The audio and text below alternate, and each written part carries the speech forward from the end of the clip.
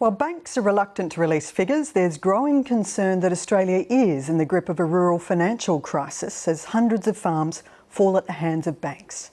For some producers in parts of the country, property prices have slumped so dramatically that their debt is higher than the value of their farms. A debt crisis rally in Queensland earlier this month brought national attention to the issue. The ANZ Bank reacted, declaring it would stop foreclosures on these farms for the next 12 months. But that's little relief for the farmers already forced from their land. Bronwyn Herbert reports.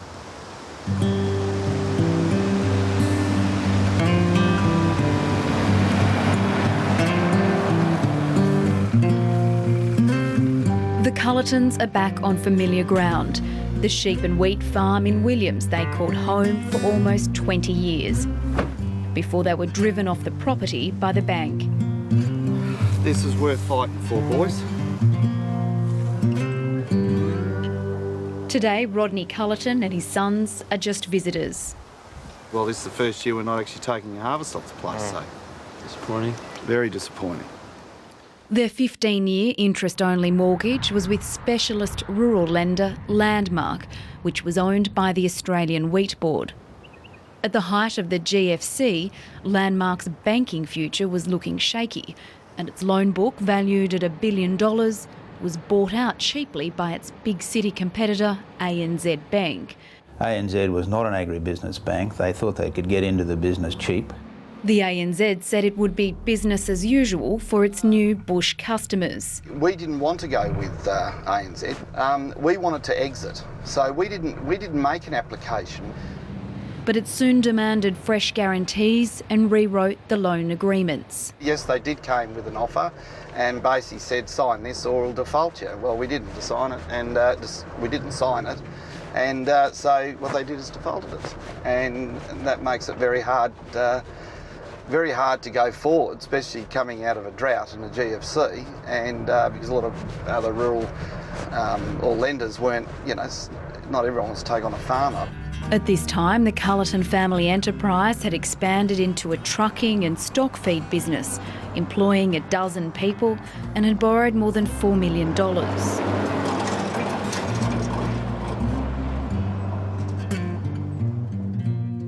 This pilot plant was turning over $5 million a year, but can I say, this is the first time I've been back here in 12 months, and this is a bloody disgrace.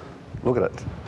This is what receivers, if this is what receivers do to a farm, I mean, look at it. I mean, I just can't believe it. I'm blown away. But soon after the ANZ takeover and a 1 in 100-year drought, the family business was defaulted by ANZ Bank for missing a payment. We were never in default because under our loan agreement, our cash flow was strong. We could meet our payments monthly, so we were right on top of our true position with our business. So as far as saying a default occurred was simply not the case at all. Well, we thought we were going to court for a hearing in May before a registrar, but it was like doomsday. This is a judgment. We weren't allowed to speak, so I had all my paperwork there ready to discuss our case in front of this registrar, and we weren't allowed to talk, and then she handed over the verdict to the bank and said, you've got 42 days to get off the farm. So I was angry, I was upset, we were both really crying. The lawyer for the other side was telling us, oh, quiet, we're in court. I didn't care. I just can't believe what had happened.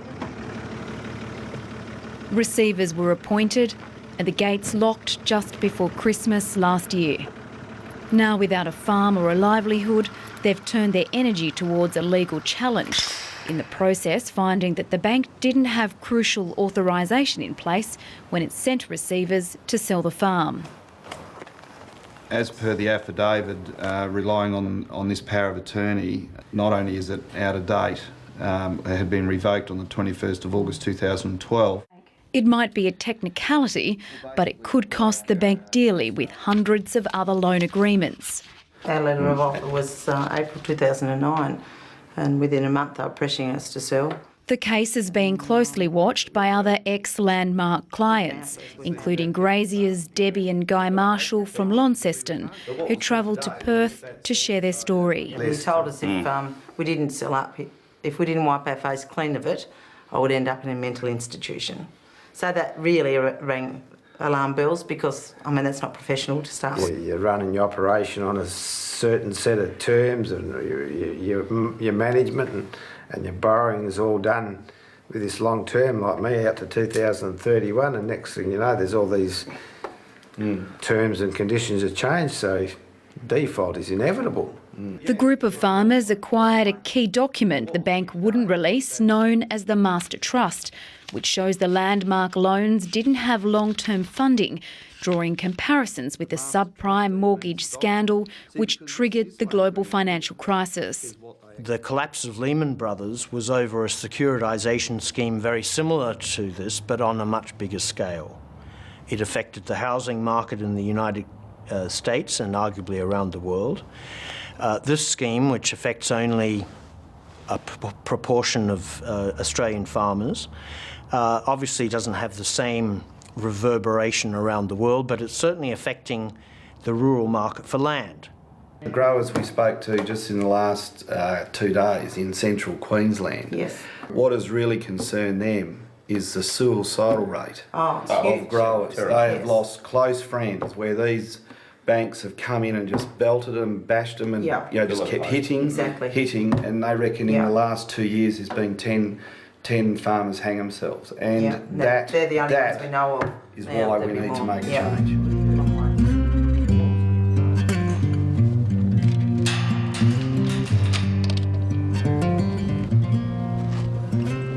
Sydney barrister Peter King is representing farming families across 3 states who have been foreclosed after the ANZ takeover of Landmark. I hear you've been up in Winton in Queensland. Yes, we've been at 42, 44 degrees up there.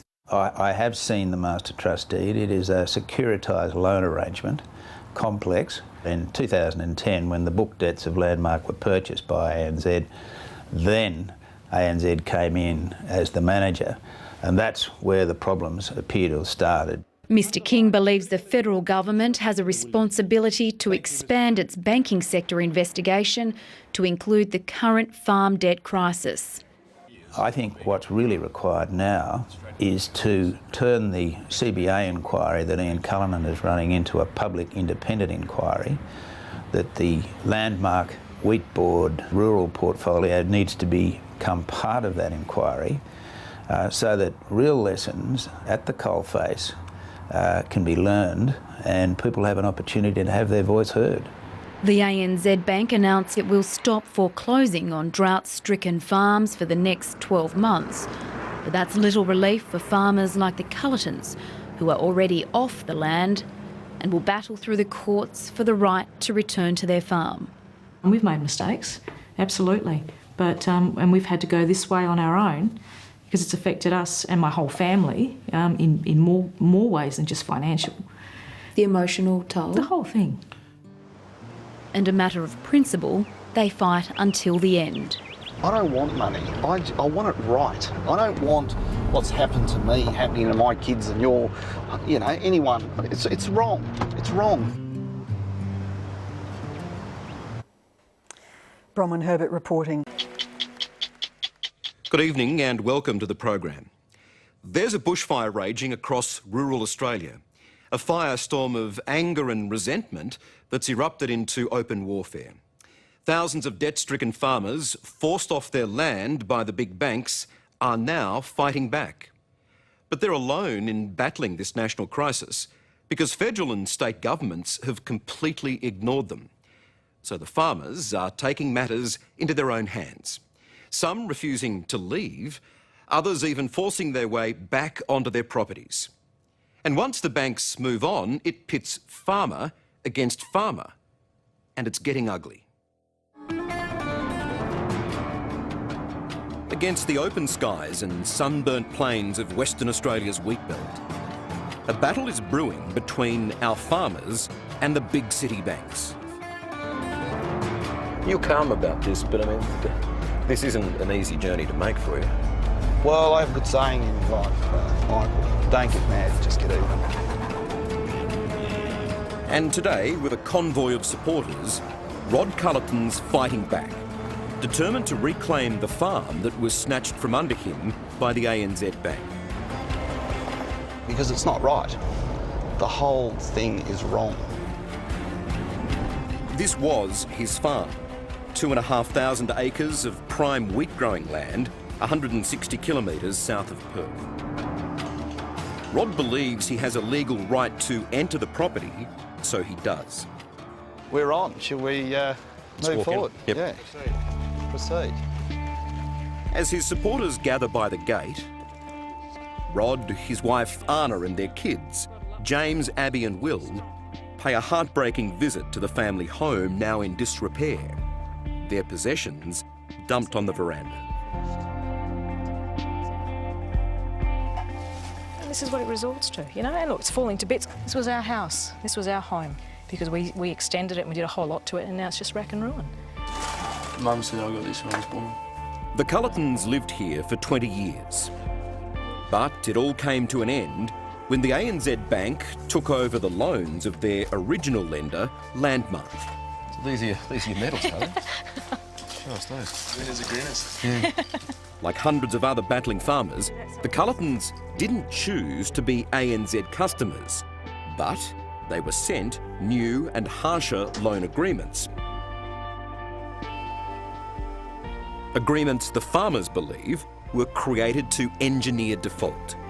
Are you here in the name of Her Majesty? When the Culletons and many more refused to sign, this was the result. The ANZ foreclosed and kicked them off the farm. Got another sign there, some private property. You were here when you got kicked off, weren't you? What was that day like? It was one of the hardest things I reckon I would have been through. You know, we had a few cop cars come and, you know, seeing Dad in the way he was just, I just can't describe it really. It was just a real emotional day, you know, I felt threatened. It's just never the same as it used to be. Like, when we were coming down here, like, when we just got there. No, it's hard. Yeah. You're okay. Give my hug, Bum. It's just my kids. We're proud. Rodney and I are very proud of our children. Because, you know, our biggest thing was the impact on our kids, you know. But they just say, you know, Mum, Dad, you go and get them. What's been the impact on your family? I sat my family down and I said to my kids, this is going to be tough, and but as long as I don't lose the respect, I said I'm happy to lose the respect outside my family, but I said as long as I don't lose the respect of my children, I said I'll go in and fight. But it's hard to fight with two hands tied behind your back. These aren't cheap to build. I mean, the electrics in this place were just absolutely huge. Rod's farm, an estimated $10 million worth of land and assets, was broken up and sold by the bank for a steal at about $1.6 million. A bargain for brothers Jesse and Matt Ford, who bought part of the property. They've just arrived on the scene to find Rod and his supporters. We're coming back onto the property, as you've been informed, under the lease, and you've failed to respond. A bit disappointed that you came here without any asking us. Well, I don't have it. Everyone was put on notice, but you continued to keep going. The farm came up for sale. It was in the farm weekly. We were looking for land and we bought it. We've got nothing against you guys. The farm was for sale. We were looking for some land and we bought it. For Rod and Anna, there's an added level of grief here. It's a small town, and they've known the Ford family for years. If you've been done wrong, it's absolutely. It's not good. The thing that gets me is that we all know each other and that you guys really didn't consider my children, myself and my husband. That's what gets to me. You boys and your family. That's what gets to me the most. Anyway, I'm actually staying here tonight, so I can see you whenever. Okay? Staying where? Here. Yeah, in town? No, Here. What, in our house? Our house, Oh, yes. it's It's still got our furniture in there and it's still got stuff that we haven't been able to get on. Okay, good. All right. Thank you. But it seems the Ford brothers aren't keen on Rod spending the night on the farm or staying at all. They've called the police. Stop filming. Stop. You take the camera off your shoulder, please, sir. It's becoming a common event in rural Australia. I'm telling you right now, you're trespassing. Heavy-handed police, quick to enforce the will of banks, receivers and newly installed owners. Just take the camera down, please, sir. You realise we're seizing the video, the boom, everything is evidence of a crime that's just been committed. No one's asked us to leave. Just 60 kilometres away, another farmer in the same situation. No court order in here. Is not giving up easily. This doesn't say you're in possession of the property. You both said that you were in possession of the property. Yep, that's the advice we have. So the legal advice you had from your lawyer saying you're in possession of this property. Specifically, and you said you would not... property. This confrontation happened on Bruce Dixon's sheep and grain property at Cuballing, southeast of Perth. He was born and raised on this land. His loan stitch-up began almost before the ink was dry on his agreement with Landmark. How big was the original loan that you took out? 3.3 million. When was the first sign of trouble? Well, it was the bloke said, oh, we've got problems now. We want you to return $1 million off your loan. So the time between you taking out the loan and them wanting $1 million back was how long? 3 months. To me, it was like being king hit. Now, they sound like big numbers, but loans like this are commonplace with successful farmers like Bruce. And he did pay the $1 million back by selling other assets.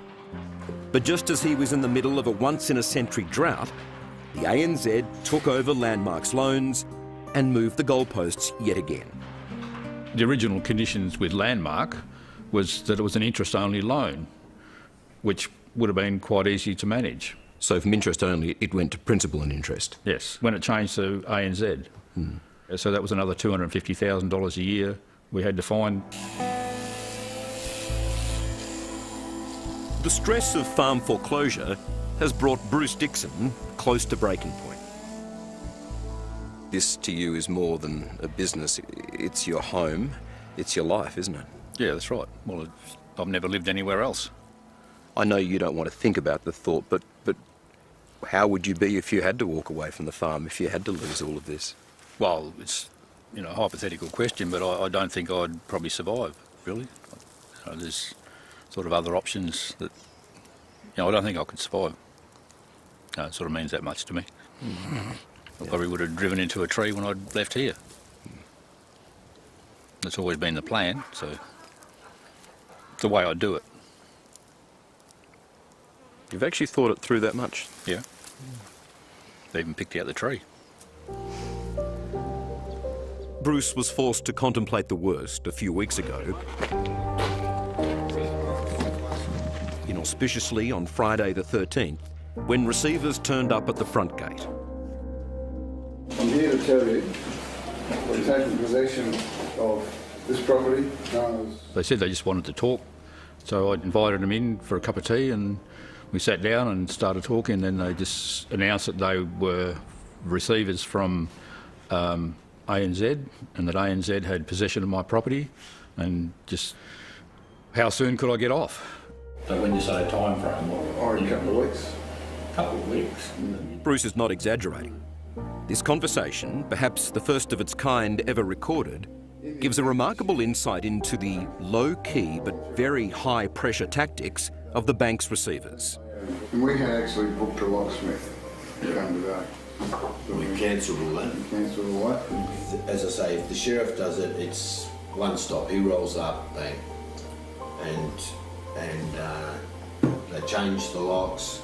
They'll lock you out. They'll keep you. It's quite a scene. The bank's agents happy to drink Bruce's tea and take in his hospitality, while issuing veiled threats designed to get the farmer off his land with minimum fuss for the banks. They'll keep you off the property. If you come on the property, you're trespassing. There's all those sorts of things, and then it becomes a bloody... It just becomes unbearable, really.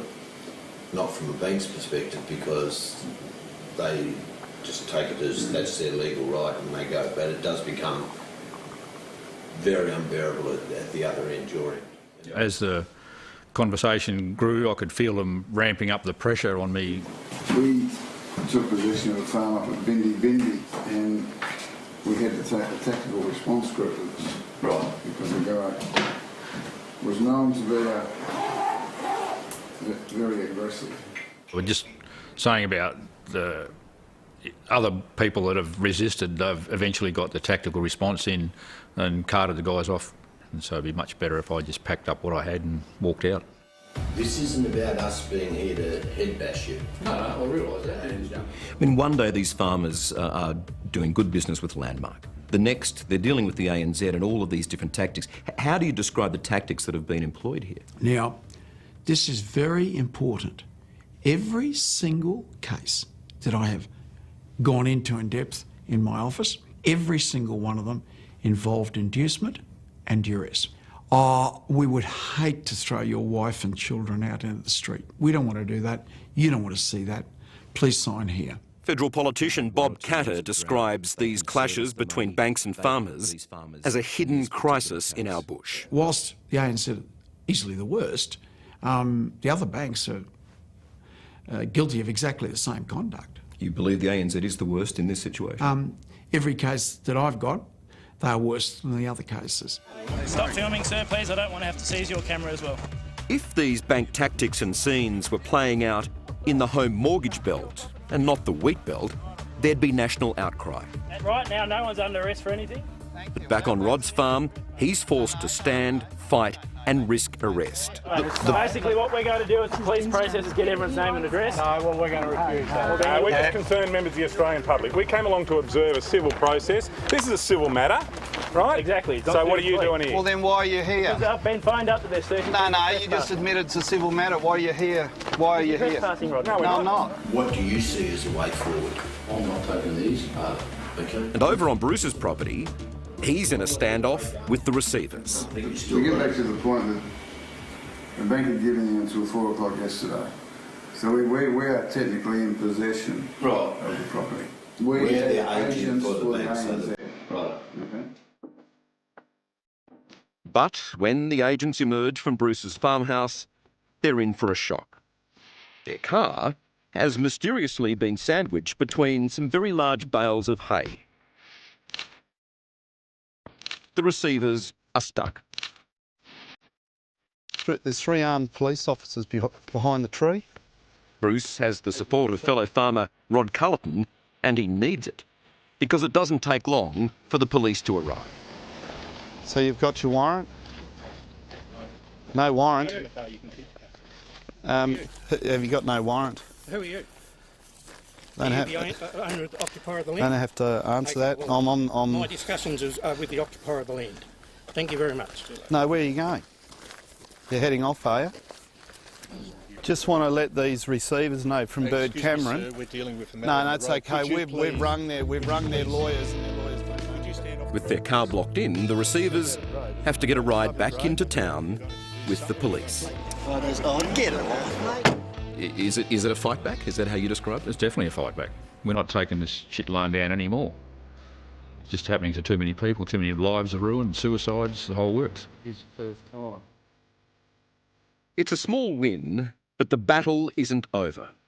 No one doubts the receivers will be back, or that the bank will get its pound of flesh. How important has it been to stand up? Well, I just would not stand up. I have to stand up. Because when you witness bullying, but when you witness this sort of behaviour, it's, it's just abhorrent.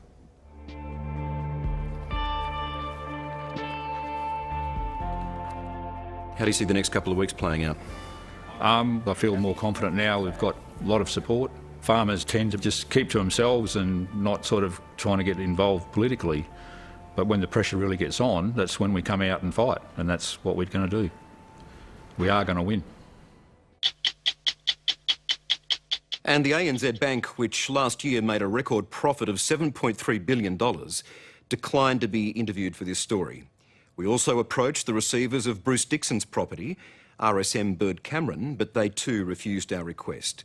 You can read their statements on our website. A West Australian farmer has told a Senate inquiry that he was forced off his land at gunpoint when he defaulted on his bank loan. And lawyers are now calling for a royal commission into the banking industry. Rodney Culleton pulled no punches when describing the tactics used by one of the big four banks to repossess a fellow farmer's property. There were 4 police with their pistols on us, and there were SWAT teams up in the bush, and we were held at gunpoint that day, and that was quite horrific, really. He became emotional when recalling his own personal struggle. It's just financial terrorism. And I know I sound a little bit emotional, but because I've witnessed what has happened not only to me but to other people, and to be held at gunpoint at the farm causes a little bit of stress. He's one of several farmers who lost land after defaulting on a loan with rural lender Landmark when the company was bought by ANZ. Never signed over to ANZ Bank. They created new bank accounts, calling me a customer, and then they defaulted me on bank accounts that were foreign to my company or companies. The inquiry's looking at how banks respond when clients miss payments or experience financial difficulty. It's alleged the industry has adopted anti-competitive tactics and engaged in misleading or deceptive conduct. These circumstances warrant the appointment of a Royal Commission into the banking industry to determine what, if any, changes should be made to the Corporations Act, the Banking Act, the Australian Consumer Law and the National Credit Code. There's such widespread institutionalised abuse going on. The ANZ and Commonwealth banks will get a chance to respond to these allegations before the committee finalises its report. They're due to give evidence at the next hearing in April. Ioanna Woodburn, ABC News, Sydney. For 50 years, Charlie Phillott and his family worked the land on Carisbrooke Station in outback Queensland. They enjoyed the good seasons and endured the bad. They learnt to save when they could and spend when they had to, but they always kept the bank manager happy. That is until the ANZ came along. Overnight, this bank crippled Charlie's business and hounded him into financial oblivion. A year ago, the Phillotts had to walk away from Carisbrooke. But don't think the bank has won, because Charlie Phillott is no pushover and he's taking his fight all the way to the top. So where's the boundary of the property? Well, the boundary is this side of that distant hill you can see over there. Yep. Charlie Phillott is possibly the proudest farmer you'll meet. And his property, Carisbrooke Station, is best described as the heart of the Australian outback.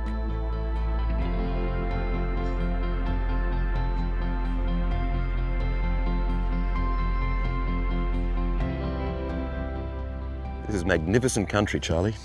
Yes, Michael, it's well worth coming to look at. It's typical Australian country. 1,800 square kilometres of sunburnt beauty. But this station also holds priceless cultural history. The crosses here, fairly unique. Charlie's been the custodian and protector of this Aboriginal rock art for decades. Yeah, it's a rainbow painting, a small one, and built a successful tourism business on Carisbrooke. But this is all locked away now. But right now, the bank owns all of this.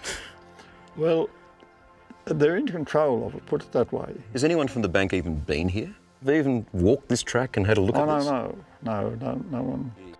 Charlie, how do you think you've been treated by the bank? No, I'm absolutely disgusted with them. What they did to our family, I thought was a disgrace.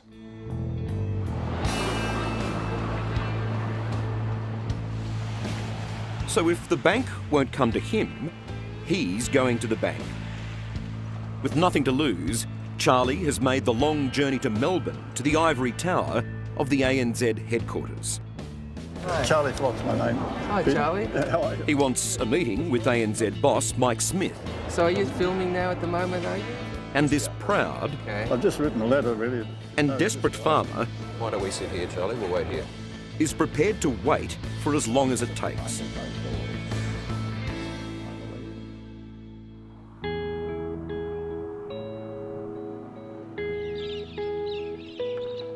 Carisbrooke Station is a dusty one-hour drive from the historic town of Winton in central Western Queensland.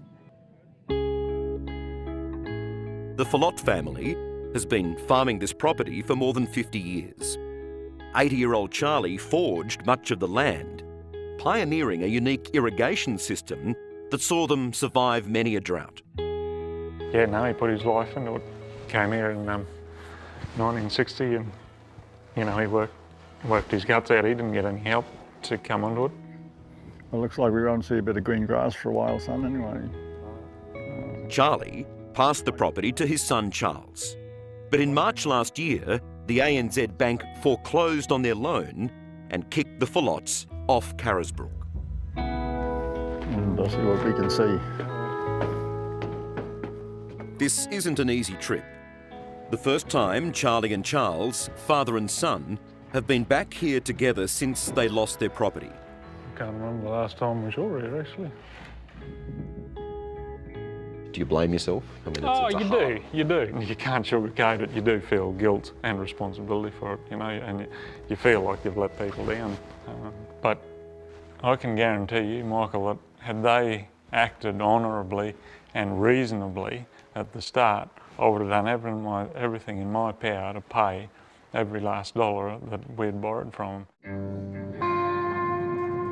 Their fight began in 2008, when Charles took out a short-term 5-year interest-only loan to consolidate debts and expand the tourism business. The trusted rural lender, Landmark, happily gave them $1.5 million. But what the Phillotts and 10,000 other farmers didn't know was that Landmark was trying to sell their loans and ANZ was the buyer. Well, I'd say it went along quite amicably until ANZ became involved in the... So once ANZ took over the Landmark book, the loans, it was hardball time. I would say so. By the time the ANZ officially takes control of Landmark's debts in early 2010, Charles's loan is in chaos, thanks to a mix of bullying tactics and bureaucracy.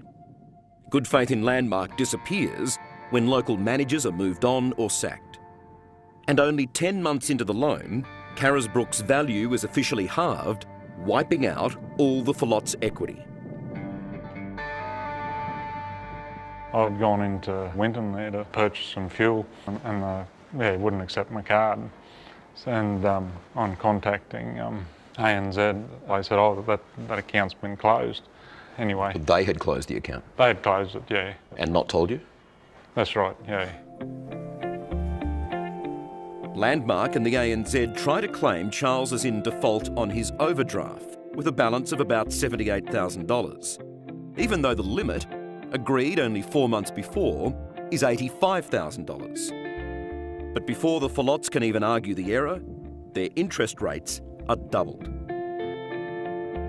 There was a period of about 3 months there we had to find around $17,000 to $18,000 a month. How much did you pay? About $500,000. So the bank got $500,000? Yeah, they did. You were servicing the loan? That's right. Let's be clear about this. Did you ever miss a payment? No, I believe they definitely engineered a default situation. Just like every other dispute that we're learning about involving the ANZ and Landmark, the tactics are aggressive and almost certainly designed to engineer the farmers into default. First, they slash the value of their properties. Then they begin ramping up the interest rates to make it impossible for the farmers to service the loan. And that's exactly what happened to the Phillotts. Charles, I wouldn't be giving up on this. Fortunately, they're not alone. Today on the property, father and son are being supported by another father and son, politicians Bob and Robbie Katter. Hey, Charlie, this is the longest drive we've had here. They were behind the Winton Last Stand rally in December, where hundreds of farmers facing foreclosure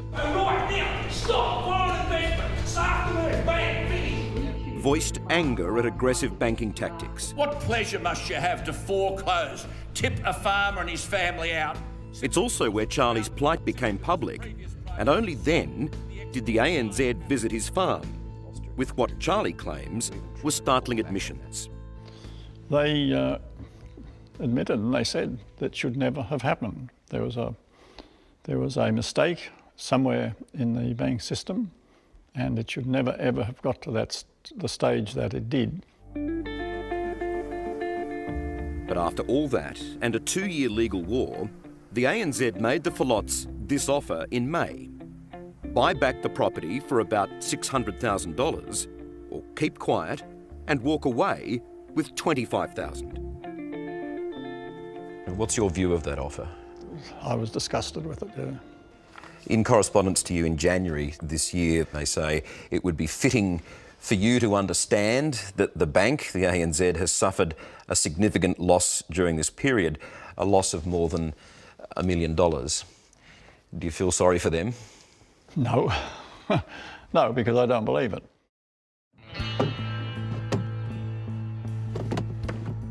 It's safe to say Charlie's had a gutful. So he's packed his bags for Melbourne. The 80-year-old farmer has made an epic 2,000-kilometre journey from dusty Winton to rainy Melbourne.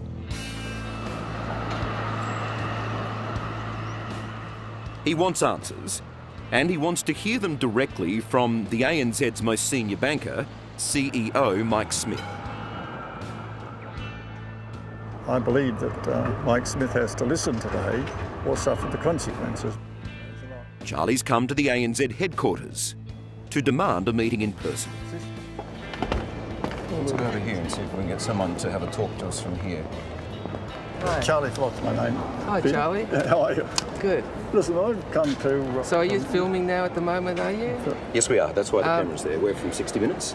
Yes. Yeah. You do need permission to film in this building. Have you received that from our... No, we don't have permission today, but we're with Charlie, who's in dispute with the ANZ, and he'd like to just explain something first, if that's okay. Okay, all right. Peter, I've written to Mike Smith regarding some matters with him, and I've asked him for an appointment. I would like to take the opportunity to discuss with him things that are really quite important. Okay, yeah. Charlie's dignified manner clearly throws the bank security team. I'll get you just to take a seat. Even without an appointment, they don't dare ask him to leave. Why don't we sit here, Charlie? We'll wait here. Yeah, we'll sit anywhere we like. Yep, exactly right.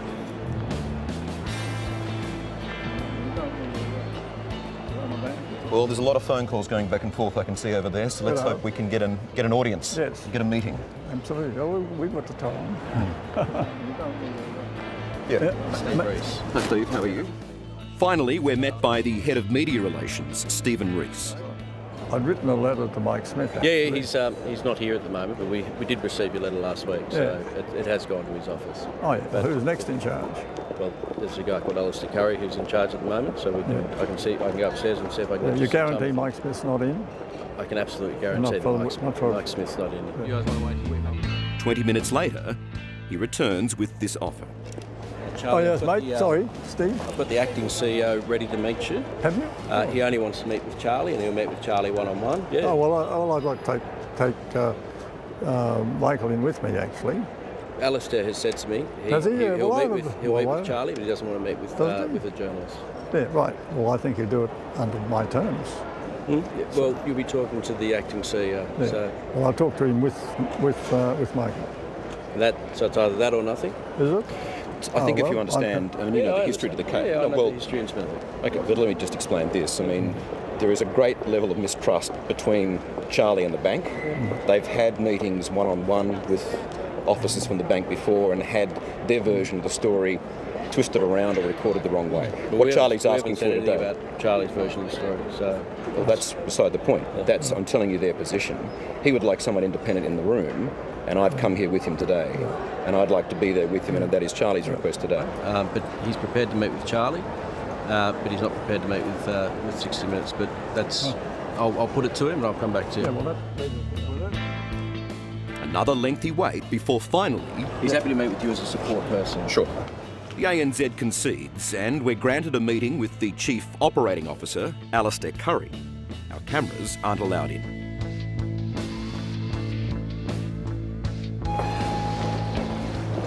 All right, well, thank you for taking the meeting.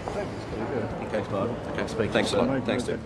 We emerge an hour later. Well, you told them that you want the property back. You told them that when the ANZ took over Landmark, the tactics were aggressive and arrogant. And you made very, very clearly the point that they're not understanding the plight of farmers in the bush right now. I believe so, Michael, yes. And they listened. Out of all of that upstairs then, what's the best thing for you, Charlie? Well, the best thing, in my opinion, is that they've agreed to meet again. They listened. We spoke with them close to an hour, and they've agreed to meet again within the next 2 to 3 weeks. And you'll hold them to that? I will hold them to it, exactly. I guess the question is then, Charlie, and how long do you keep on fighting? We fight until we get it back.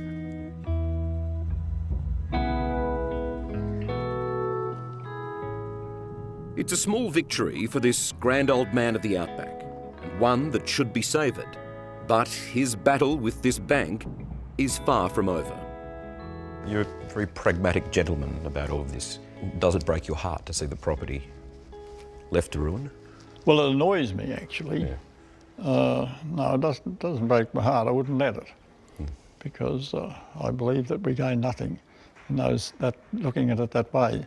But it does annoy me, and we need to bring them out from behind closed doors into the open when they do these things, so that they can be seen for what they are. And I make no apology for that. Hello, I'm Tara Brown. Thanks for watching. To keep up with the latest from 60 Minutes Australia, make sure you subscribe to our channel. You can also download the 9Now app for full episodes and other exclusive 60 Minutes content. Taking on one of Australia's big banks is not for the faint-hearted. And then actually winning is as rare as rain in the outback. But Charlie Phillott, the 81-year-old grazier from central Queensland, is a special man, and he won't be bullied. He took on the ANZ Bank after it forced his family off Carisbrooke Station, their property of 50 years. The ANZ's behaviour was best described as aggressive, threatening and simply unacceptable. Incredibly, the bank now agrees. I've just returned from Carisbrooke Station, where I've seen the most extraordinary backdown. The bank's chief executive, Mike Smith, flew 2,000 kilometres to tell Charlie he's sorry. And that's not all. Charlie's also getting the farm back. There are, however, lots of questions for the ANZ boss about how this all happened and what now for the many other distressed farmers just like Charlie.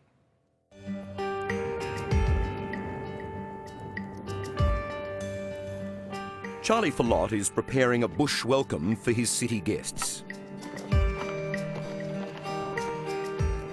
There haven't been any invited visitors here for a year and a half. Not since the bank took the farm and gave Charlie's family 20 days to get off Carisbrooke. Today's visitors are from that same bank, the ANZ.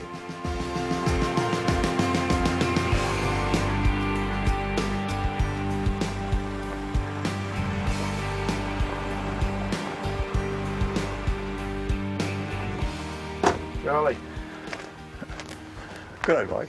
Mike Smith. How are you? Very good to see you. Yeah, thank you for coming out. Well, thanks for having me. It's not just another bank agent, but the boss, ANZ Chief Executive Officer Mike Smith. You've got a bit of cloud cover. Oh, well. More than 2,000 kilometres from the ANZ's head office in Melbourne, he's come to see the farm and the farmer that has shamed his bank into action. Absolutely beautiful. So your boundary goes to the... Right to those hills over there. Right. And how far is that? It's 9 miles across it. 9 miles. How would you describe the ANZ's change of heart, Charlie? It was a big surprise. I've seen a complete turnaround, a 180-degree turn. A complete turnaround indeed. We were with a frustrated Charlie recently when he took his 5-year fight directly to the ANZ headquarters in Melbourne. a long way from Winton in Queensland's Central West. Let's go over here and see. Charlie Phillott's my name. Hi, Charlie. How are you? Good. Steve, how are you? He demanded to talk with the CEO. I'd written a letter to Mike Smith. Yeah, he's not here at the moment, but we did receive your letter last week, so it has gone to his office. Mike Smith got that message. Why have you come here today? Well, as a result of your program, obviously we did some pretty serious investigation into what was going on in terms of the particular case with Charlie.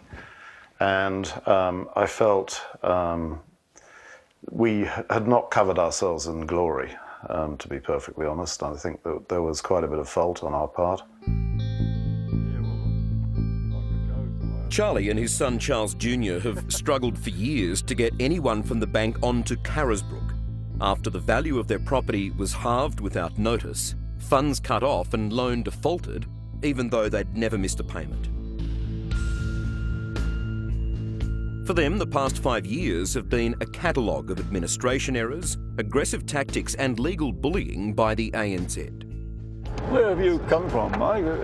England or? I was born in England. Born in England. Yeah. But now, the ANZ's Mike Smith is on Carisbrooke to right the wrongs, riding shotgun with Charlie to tour the property his bank foreclosed on.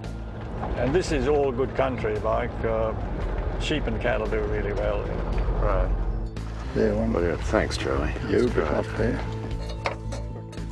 Charlie and his son, Charles Jr., back on the farm they thought they'd lost forever. The ANZ's Mike Smith and his head of regional lending, Christine Linden. No boardroom, but over a billy tea, it was down to business. I really apologise for what we put you through. You know, it's not been our finest hour, I don't think. And I'm sorry I wasn't there when you came down to Melbourne. You've apologised to him today. What are you saying sorry for, exactly? The way that we have treated him, you know, in terms of the issues that he's gone through.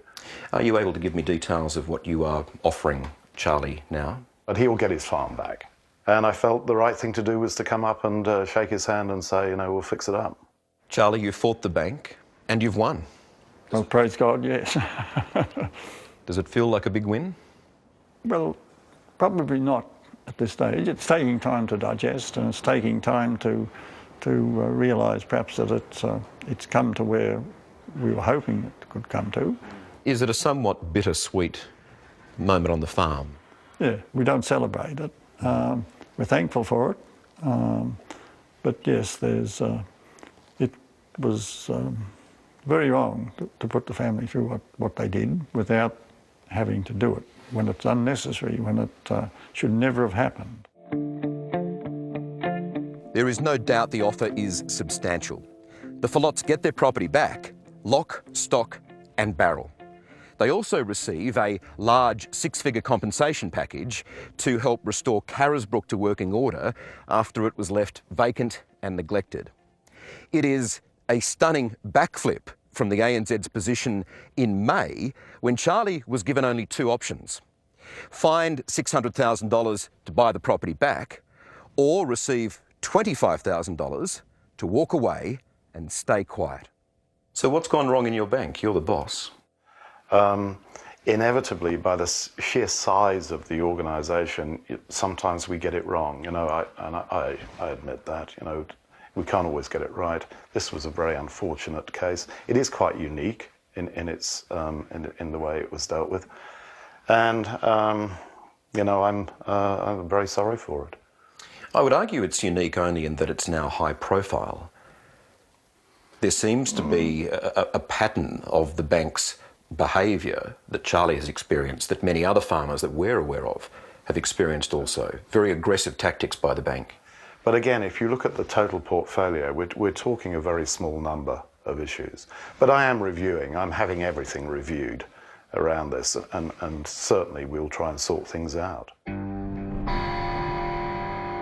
Mike Smith also revealed that review comes with a nationwide 1-year extension to their moratorium on foreclosures, where farms are affected by drought. Stop filming, sir, please. I don't want to have to seize your camera as well. Among the many to be reviewed are two farmers we've also featured this year. Right now, no one's under arrest for anything. And like Charlie, caught in the landmark ANZ mess. Basically, what we're going to do with the police process is get everyone's name and address. Grain producer Rodney Culleton, who faced arrest when he tried to take back his farm that had already been sold. No, you just admitted it's a civil matter. Why are you here? Why are you here? No. When you say a time frame, already a couple of weeks? Couple of weeks. And Bruce Dixon, whose struggle left him contemplating suicide, and also highlighted the questionable tactics of receivers appointed by the ANZ. We took possession of a farm up at Bindi-Bindi and we had to take a tactical response group. At the absolute core of these disputes is the ANZ's purchase in 2010 of Landmark's loan book. Within months of that takeover, dozens, if not hundreds of farmers found themselves facing default and foreclosure. Charlie's case is generally agreed as the most clear-cut example. Obviously, when we had bought the original loan from Landmark, nobody went out to see, okay, what is the case here? There was some problems, previously, and we just let those run, as I say, through the lawyers, and that's not sensible.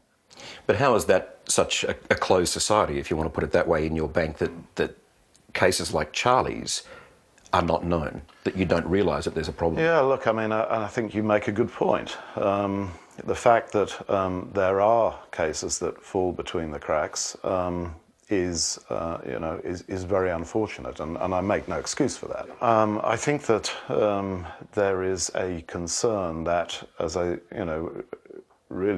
that we have been too legally processed. Excessive legal process and aggression that's now led to the head of that division being removed, according to Mike Smith. But a curious incentive for the bank's previous conduct could also be drawn from this document, the ANZ's sale and purchase deed of Landmark, and in particular what's called a clawback schedule.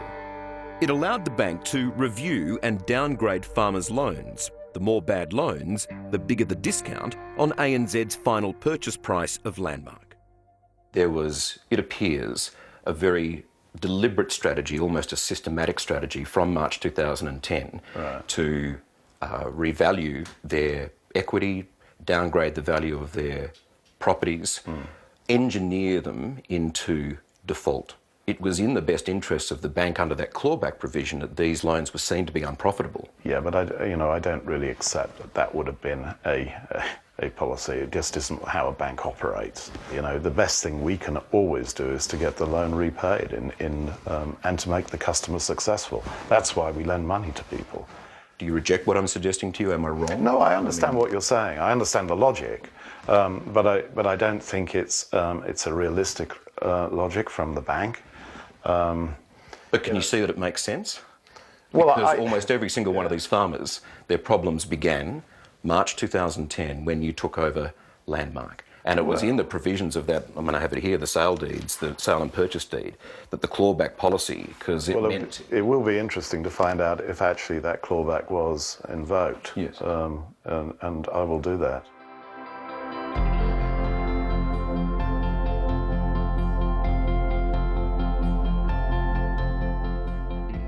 On a scale of 1 to 10, how do you measure this win for Charlie? On a scale of 1 to 10, I measure it at 100.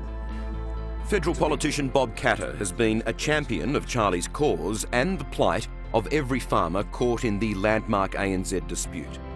He welcomes the review of every one of those cases and the promised moratorium on foreclosures until that's done. Should this deal give other farmers hope, though? If Charlie can win, right? If he can win from there, you, and I speak to every one of us that is under the gun here, you stand up and you fight. You don't let them walk all over the top of you. And you understand that there are people out there that will come in on your side. Whereas my message to the people is, stand up. You're Australians. Fight. Well, looks like we won't see a bit of green grass for a while, son, anyway. Charles Jr. and his father fought, however, the pressure for the past 5 years has been immeasurable. But even with a victory over the bank, they are humble and hope they've set a precedent for other struggling farmers. I just hope that there's more to come for other people in similar situations, and I hope their situations can also be resolved. From losing the lot to the edge of bankruptcy, and now working out where to begin again. The Phillotts have a lot of hard work ahead. Charlie, I know it's been frustrating for you to watch the property run down. What's it now going to take to get it back in working order? Well, it's going to take quite a lot to restore things, actually to clean up the mess, just to get it up and going and cleaned, and it's going to be a big job. Quite a lot of work, yes, absolutely. For Charlie, it's now just a matter of working with the ANZ on the finer details of the agreement before putting pen to paper. Yeah, we've basically agreed a settlement, and I think it's now, dare I say it, it's the legal documentation. But I will make sure that happens, absolutely. That's your guarantee? That's my guarantee. No more hurdles for the Phillotts? Oh, no. I think they've gone through enough. You can join the conversation about tonight's show by using hashtag 60Mins. It's an admission farmers thrown off their land by the banks have waited years to hear. Today, ANZ telling the Banking Royal Commission they acted in an unethical manner when dealing with landowners who lost everything. An 84-year-old farmer today completed a 5-year battle to save his family farm. I think it doesn't matter who they are, treat them with respect and courtesy. Charlie Phillott from the Carisbrooke Station at Winton in central Queensland took the long walk to the Banking Royal Commission in Brisbane, where he heard the ANZ Bank's shamed admission. You're saying the bank did not act fairly and reasonably? Yes, I think that's correct. Did the bank act in an ethical manner? I think it's fair to say we didn't. And they said that should never have happened. There was a mistake somewhere in the bank system. Part of Charlie's battle took him to ANZ's head office in Melbourne with 9 60 Minutes program in tow. I've written to Mike Smith regarding some matters. The pressure saw ANZ's then boss, Mike Smith, embarrassed by the bank's treatment of the family, visit the farm and return the keys. I really apologise for what we put you through. It's not been our finest hour. Charlie today joined a number of other farmers also forced off their land, along with the federal member for Kennedy, Bob Katter. Well, they were sold up, fire sailed up for nothing, and we took the full brunt of it.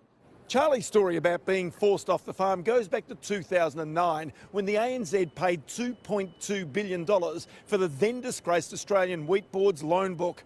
Within just 3 years, a third of the value of that loan book was considered either distressed or high risk. Ross Greenwood, 9 News.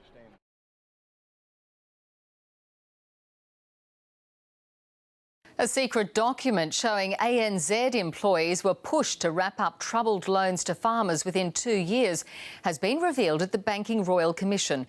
It came as anger against the banks spilled over outside the sittings in Brisbane. ANZ's head of lending services, Benjamin Steinberg, was jeered as he left the Royal Commission. One customer asked him for an apology. Everything that was done in there, you've done worse to me. Like the Hurst family wanted inside. There's no way we could challenge what the bank did. We had no resources, so I was working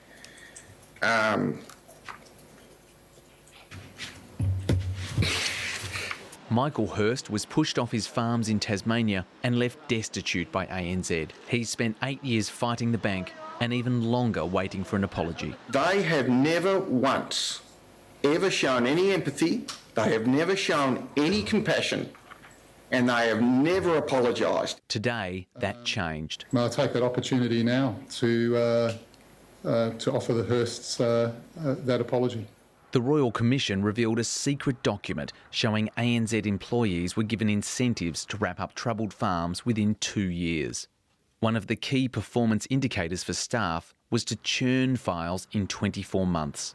I would not say that there was a hardcore requirement or a drop-dead requirement to churn files I would describe it as a guide to our people. The KPI explains the haste with which ANZ pushed the Harleys of Western Australia off the land they'd farmed for 100 years, despite being just months from being able to clear their debts. ANZ had required the Harleys to sell all of their properties. Yes. Including their home. Yes. And their sheep. Yes. And when they didn't sell the properties fast enough, it sold the properties itself as mortgagee in possession. Yes. And when that didn't raise enough to pay off the debt, ANZ threatened the Harleys with a bankruptcy proceeding. Again, I can see how you would interpret that as being a threat. ANZ maintained the threat of bankruptcy against the family for 3 years, until the month the Royal Commission began. I agree the story is a sad one, but nonetheless, what we were doing here is pursuing our contractual rights to get paid. The Commission has now heard from 2 farmers and has just 2 days of hearings left before it moves on to new pastures. Daniel Ziffer, ABC News, Brisbane. Yes, Mr Molesworth. Commissioner, I'd like to make an application for leave to briefly lead evidence from Mr Michael Hirst in response to some of the evidence that we've heard from the ANZ. Mr Hirst has already been provided with a summons to attend, and he has indicated he'd like to have the opportunity to provide some additional evidence on a couple of very narrow and discrete issues addressed in the evidence from the bank. Well, again, Mr Molesworth, the question is not time, it's difference and addition. But yes, is Mr Hirst in the hearing room? He is, Commissioner. Yes, if Mr Hirst could be good enough to come forward. Thank you, Commissioner. Yes, call Michael Hirst. Yes, you'd go into what we're using as the witness box, please, Mr Hirst. The Bible. Now, would you prefer to take an oath or make an affirmation? Take an oath, thank you. Yes, swear the witness, please. Good afternoon. I swear by Almighty God. Swear by Almighty God. That the evidence I shall give. The evidence I shall give. Will be the truth. Will be the truth. The whole truth. The whole truth. And nothing but the truth. And nothing but the truth. Thank you very much, Mr Hirst. Do sit down. Yes, Mr Molesworth. Thank you, Commissioner. I'll just let Mr Hirst sit down. We'll do that in a second, Mr Hirst. Mr Hirst, can you please state your full name for the Commission? It's Michael George Hugill Hirst. And you've received a summons to attend here today? Yes, I have. And you have that summons with you here? Yes. I attended that. Exhibit 4.29, the summons to Mr Hirst. Mr Hirst, before you fell into financial hardship in 2011, could you give us a very brief overview of what your farming business was and how long you had been in it for? Yes, so our family's been farming. We were farming for some 30 years, so in beef, sheep trading and timber production. And can you briefly, again in the interest of time, to summarise when your relationship with Landmark commenced and then when your relationship with ANZ started? Yeah, so at some point in about 2005, our family property went up for auction, and we needed to try and finance that, and we met a manager, and he financed us to 8.2 million unsecured, but we were losing bidder on that property. Thank you, sir. You don't need to refer to relationship managers by name. Throughout your relationship with Landmark, what was your experience with being offered debt? Was Landmark generally supportive when you sought further debt? Yeah, so I think our first experience with the relationship manager followed on, and then we began to do quite well in the forestry market, and then the debt increased with the opportunities that came up, and he was very, very supportive. And what was your experience with ANZ? And again, on the same question with regards to being lent more or being offered more? We were a Landmark customer. We had a letter in the mail to say that ANZ were purchasing the loan book. The experience, it said, would not change. Nothing would change. It would just go on as normal. We'd have the same relationship manager, in which case that was correct. Up until early 2011, when ANZ took us out to a decent restaurant in our local town, and said we're a very good business and we want to see more of you, and basically pumped us up. Can you explain that a little bit more? So they seemed to think our business model was quite good, and we had made some good deals in the previous years, so they tended to single out those and pretty much said just keep going. When was the last offer to increase your loans made by the bank? So the last offer to increase our loans was on the 2nd of August 2011. And when did you find that your accounts were frozen and you could not withdraw money? We had a ANZ relationship manager come out on the 15th of August, and it was then that he said, put the chequebook away. And when, in your mind, were your accounts actually frozen or no longer available for access for you? I believe that the accounts were frozen on the 23rd of August. Did the terms of your financing agreement between Landmark and ANZ change? Yes, they did.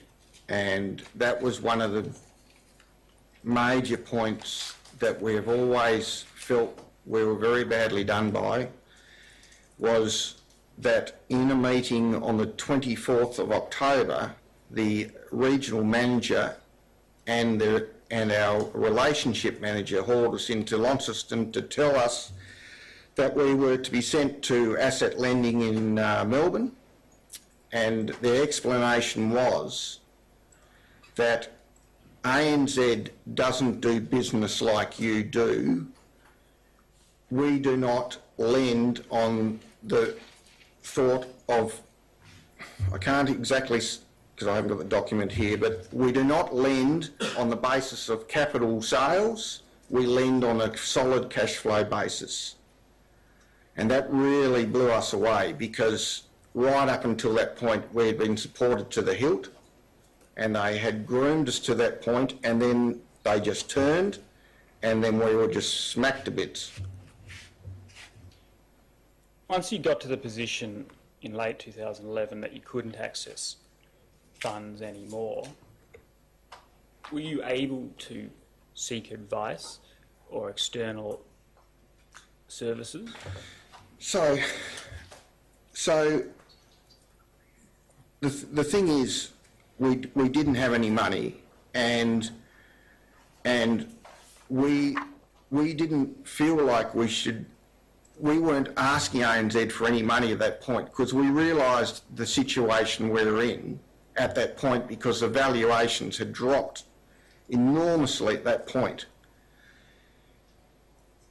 We were using an accountant who put us onto this crowd in Melbourne, who in our terms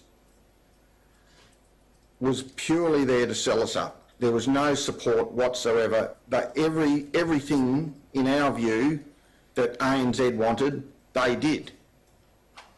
And so, to this day, we haven't remunerated that company for what they did.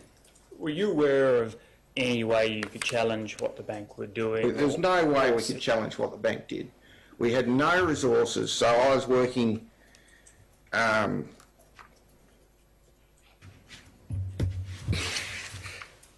working quite hard. So I'd managed to get a job driving a truck, and my wife was in bed, so it was tough. So we really couldn't find any resources to fund a legal team to challenge what ANZ was doing, and Mr. Steinberg was correct. We were very compliant, okay, right through this process, because originally we had a feeling that it was our fault, but of course, as information came forward later on in years. That of course changed. So were you provided with any information at all from the bank in relation to review services available or external advice that you might be able to receive? There may have been reference to seek legal advice, but we had no money. There may have been reference to seek a rural counsellor, but I don't remember it. Financial Ombudsman? I'd never heard of FOS until I came up here. When were you first offered a mediation or neutral evaluation process? So as we went through the process of them picking our carcass to bits, a few stories started to emerge from the mainland about potential problems in this landmark ANZ takeover business, and we started to engage with a few people, and then on the 8th of September, Mr. Phillott had a 60-minute story, and the CEO went up and saw him, and at that point I think we started to realise that maybe everything wasn't quite right, and I'd refused to sign the statutory declaration with Mr. Wormald because I asked him probably 6 months previously to that, he had a lot of pressure on me to sign this stat dec, and I said, Mr. Wormald, I will sign it if you've done nothing wrong. Okay, and he would just go all silent on the phone, and he would never answer that question. So I would just say, Mr. Wormald, I will not be signing that statutory declaration until you can guarantee me that you've done nothing wrong.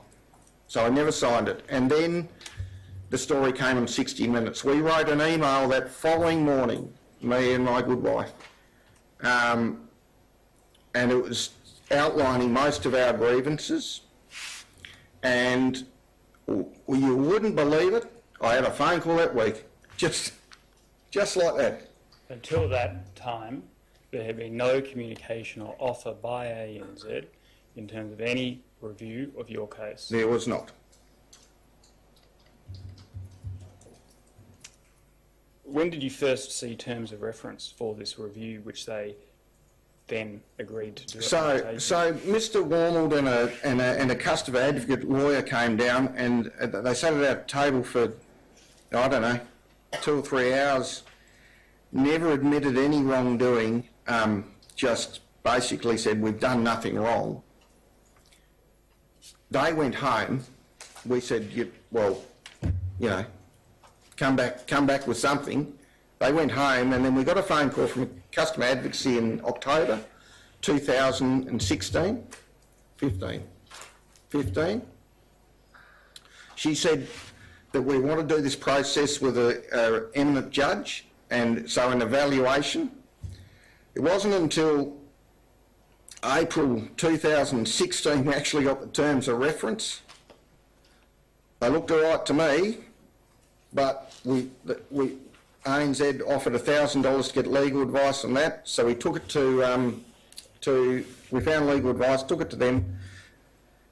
She said, you just can't sign that, it's absolutely ridiculous. I can't tell you why, because I haven't got a legal mind, but she refused to have us sign it, and then there was protracted negotiations until, I think, January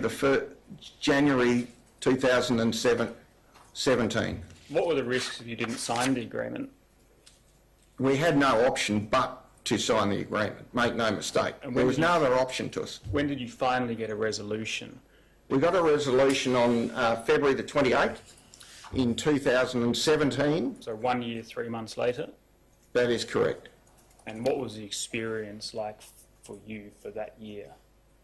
Oh, well, you see, we've been belted to bits for, 5 years previous to that, and apparently they'd done nothing wrong. And then we were on a bit of a high when Mr. Phillott went up, and we could see that there were issues. And even then they wouldn't have any culpability at all. But, you know, like so we were quite buoyant after that program, as you can imagine. And then the meeting, they just said, well, we've done nothing wrong again, so we were on this emotional roller coaster, and all the time, you know, you've got to remember, everybody, we still had to live. We've got 4 beautiful girls, and we're dealing with all this stuff, you know, for, what is it, 8 years now? 8 years we've been dealing with this. And so it was tough. That last 18 months was tough, because we had an emotional high, and then it all got taken away in a way through the protracted negotiations just to sort out what we're going to talk about. I mean, how hard is it? Tell me, how hard is it to talk about what we need to talk about? I mean, it was all in black and white. So what was the issue? I just do not understand. Once you actually attained your resolution, after the evaluation report had been handed down, are you satisfied that the bank played a role in you losing everything? Oh, there's no doubt. There's no doubt. Has the bank ever apologised for the misconduct you experienced, and that helped bring about your family's ruin? They have never once ever shown any empathy, they have never shown any compassion, and they have never apologised. And where I'm from, if you do something wrong, there's nothing wrong with apologising. But these guys refuse to. Thank you. No further questions. Yes, just before I call on you, Ms. Orr,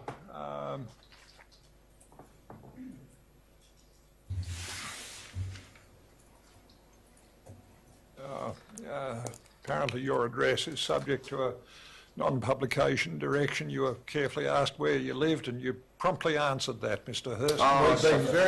We've been very careful not to reveal where you were living. So Tasmania's a small place, and they probably all know. Everybody knows everyone. So we had said no disclosure of where you lived, Mr. Hurst. The other thing is, you mentioned the manager's name. We'd made a non-publication direction about the manager's name too. So can I just raise those matters? Now, Ms. Orr. I have no questions, yes, Commissioner. Dr. Collins. No questions, thank you. Yes. Thank you very much, Mr. Hurst, for coming and telling me what you have. Yes. You may step down and you're excused. Ms. Orr. Commissioner, we're moving now to a different case study. I wonder if we might adjourn now and reconvene early. Would it be possible come back at 1:50? Yes, if that's convenient to the Commissioner. 12:50, and if we resume at 1:50. Very well. Thank you, Commissioner.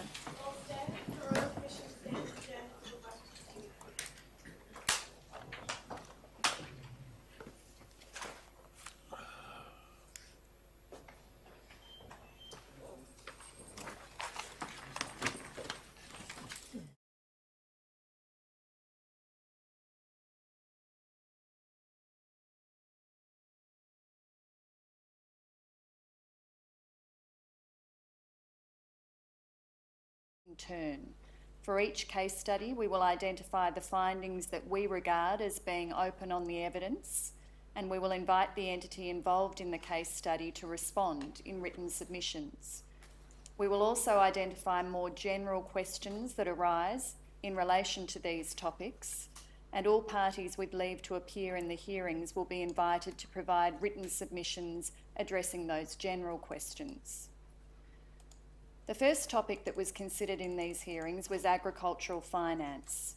The first case study concerned ANZ and its handling of former customers of Landmark Financial Services following ANZ's acquisition of Landmark's loan and deposit books in March 2010. The Commission heard evidence from Mr Benjamin Steinberg, ANZ's Head of Lending Services, Corporate and Commercial. It also heard evidence from Mr Michael Hurst. Over the course of 3 days, Mr Steinberg gave evidence about 13 farmers or farming families who were former customers of Landmark Financial Services. They were the Cheesemans, the Courts, the Hursts, the Harleys, the Handleys, the Cashmores, the Phillotts, and 6 other farmers or farming families whose names are the subject of non-publication directions. Mr Steinberg also gave evidence about ANZ's acquisition of Landmark more generally and about changes in the practices, policies and culture of ANZ's lending services team over the past 8 years. In relation to many of the cases about which he gave evidence, Mr Steinberg acknowledged that ANZ had engaged in conduct that fell below community standards and expectations, and in some instances that ANZ had engaged in misconduct. In relation to all of the cases about which he gave evidence, Mr Steinberg acknowledged that there were things that ANZ would do differently if a similar situation arose today. ANZ's board decided to acquire the loan and deposit books of Landmark Financial Services on the 21st of October 2009. Part of the rationale for the acquisition was to give ANZ the opportunity to enhance its agribusiness portfolio and become the second largest agribusiness bank. Another part of the rationale was to enable ANZ to cross-sell its products to Landmark customers. ANZ also identified an opportunity to reprice the loans of Landmark customers to earn an additional $6 million in annual revenue. Mr Steinberg was not able to say whether ANZ took advantage of that opportunity. ANZ undertook a due diligence process in connection with the acquisition. Among other things, that process identified that the Landmark loan book was of a lower quality than ANZ's loan book, and that Landmark's management had underestimated the provision that would need to be made for the losses it would incur on its loan book. ANZ was aware that there were issues in relation to the Landmark loan book, including a poor control environment within Landmark and a lack of regulatory oversight of Landmark. ANZ acquired the Landmark loan book on the 1st of March 2010. From that time, the former customers of Landmark were customers of ANZ. Mr Steinberg acknowledged that ANZ could have done a better job in communicating with the former Landmark customers about the acquisition. Over the following year, ANZ migrated the former Landmark customers onto its systems. Mr Steinberg acknowledged that there were issues associated with this process, which affected former Landmark customers. Mr Steinberg accepted that the quality of the Landmark loan book was worse than ANZ had anticipated. In March 2010, there were 433 former Landmark accounts with an internal risk rating of 7+D or worse, with a total value of $273 million. By July 2013, there were 1,050 former Landmark accounts with the same internal risk rating or worse, with a total value of $722 million, which was around a third of the total value of the former Landmark loan book. In the years that followed the acquisition, ANZ received complaints about its handling of the accounts of former Landmark customers.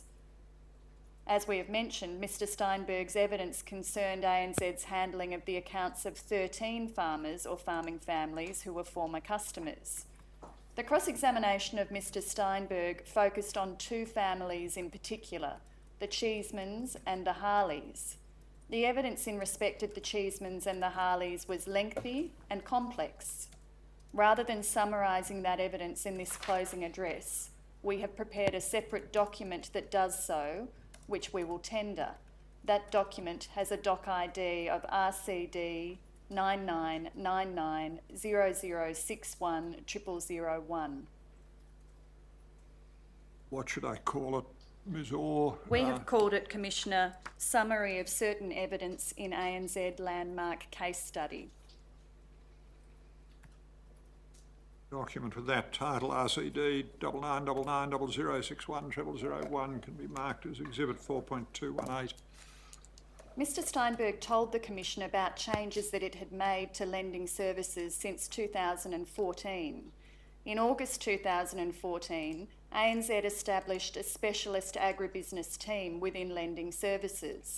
It established this team because it was thought that high-risk agribusiness customers would benefit from being serviced by relationship managers with specific knowledge of and experience in agriculture and restructuring. At around the same time, ANZ started to use farm debt mediation more frequently and increased the frequency of face-to-face farm visits by lending services staff. In the first half of 2015, after stories about former Landmark customers began to receive both political and media attention, ANZ made further changes to the culture of lending services. In July 2015, after a story about Mr Phillott was broadcast on 60 Minutes, ANZ established a task force to review the files of former Landmark customers. The task force went on to review the files of about 200 former Landmark customers. Mr Steinberg estimated that ANZ reached settlements with about 40 or 50 of those customers for a total amount of around $40 million. ANZ continued to make changes in 2016 and 2017. It is now a requirement for members of the Lending Services Global Leadership Team to approve any decision to commence enforcement action. Where enforcement action is taken, ANZ now has a panel of insolvency providers who have signed up to a consistent set of terms and conditions. ANZ expects that in the conduct of their duties, these providers will act consistently with ANZ's values. Further, where a valuation is obtained, ANZ now gives the customer input into the choice of valuer and, as a matter of policy, provides a copy of the valuation to the customer. Decisions in lending services at ANZ are now informed by the lending services purpose. Mr Steinberg explained that the lending services team try to make the purpose an integral part of their culture and the way they act and behave on a day-to-day basis. Among other things, the lending services purpose emphasises that ANZ should take into account the emotional and personal impacts of recovery and enforcement action on customers in its decision-making processes. Mr Steinberg said that a question he now often puts to his people in the lending services team is this the right thing to do? We turn to the findings that we submit may be open to you, Commissioner, on the evidence. We begin with the available findings in relation to ANZ's communications regarding its acquisition of Landmark's loan and deposit books and the transition of former Landmark customers to ANZ systems. First, Mr Steinberg acknowledged that ANZ's communication with former Landmark customers at the time of and immediately following the acquisition of the Landmark loan book was not always satisfactory. Mr Steinberg acknowledged that this conduct fell below community standards and expectations, and it is open to the Commissioner to make a finding consistent with that acknowledgement. Second, Mr Steinberg also acknowledged that there were issues associated with the transition of former Landmark customers to ANZ systems. He acknowledged that some former Landmark customers experienced delays in receiving responses from ANZ to information and funding requests following the acquisition. He said that there were also cases where limits were incorrectly loaded onto the new system and interest rates were incorrectly charged, and that some customers experienced difficulties in opening accounts. Mr Steinberg acknowledged that this conduct fell below community standards and expectations, and it is open to the Commissioner to make that finding consistent with that acknowledgement. We turn to the available findings in relation to the Cheesemans. First, ANZ entered into an asset management agreement with the Cheesemans, under which, among other things, ANZ gave the Cheesemans less than 2 months to sell their properties, and ANZ required the Cheesemans to give vacant possession of their properties within 7 days of ANZ's demand if those properties did not sell at auction. It is open to the Commissioner to find that this conduct fell below community standards and expectations. Second, ANZ repeatedly refused the Cheesemans' request to delay the sale of the properties on which they lived, to see if they could repay their debt without losing their homes, in circumstances where the Cheesemans had told ANZ that they would have nowhere to live if the homes were sold, and there was a real prospect that the exclusion of the homes from the auction would make no difference to the sale price. It is open to the Commissioner to find that ANZ's conduct in refusing to exclude the homes from the auction fell below community standards and expectations. Third, after the Cheesemans had sold nearly all of their properties, ANZ repeatedly refused to accept offers made by the Cheesemans to settle their outstanding debt. Mr Steinberg accepted that ANZ rejected those offers because it thought that it could obtain more money if it relied on its security interests. Mr Steinberg acknowledged that 3 of the settlement offers made by the Cheesemans in June, October and December 2012 were reasonable. ANZ declined each of these offers, and Mr Steinberg accepted that each time it did so, it put the Cheesemans at risk of losing their remaining property, where Reuben and Katrina Cheeseman lived.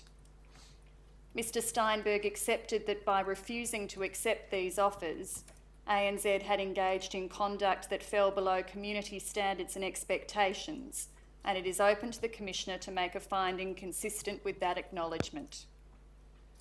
It is also open to the Commissioner to find that by refusing to accept the Cheesemans' reasonable settlement offers, ANZ may have engaged in misconduct by breaching its obligation under Clause 2.2 of the Code of Banking Practice, which required ANZ to act fairly and reasonably towards the Cheesemans in a consistent and ethical manner. We turn next to the available findings in relation to customers who were the subject of Annexure B to Mr Steinberg's statements. Just before we go on to that, can I just go back one stage with, by reference to the Cheesemans? Yes, Commissioner. With a view to inviting those who are going to make submissions about these matters, obviously immediately ANZ, but I suspect more broadly. The acknowledgements that Mr Steinberg made about want of compliance with community standards and expectations seemed to me, subject to what I'm later told, to be unpacked as it wasn't fair to act in the particular respect.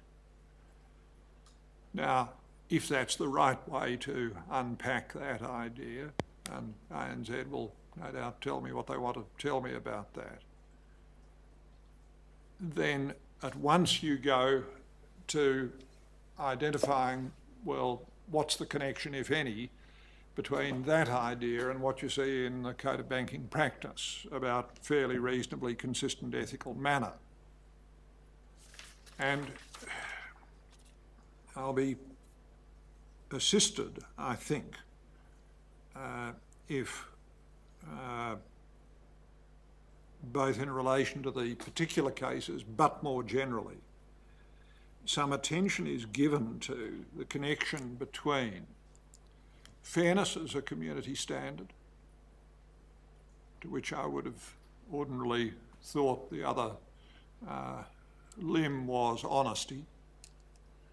So community expects entities to act fairly and honestly. Connect that with Code of Banking Practice, fairly reasonably consistent ethical manner, although differently expressed. I rather suspect its content is not materially different. And then it may or may not be relevant to go on and observe that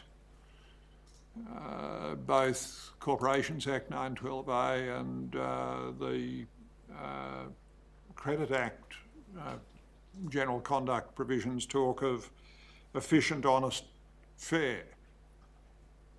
Now, leave aside questions of efficiency for the moment. Honesty and fairness are lying at the core of those matters. That's a very long interruption. I'm sorry, Ms. Orr, but it occurs to me that I will be assisted if parties do give some thought to that and see whether the unpacking I've flagged is right or wrong. Yes. I was turning, Commissioner, to the available findings in relation to the customers who are the subject of Annexure B to Mr Steinberg's statements, whose names are the subject of a non-publication direction. First, Mr Steinberg told the Commission about an occasion in October 2011 when ANZ met with these customers to discuss their debt reduction options, but on the same day issued them with a default notice. Mr Steinberg accepted that this did not represent consistent communication with the customers. He described the file as one that was difficult and had a long history, and accepted that this suggested that there was greater reason for ANZ to be consistent and reasonable in its dealings with these customers. In these circumstances, it's open to the Commissioner to find that by behaving in this inconsistent way, ANZ may have engaged in misconduct by breaching its obligation under Clause 2.2 of the Code of Banking Practice. Alternatively, it's open to the Commissioner to find that this conduct fell below community standards and expectations. Second, Mr Steinberg told the Commission about an occasion in January 2012 when ANZ refused to accept an offer by the customers to settle their outstanding debt to ANZ. In refusing this offer, ANZ did not explain the reasons for its refusal or invite the customers to enter into further negotiations. This occurred in circumstances where the offer made by the customers was equal to the fair market value of the real property held as security by ANZ. In these circumstances, it's open to the Commissioner to find that by failing to explain the reasons for refusing the settlement offer, ANZ may have engaged in misconduct by breaching its obligation under Clause 2.2 of the Code of Banking Practice. Again, alternatively, it's open to the Commissioner to find that this conduct fell below community standards and expectations. We turn next to the available findings in relation to the Hearsts. First, Mr Steinberg acknowledged that having regard to the cumulative effect of a number of different aspects of ANZ's conduct towards the Hearsts between 2011 and 2013, that conduct fell below community standards and expectations. The conduct included not engaging in farm debt mediation with the Hearsts, entering into a deed of settlement and release that involved little or no compromise from the bank, and increasing the interest rate on the Hearsts facilities at a time when they were known by ANZ to be under financial stress. Consistently with Mr Steinberg's acknowledgement, it is open to the Commissioner to find that this conduct fell below community standards and expectations. Second, Mr Steinberg accepted that at one point in time he had formed the view that ANZ had acted in breach of Clause 2.2 of the Code of Banking Practice in relation to the Hearsts by encouraging and granting increased loans to the Hearsts without either informing them that it disapproved of their property investment model or obtaining updated valuations.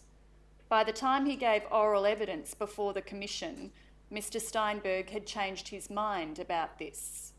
However, he accepted that this conduct formed part of ANZ's conduct in relation to the Hearsts that fell below community standards and expectations. It is open to the Commissioner to find that by encouraging and granting increased loans to the Hearsts, ANZ may have engaged in misconduct by breaching its obligation under Clause 2.2 of the Code of Banking Practice. Alternatively, consistently with Mr Steinberg's acknowledgement, it is open to find that the conduct fell below community standards and expectations. We turn next to the available findings in relation to the Harleys. First, in September 2013, ANZ entered into a settlement deed with the Harleys.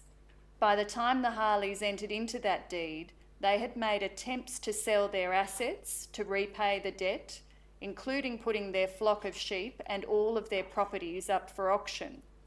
They were also dealing with the ill health of Mr Harley, who had suffered a heart attack earlier that year. Under the deed, the Harleys were required to repay their debt in full within 6 months. If they did not, they were required to give ANZ vacant possession of the properties within 1 day, and ANZ was entitled to obtain immediate judgment against them in the Supreme Court of Western Australia. In the circumstances, it is open to the Commissioner to find that by entering into a deed in these terms, providing for immediate enforcement action if the Harleys did not repay their debt by the deadline, ANZ may have engaged in misconduct by breaching its obligation under Clause 2.2 of the Code of Banking Practice. Alternatively, this may be characterised as conduct that fell below community standards and expectations. Second, in March 2014, after the Harleys had sold 5 of their 9 parcels of land, including the parcels that they thought would be most difficult to sell, and paid down $1.6 million of their $2.5 million debt, they asked ANZ for an extension of time from March 2014 to December 2014 to sell their remaining properties so that they could sell them in the spring when interest in the properties was likely to be higher. Despite the fact that the Harleys had demonstrated their willingness to sell the properties and had had some success in selling those properties, in April 2014, ANZ refused the request for an extension and appointed agents for a mortgagee in possession. Mr Steinberg said that he did not know whether there was any reason for ANZ to think that agents for a mortgagee in possession could get a better price for the sale of the remaining parcels of land than the Harleys could. Rather, the bank took enforcement action in the interests of certainty, and the properties were sold before spring at a substantial discount to the June 2013 valuations. Mr Steinberg accepted that if the same situation arose today, he would have been more likely to give the Harleys some additional time to sell their properties.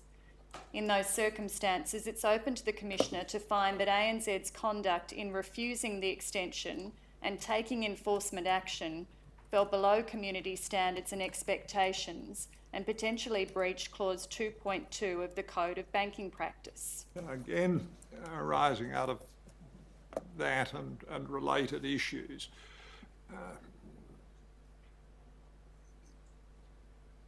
it's not immediately apparent to me that there is any timing issue. Let me explain that a little. If Mr Steinberg would treat things differently today, why should things not have been treated in that same way yesterday at the time of the events? It occurs to me that someone may wish to say, oh, times have moved on, times have changed, standards have somehow changed. Well, if someone's going to say that, I will be much assisted by knowing why and how. If we're dealing in concepts like fairness, it's not instantly apparent to me that what is fair today is different from what was fair yesterday. So if somebody wants to make a timing point about this, it is not likely to be persuasive if they just say times have changed. They might have to unpack that quite a bit. Yes? The third available finding in relation to the Harleys relates to conduct in December 2014, when the Harleys lawyers asked ANZ to release the Harleys from their obligation to pay the outstanding debt, which by that time was around $309,000. By this time, ANZ had required the Harleys to sell all of their properties, including their home, at a time when Mr. Harley was recovering from serious health issues. ANZ had charged the Harleys almost $60,000 in enforcement costs and left them without their farming business, which was their method of generating income. It had also sold the last 4 of the Harleys' properties at a substantial discount to their June 2013 valuations and had sold them before spring, when the Harleys had told the bank there'd be the most interest in their properties. In those circumstances, it's open to the Commissioner to find that by refusing the Harleys' request, ANZ may have engaged in misconduct by breaching its obligation under Clause 2.2 of the Code of Banking Practice. Alternatively, it's open to characterise this as conduct that fell below community standards and expectations. We turn to the available findings in relation to the Handleys. First, Mr. Steinberg told the Commission about an occasion in November 2014 when the Handleys' lawyers asked ANZ to postpone a mediation on the basis that Mrs. Handley had received adverse test results arising from a series of biopsies.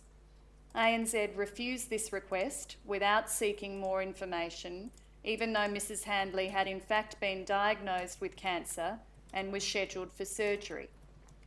Mr. Steinberg accepted that this conduct fell below community standards and expectations, and it's open to the Commissioner to make a finding consistent with that acknowledgement. Second, Mr. Steinberg told the Commission that ANZ made a series of errors in relation to the overcharging of interest and fees in relation to the Handleys' accounts. As a result of those errors, there was a period when the Handleys did not have access to funds, and several of the cheques that they presented were dishonoured.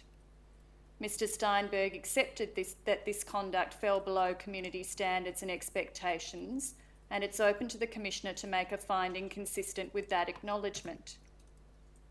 Third, Mr. Steinberg told the Commission that ANZ had also failed to extend overdraft limits to the Handleys in circumstances where it had agreed to extend those limits, which meant that there was a period when the Handleys were charged default interest when they should not have been. Mr. Steinberg did not accept that this conduct fell below community standards and expectations, but it is open to the Commissioner to find that it did. Fourth, Mr. Steinberg told the Commission that there was an occasion where an ANZ staff member involved with the Handleys signed documents as a witness, even though the staff member had not witnessed the Handleys signing the documents. Mr. Steinberg accepted that this amounted to misconduct, and it is open to the Commissioner to make a finding consistent with that acknowledgement. We turn next to the available findings in relation to the customers who were the subject of Annexure G to Mr. Steinberg's statements, whose names are also the subject of a non-publication direction. Mr. Steinberg told the Commission that in May 2010, ANZ offered those customers a $450,000 overdraft facility, but only made a $350,000 overdraft facility available to them. It wasn't until September 2010 that ANZ made the full facility available. Mr. Steinberg accepted that this conduct fell below community standards and expectations, and it's open to the Commissioner to make a finding consistent with that acknowledgement. We turn to the available findings in relation to the Phillotts. First, Mr. Steinberg acknowledged that ANZ breached Clause 2.2 of the Code of Banking Practice in its dealings with the Phillotts. He accepted that ANZ took responsibility for some of the dealings that Landmark had with Mr. Phillott Jr. in relation to the original lending to him, and he accepted that after ANZ acquired the Landmark loan book, it failed to work constructively with Mr Phillott Jr. to overcome his financial difficulties. Mr Steinberg conceded that the bank had acted in a way that was not fair, not reasonable, and not ethical.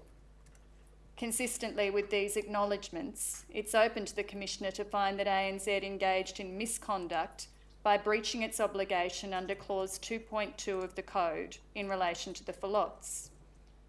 Second, Mr Steinberg acknowledged that ANZ had breached Clause 25.2 of the Code of Banking Practice in its dealings with the Phillotts.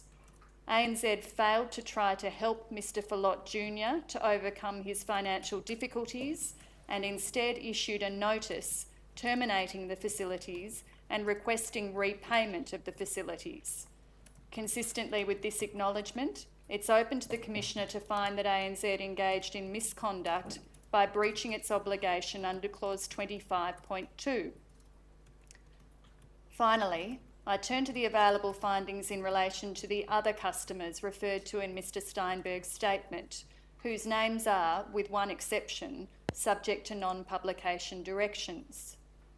First, in relation to the customer in the second row of the table in paragraph 43 of Mr Steinberg's statement, Mr Steinberg acknowledged that ANZ had engaged in poor communication and inconsistent practice in that it had applied the entirety of the secured property sale proceeds to reduce principal rather than annual principal and interest payments.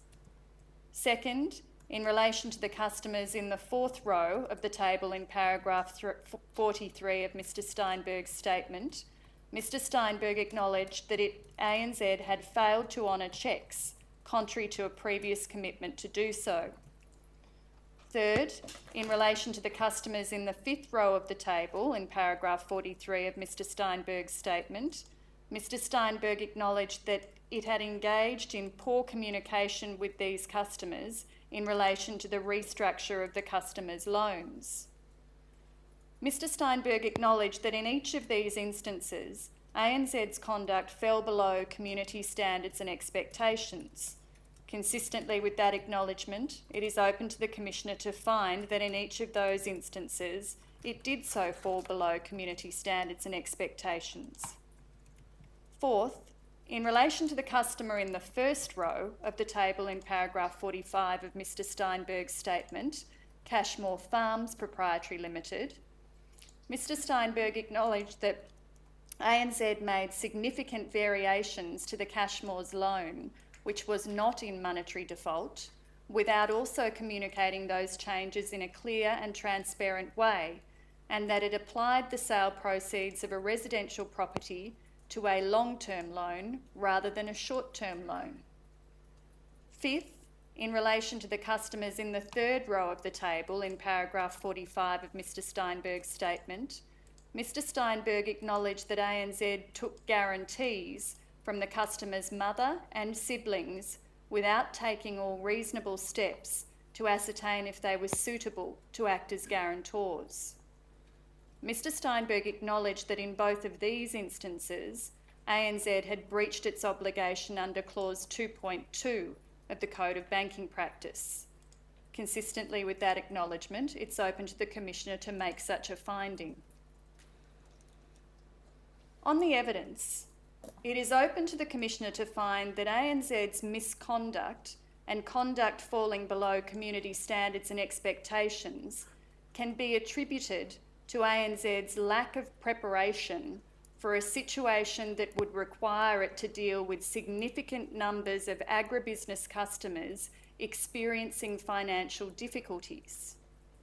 Mr Steinberg accepted that the Landmark loan book was of a lower quality than ANZ's loan book, and that ANZ was aware at the time of the acquisition that there were issues in relation to the loan book.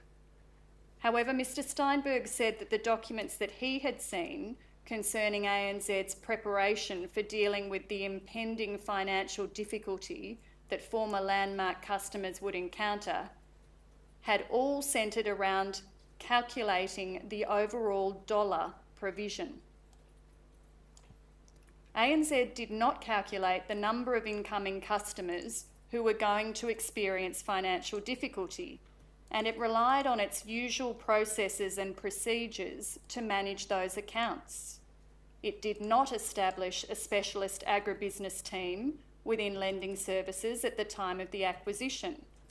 At this time, there was a lack of training of lending services staff about how to have difficult conversations with distressed customers.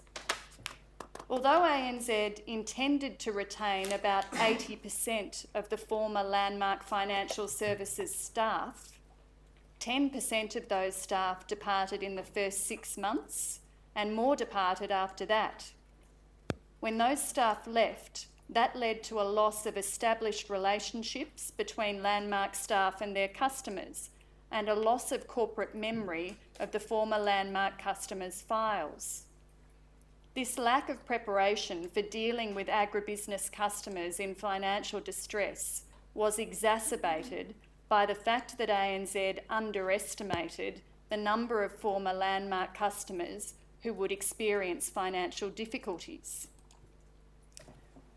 As we've already mentioned, Mr Steinberg accepted that the quality of the Landmark loan book was worse than ANZ anticipated.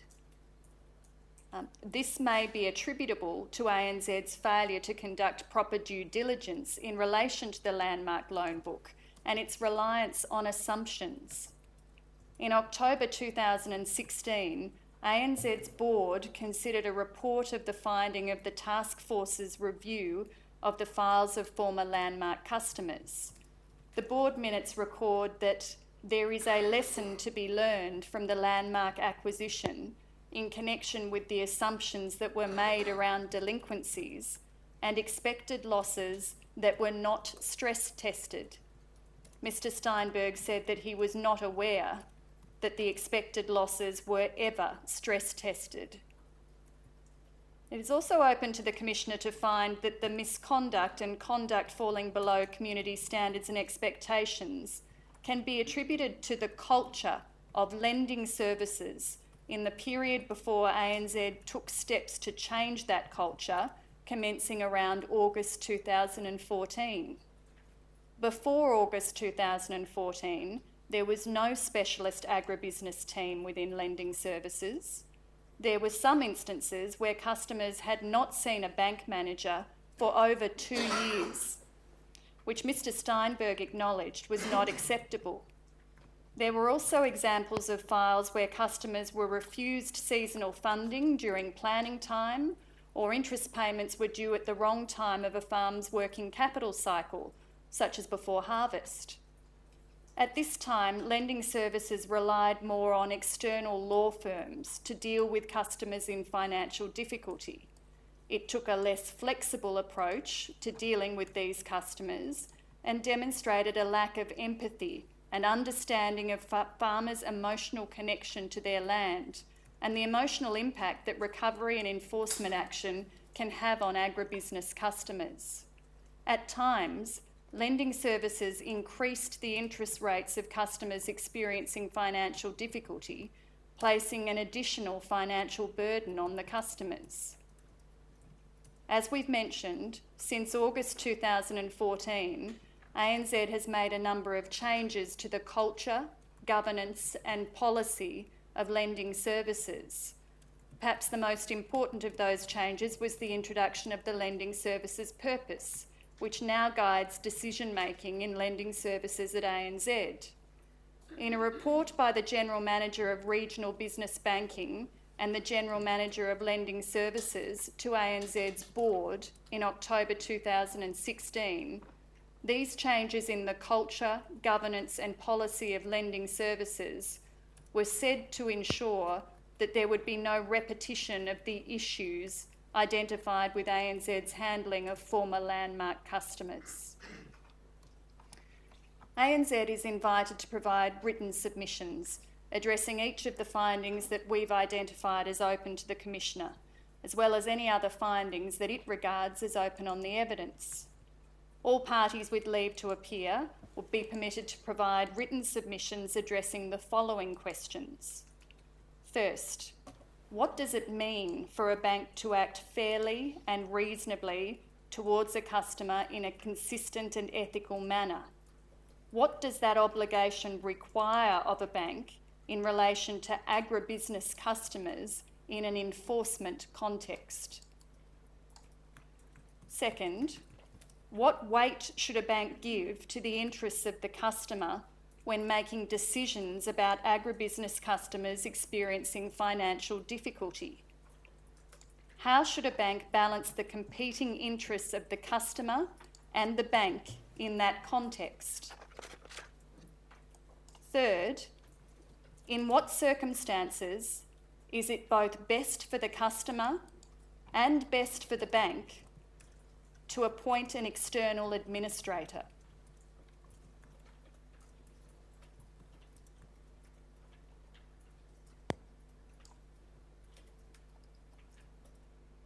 As to that second question and competing interests, it would be of assistance if parties addressing that question identified with some care and precision what exactly are the interests that are in competition. At least at one level, an available view may be that the minimising of loss to the bank will minimise loss to the customer, and to that extent the interests of both parties are parallel rather than competing. To approach it only in that way may perhaps, I don't say it does, obscure issues about increased cost of capital and the like that arise in connection with non-performing loans, but be that as it may,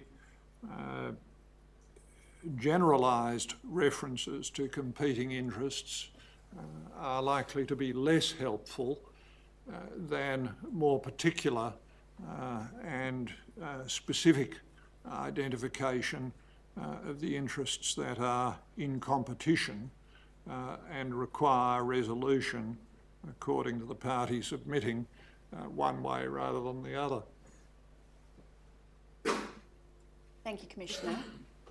We turn to the second case study examined in these hearings, which concerned Rabobank and its dealings with Wendy and Adrian Brower.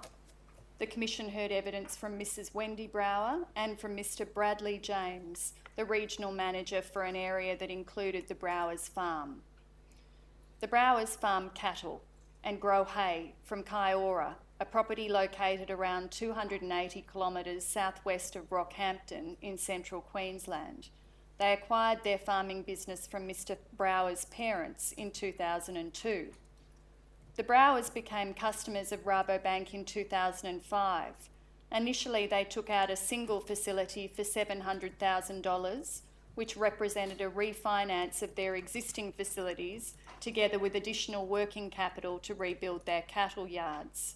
The facility had a 15-year term. Later in 2005, the Browers took out a second facility with a $200,000 limit. That facility also had a 15-year term.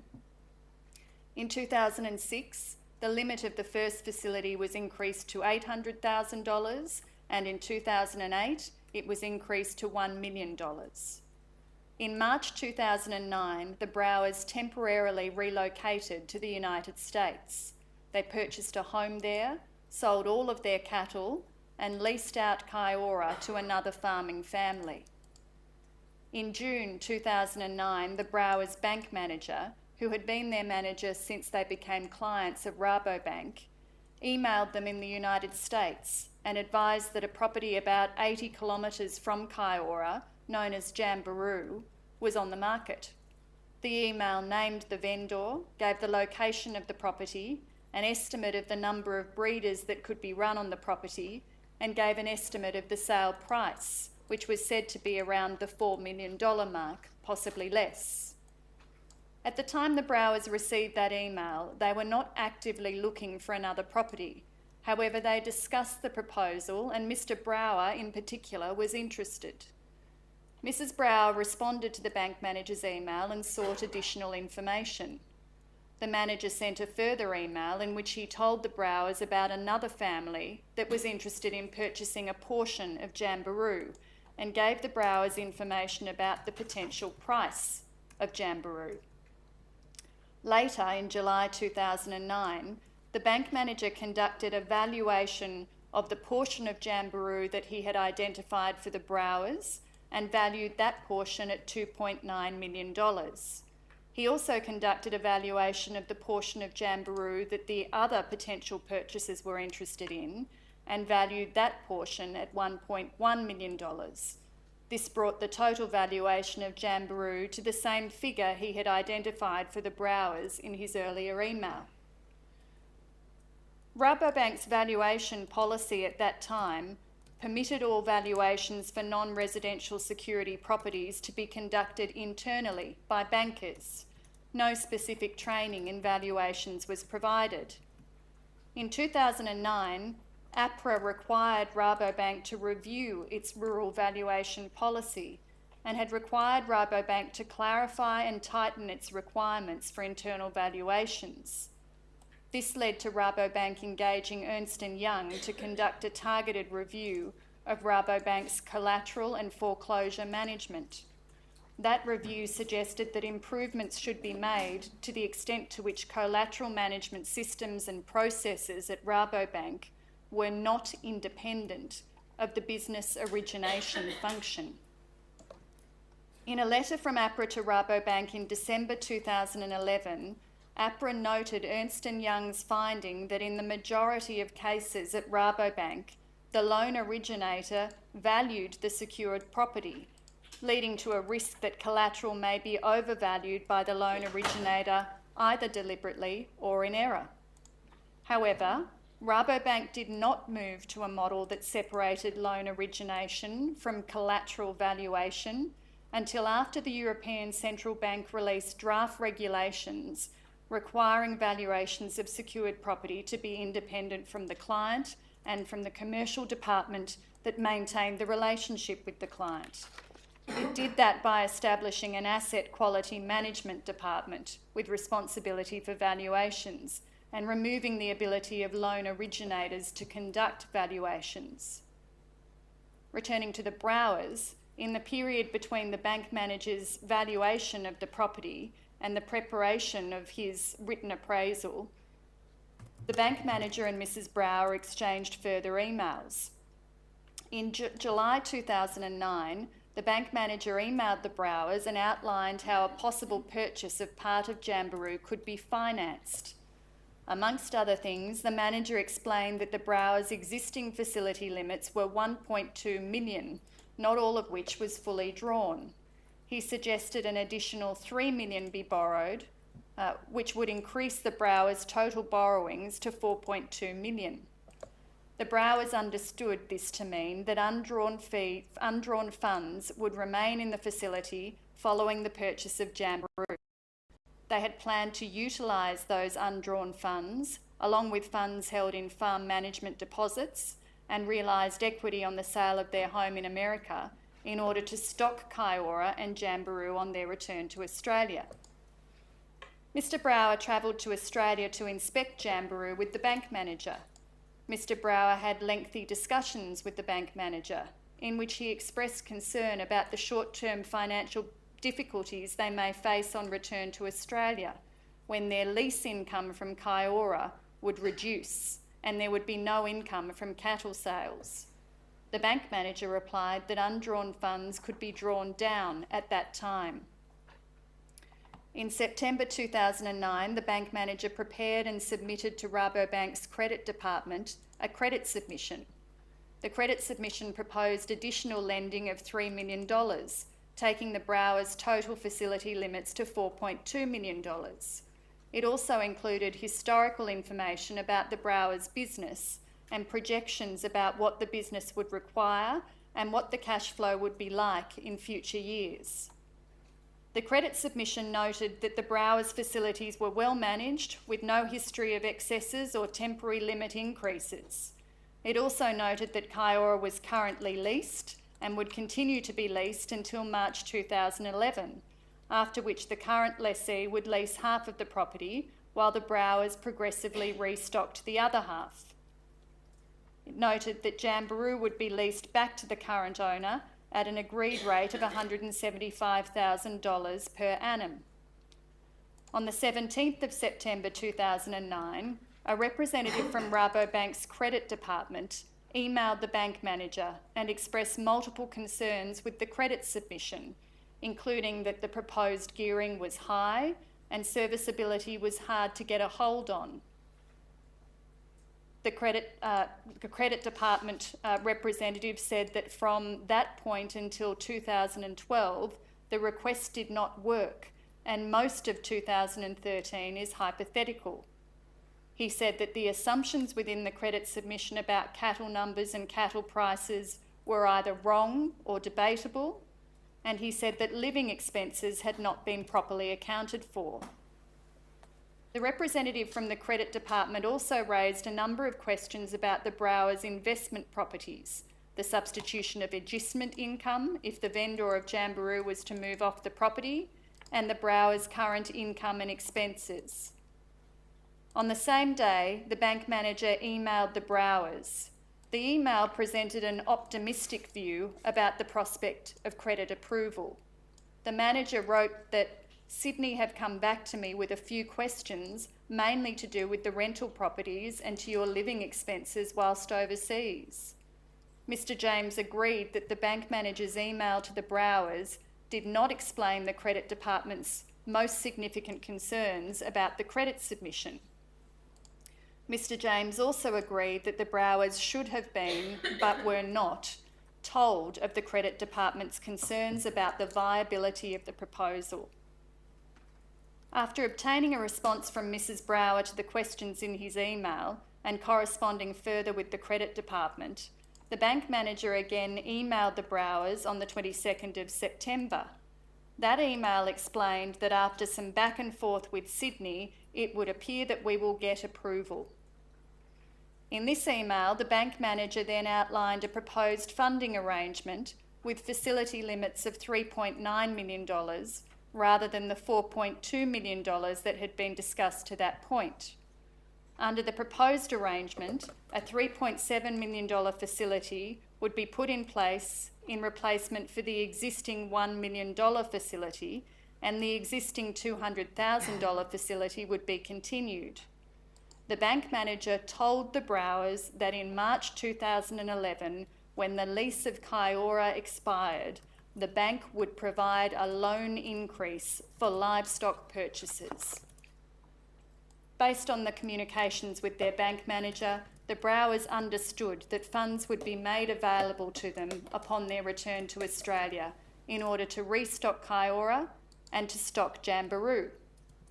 Mr. James accepted that the Browers were entitled to understand the statements from the bank manager as a commitment on the part of Rabobank to fund cattle purchases on the Browers' return to Australia. The funding proposal was put to the Browers by way of a formal letter of offer in January 2010. The Browers accepted that offer and proceeded with the purchase of Jamberoo. Unbeknown to the Browers, the vendor of Jamberoo was also a client of the bank manager, as were the parents of one of the purchasers of the other portion of Jamberoo.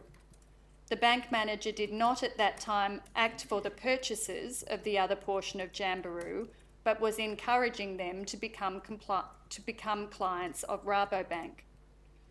The failure to disclose this information to the Browers was a breach of Rabobank's internal policies, which required that appropriate disclosures be made in circumstances where the bank is acting on more than one side of the transaction. The settlement of Jamberoo did not occur for many months. In order for the sale to complete, the Browers had to contribute around $60,000 as there was insufficient credit available in the new Rabobank facility to meet the purchase price and expenses associated with the acquisition. Rabobank did not undertake a further assessment of the Browers' financial position in the time between the bank manager's September 2009 communications and the formal offer of funding in January 2010, nor between January 2010 and the settlement of the property in August 2010. In December 2010 and January 2011, significant flooding occurred in parts of central Queensland, including at 𝙁𝙗𝙍𝘍𝙍. That flooding destroyed the hay crop of the lessee of 𝙁𝙗𝙍𝑍. The lessee elected not to renew the lease for a further 2-year period, which was contrary to the Browers' expectations. That decision placed considerable financial pressure on the Browers. They notified the bank manager of the lessee's decision almost immediately after being told of that decision. In March 2011, the Browers returned to Australia and to 𝙁𝙗𝙍𝑍. They had anticipated receiving rental for half of 𝙁𝙗𝙍𝑍 at that stage. Following their return to Australia, the Browers inquired about borrowing a further $300,000 from Rabobank to restock 𝙁𝙗𝙍𝑍. They were introduced by the bank manager to another Rabobank employee, Mr. Brady, who was to be their new bank manager. Mr. Brady responded that a further $300,000 could be advanced, but on the condition that the sum of $3 million be repaid within 2 years, by June 2013. Mrs. Brower said that she felt they had no choice but to accept the offer, given their dire need for additional finance at that time. In June 2011, the Australian government's ban on the live export of cattle to Indonesia came into effect. This had the effect of depressing cattle prices and generally making trading conditions more difficult. Mrs. Brower's evidence was that she inquired as to hardship arrangements with Mr. Brady, but was told that no such arrangements were available. The Browers were unable to repay the $3 million by the 30th of June 2013. At the Browers' request, Rabobank provided a further 12 months for that sum to be paid. The Browers were still unable to repay the $3 million by the 30th of June 2014.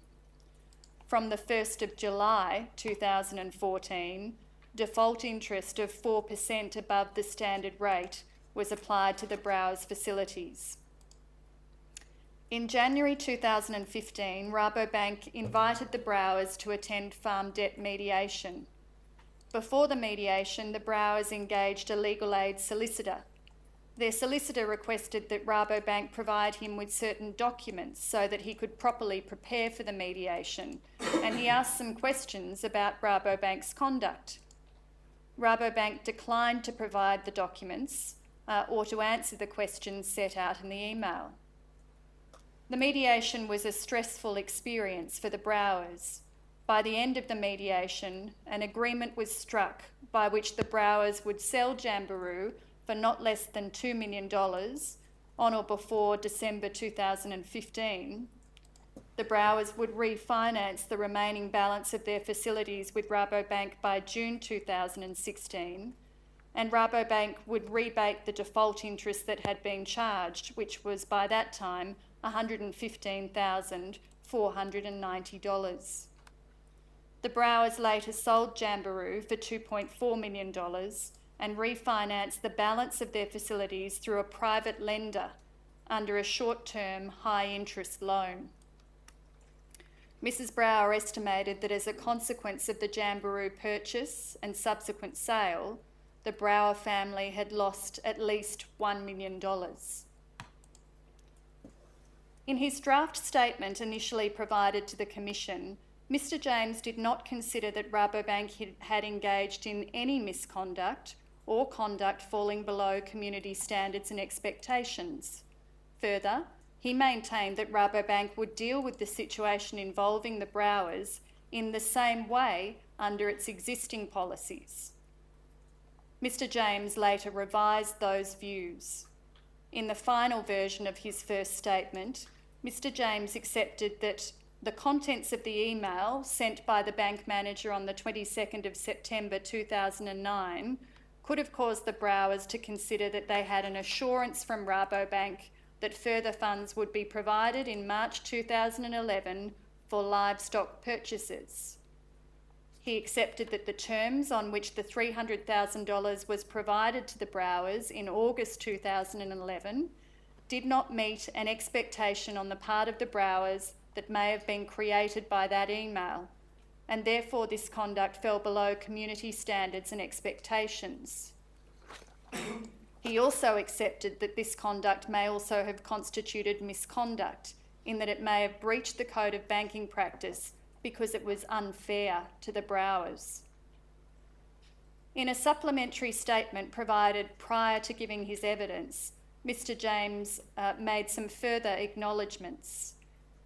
He accepted that the conduct of Rabobank in approving the proposed facility without communicating to the Browers that it could not be serviced if they ran both properties at full capacity fell below community standards and expectations. He accepted that this conduct could be characterised also as a breach of the Code of Banking Practice in that it was unfair to the Browers. He accepted that Rabobank's refusal to provide the documents sought by the Browers, as well as the information sought by the Browers prior to the farm debt mediation, also fell below community standards and expectations. And he accepted that this conduct could be characterised as misconduct within the meaning of the Banking Code of Practice. In the course of his oral evidence, Mr James also conceded that Rabobank had failed to exercise the care and skill of a diligent and prudent banker in selecting and applying its credit assessment methods and in forming its opinion about the Browers' ability to repay the $3.7 million loan, and had therefore breached Clause 21 of the Code of Banking Practice. It is open to the Commissioner to find that Rabobank's conduct amounted to misconduct and conduct falling below community standards and expectations in each of the ways acknowledged by Mr James. It is also open to the Commissioner to find that by acting on each side of the Jamboree transaction without disclosing that fact to the Browers, Rabobank failed to act in an ethical manner, as required by Clause 2.2 of the Code of Banking Practice, and therefore engaged in misconduct. It is also open to the Commissioner to find that by failing to inform the Browers of its policy on hardship in circumstances where the Browers' operations had been adversely affected by both flood and the live export ban, Rabobank engaged in conduct that fell below community standards and expectations. It is open to the Commissioner to find that the misconduct and conduct that fell below community standards and expectations was a result, at least in part, of the remuneration policies and practices of Rabobank. Those policies and practices rewarded loan sales and failed to properly weight other important elements of the banking relationship, including the accuracy of the assessment of loan serviceability, the accuracy of the assessment of security value, and frankness in communicating credit concerns to clients. Mr James gave evidence that Rabobank's current remuneration structure is still predominantly driven by sales and is therefore not yet consistent with the recommendations of the Sedgwick Review. It is also open to the Commissioner to find that the misconduct and conduct that fell below community standards and expectations was the result of inadequate internal systems at Rabobank. It remains unclear as to why the loan to the Browers was approved. The initial concerns of Rabobank's credit department were not dealt with in a comprehensive fashion in any document provided to the Commission. In no document provided to the Commission did the credit department explain that those concerns had been addressed. At all relevant times, Rabobank's policies regarding internal appraisal of property values failed to adequately divide the function of loan origination and security valuation. Rabobank placed both tasks in the hands of a banker who was incentivised to write loans and failed to have internal appraisals assessed by staff who were qualified and experienced in that field.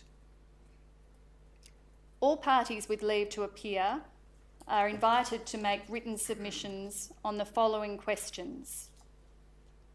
Is it appropriate for financial services entities to conduct internal appraisals as opposed to obtaining independent valuations of farms and other rural property?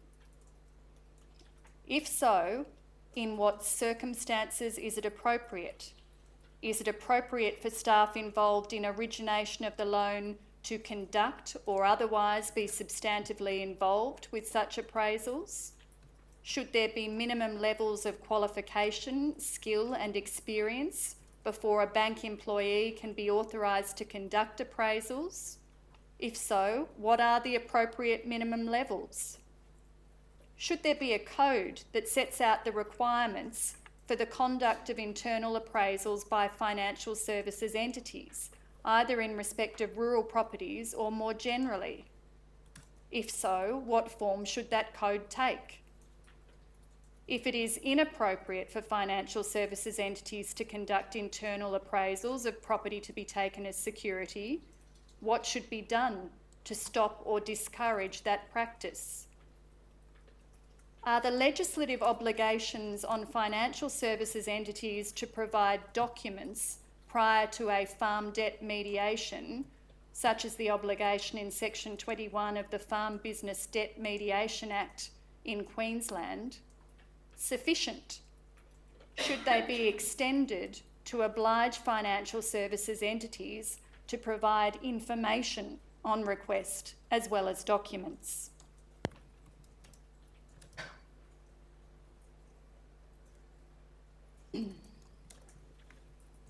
Those are the questions we pose in relation to the Rabobank case study, Commissioner. Yes. The third case study examined in the hearings involved conduct by Bankwest in connection with Mr Melville Ruddy. Mr Ruddy is a 68-year-old cattle farmer from Western Queensland. Mr Ruddy gave evidence, as did Ms Sinead Taylor, the Executive General Manager of Personal and Business Banking at Bankwest. Mr Ruddy and his wife owned two farms, Sunrise and Arronfield. Since 2007, they had held loan facilities with Rural Bank. In 2010, a Bankwest bank manager began actively courting their business. The Ruddys declined an offer to move to Bankwest in 2010 for reasons that included their desire not to pay for external valuations for their properties. By 2011, Mr and Mrs Ruddy were seriously considering selling one of their properties, Sunrise. They were again approached by Bankwest. Bankwest offered the Ruddys increased loan facilities and more competitive interest rates than those offered by Rural Bank. Ms Taylor gave evidence that Bankwest put forward an aggressive price to attract the Ruddys' business. The bank manager that they had been dealing with had also obtained a valuer's ticket and was able to offer the Ruddys free internal valuations. The Ruddys agreed to move from Rural Bank to Bankwest. By letters of offer signed in October 2011, the Ruddys took out 3 separate facilities with Bankwest, totalling $1.12 million. The facilities were secured by their 2 properties. The bank manager, who was by then an accredited valuer for Bankwest, appraised both properties, valuing Arronfield at $1.1 million and Sunrise at $1.2 million. At the time that the bank manager brought the Ruddys to Bankwest, the bank manager's key performance indicators were heavily weighted towards profitable growth. In the 2011 financial year, the bank manager had achieved 134% of his sales targets and processed in excess of 60 applications, most of which were new to bank clients. He had been named a rural and regional champion by Bankwest as a result. In March 2012, the bank manager left the bank. At about that time, Bankwest began to uncover significant issues with the conduct of the bank manager, including that he had overstated valuations, engaged in inappropriate and improper mis-selling, and manipulated internal Bankwest systems to avoid behavioural triggers. By May 2012, these events had resulted in at least 15 separate complaints about the bank manager and losses to the bank of about $374,000. Ms Taylor accepted that there was no record of the bank manager's customers being informed of this misconduct. Bankwest first became aware of errors specific to the Ruddy's valuations in early May 2012. Ms Taylor accepted that the valuation error should have been picked up long before this time. The errors detected at this time included errors in relation to the date of the valuations, which Ms Taylor was unable to explain. It later became apparent that there were more material errors in the valuation of Sunrise. Instead of valuing Sunrise on the basis of it being 72 hectares, as it was, Sunrise had been valued by the bank manager on the basis that it was 896 hectares in size. Throughout 2012 and 2013, the Ruddy's farming operations faced a number of challenges due to Mr Ruddy's ill health, the live cattle export ban, low cattle prices and drought. Bankwest continued to extend credit to the Ruddy's throughout this period. In about May 2013, Bankwest informed the Ruddy's that it wanted to revalue their properties and that the Ruddy's would be required to pay for those revaluations. Prior to receiving the valuations, Bankwest also issued 2 letters of offer to the Ruddy's, which extended their facilities. The May 2013 revaluations were completed by an external firm using the correct inputs. Arronfield was revalued at $900,000, down from the previous $1.1 million valuation, and Sunrise was revalued at $750,000, down from the previous $1.2 million valuation. Bankwest informed Mr Ruddy that as a result of the revised valuations, the Ruddy's were in breach of their loan-to-value ratio and they would have to sell Sunrise. Around this time, Bankwest issued further letters of offer reflecting those arrangements. The Ruddy's were charged $6,600 to their overdraft accounts for the cost of the valuations. They were not given notice that those amounts would be charged. As a result of paying for the valuations, Mr Ruddy was not able to afford feed for his cattle, and over the next few months he lost 80 head of cattle. The Ruddy's subsequently lodged a dispute with the Financial Ombudsman Service. FOS determined that the internal valuation in 2011 had been flawed and that Bankwest should not have relied on the 2013 revaluations to require the Ruddy's to make a principal reduction to reduce debt and to sell the properties. However, the Ruddy's did not accept the Ombudsman's recommendation or determination. They subsequently participated in a farm debt mediation and ultimately settled with Bankwest on the basis that they would sell Sunrise within 6 months and pay Bankwest 75% of the net sale proceeds. They also agreed to pay Bankwest an additional $410,000 to discharge the mortgage over Arronfield. Mr Ruddy said that he felt that this was his only choice. Ms Taylor gave evidence that Bankwest would not deal with the Ruddy's matter in the same way today because Bankwest has introduced increased controls in respect of internal valuations.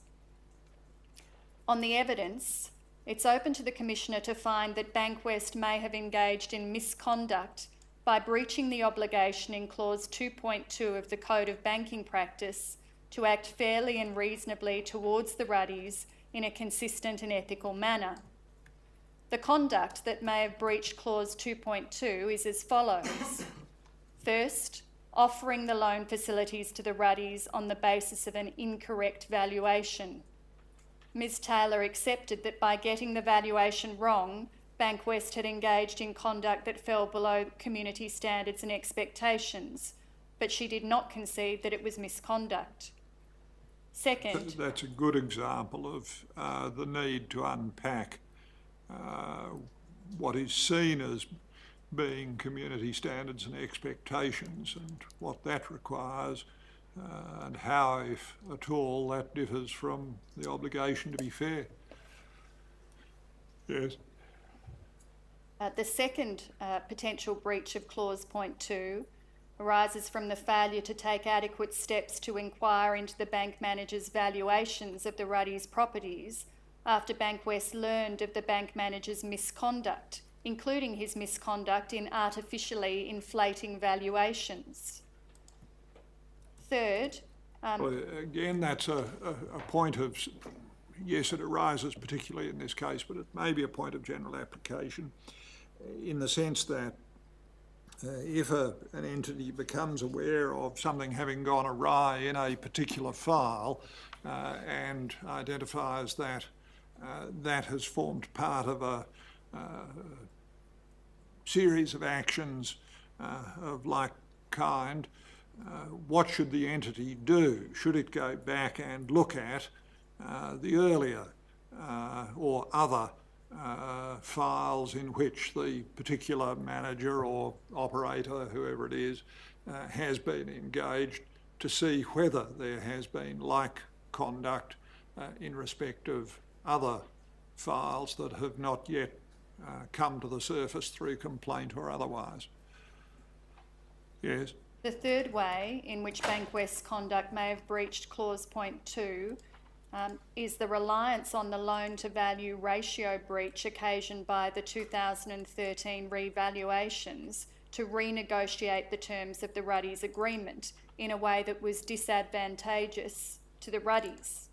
Ms Taylor accepted that it was not fair for Bankwest to rely on the revised 2013 valuations to trigger a non-monetary default, and that this behaviour breached clause 2.2 of the Code. Fourth, choosing not to inform the Ruddy's and the bank manager's other clients of the bank manager's misconduct after it had been detected. Ms Taylor accepted that all of the customers should have been told that there was an issue, and that the failure to inform the bank manager's clients of the issue was a breach of clause 2.2. And the fifth way in which the conduct of Bankwest may have breached clause 2.2 of the Code was the failure to inform the Ruddy's that it would charge the fees of the 2013 valuations to their overdraft account prior to doing so. Again, Ms Taylor conceded that this was conduct that fell below community standards and expectations, but did not concede that it was misconduct. On the evidence, it's also open to the Commissioner to find that Bankwest may have engaged in conduct that fell below community standards and expectations in the following ways. First, Bankwest failed to take adequate care in preparing the original internal valuation of Sunrise in October 2011. Second, Bankwest failed to have adequate systems in place to detect that the internal valuation was incorrect. Third, Bankwest's processes were lax in several significant respects, as demonstrated by the misdated valuations, the undated guarantees, and separately the guarantees that were signed before the letters of offer. Ms Taylor was unable to explain why the valuation reports completed in 2011 were signed in late 2012, long after the bank manager had left Bankwest. Fourth, when formulating its strategy for dealing with the Ruddy's after the receipt of the May 2013 valuations, Bankwest determined that the appropriate course was to declare the May 2013 letters of offer null and void, forbear the Ruddy's loan-to-value ratio breach, and issue new letters of variation. In issuing the new letters of variation, Bankwest appears to have been motivated by a concern to increase the Ruddy's overdraft sufficiently so that Bankwest could charge the external valuation fees to the account. Fifth, as Ms Taylor accepted, Bankwest did not deal with FOS in a full and frank way in relation to the Ruddy's dispute. Sixth, the guarantee provided by the Ruddy's son changed multiple times during the life of the facility. Ms Taylor characterised the changes as being troubling and accepted that there was no explanation as to why the guarantee wasn't maintained with the facilities. On the evidence, it's open to the Commissioner to find that there were a number of causes of the misconduct which are attributable to Bankwest's culture and governance practices, as well as to its remuneration practices and to inadequate internal systems. First, it's open to the Commissioner to find that a significant cause of the misconduct was Bankwest's remuneration and incentive scheme. The evidence establishes that at the time Bankwest offered the facilities to the Ruddys, 60% of its KPIs for employees like the bank manager were weighted towards profitable growth. Half of that was allocated to asset sales targets. Provided that employees met a risk gate opener, they could then be eligible for short-term incentive payments. The evidence established that in the 2011 financial year, Bankwest employees were able to double their base salary through such bonus arrangements. This created a culture of prioritising sales to the detriment of diligent and prudent conduct in relation to loan approvals. The Ruddy's bank manager received his base salary and was eligible for a short-term incentive of up to 57% of his salary by way of additional bonus. Second, it's open to the Commissioner to find that Bankwest did not have in place adequate internal systems to minimise the risk of conflict of interest posed by internal valuations. The only cross-check done on internal valuations in 2011 was for the internal valuation to be provided to the credit team with the credit submission. At that time, the credit officer was required to validate the valuation prior to approving the deal. This was not an adequate mechanism to address the inherent risk of conflict of interest posed by internal valuations. Bankwest continues to permit internal valuations by its sales professionals and applies growth-focused key performance indicators to those employees. Bankwest does not consider that this places such sales professionals in a conflict of interest as long as the valuations are checked by another employee. But the review that takes place is solely a review on the papers. Bankwest is invited to provide written submissions addressing each of the findings that we've identified as open. All parties with leave to appear are invited to provide written submissions addressing the following questions. First, do remuneration and incentive policies that reward bank employees for the volume of loans sold create an unacceptable risk that bank employees will prioritise the sale of loan products over the bank's responsible lending obligations, over the bank's statutory obligations, including to provide loans in a manner that is efficient, fair and honest, and to have in place adequate arrangements to ensure that customers are not disadvantaged by any conflict of interest that may arise in relation to the provision of loans, and over the bank's obligations to act fairly and reasonably towards customers in a consistent and ethical manner. The second set of questions that arises from this case study relates to internal valuations, and we have already outlined those questions in connection with the Rabobank case study. I was going to turn after that, Commissioner, to the fourth case study involving the Smiths, but perhaps that is a convenient time. How are we travelling, Miss? I think it would be useful, Commissioner, if we had a 45-minute lunch and adjournment rather than an hour. So if I come back, what, at 10 to 2? Yes, thank you, Commissioner. Right. 10 to 2 it is.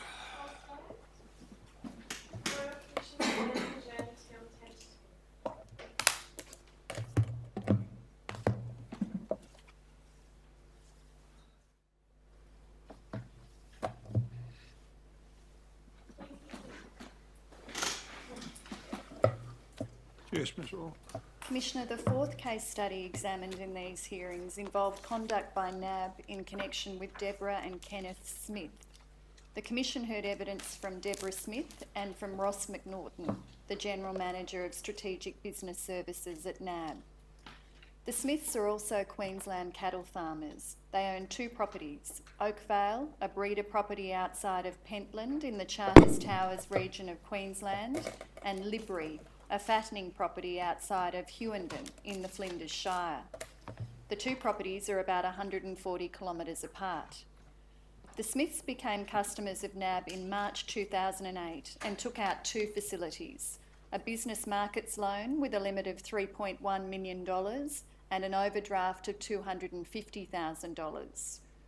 Mrs Smith gave evidence about the impact of the live cattle export ban on their business, including the dramatic decline in the price that they could obtain for their cattle and the increases to the costs of many of the inputs to their business. Mrs Smith said that the effects of the ban were felt for some time. In 2012, the Cape River, which runs through Oakvale, flooded. The flood destroyed fences on Oakvale and damaged the dirt road by which the property was accessed. By August 2012, the Smiths were in financial difficulty. Their banker at NAB completed a referral form for categorisation, the first step in having the file managed by NAB's asset management group, known as Strategic Business Services. The form recorded that the Smiths had been unable to get cattle to market due to wet weather conditions, had been extremely unlucky, and had missed an interest payment. Strategic Business Services declined to assume the conduct of the Smiths file at this point. Notwithstanding that their financial difficulties were assessed as being temporary and caused by a natural disaster, the Smiths were not informed of NAB's hardship policy or offered any hardship relief at the time. Mr McNaughton agreed that it would be fair to let customers know of the fact of the hardship policy, while maintaining that the Smiths file warranted consideration for hardship relief. By the 1st of November 2012, the Smiths' overdraft account was overdrawn and NAB commenced charging default interest on the account. On the 5th of November 2012, a NAB banker completed a second referral form for categorisation. The banker recommended that the Smiths be retained.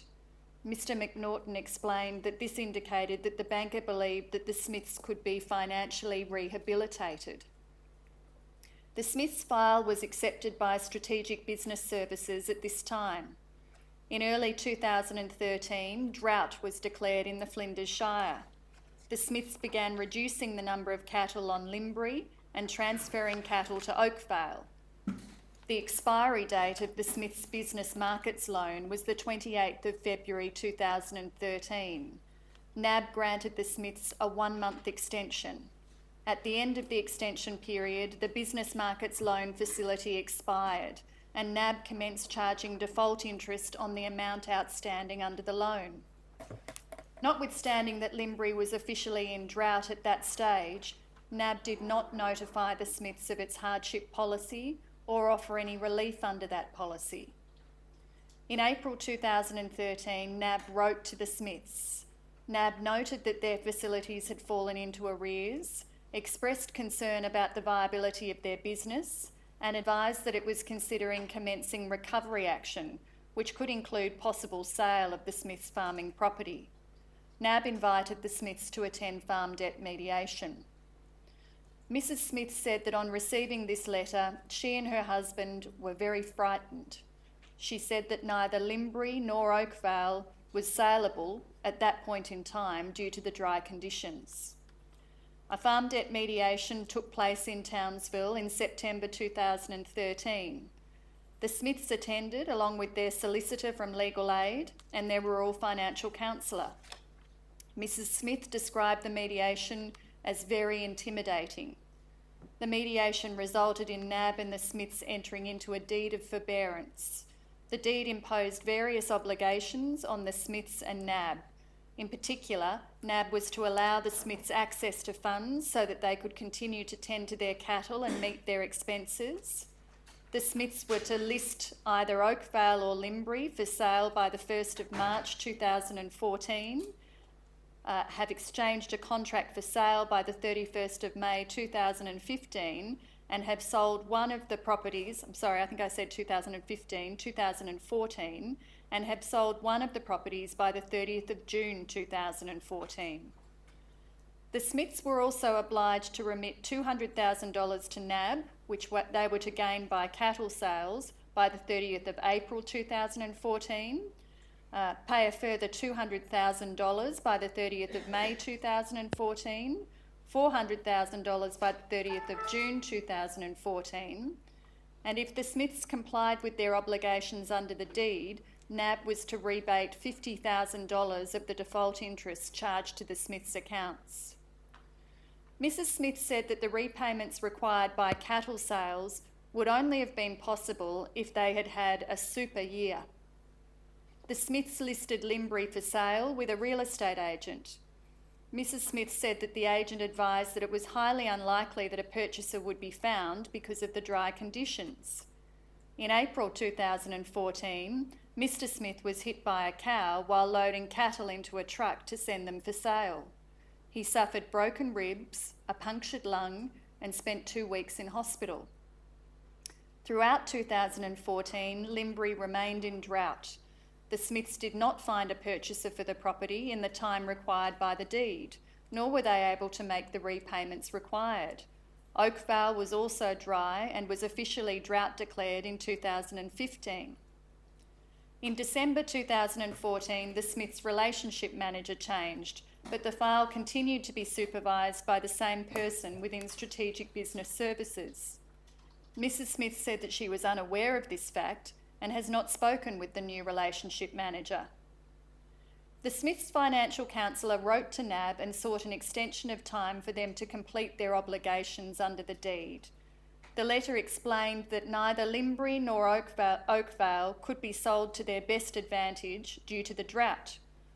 It explained the poor state of the cattle market at the time and the low prices obtained by the Smiths in their most recent sales, and that the Smiths were endeavouring to refinance their NAB facilities. NAB declined to grant the extension and reserved its rights. Mrs. Smith said that both Limbury and Oakvale remained in drought from 2015. Mr. McNaughton conceded that NAB could have potentially done more in its communications with the Smiths after the farm debt mediation to ensure that they were conscious of the practical consequences of continuing to be in default. He characterised the Smiths' file as a particularly difficult one, even by SBS. NAB has not taken any step to enforce its securities over either Oakvale or Limbury, but default interest has continued to accrue on both facilities. As a result, the Smiths' facilities have incurred in excess of $2.6 million in default interest, in addition to ordinary interest charged on the accounts.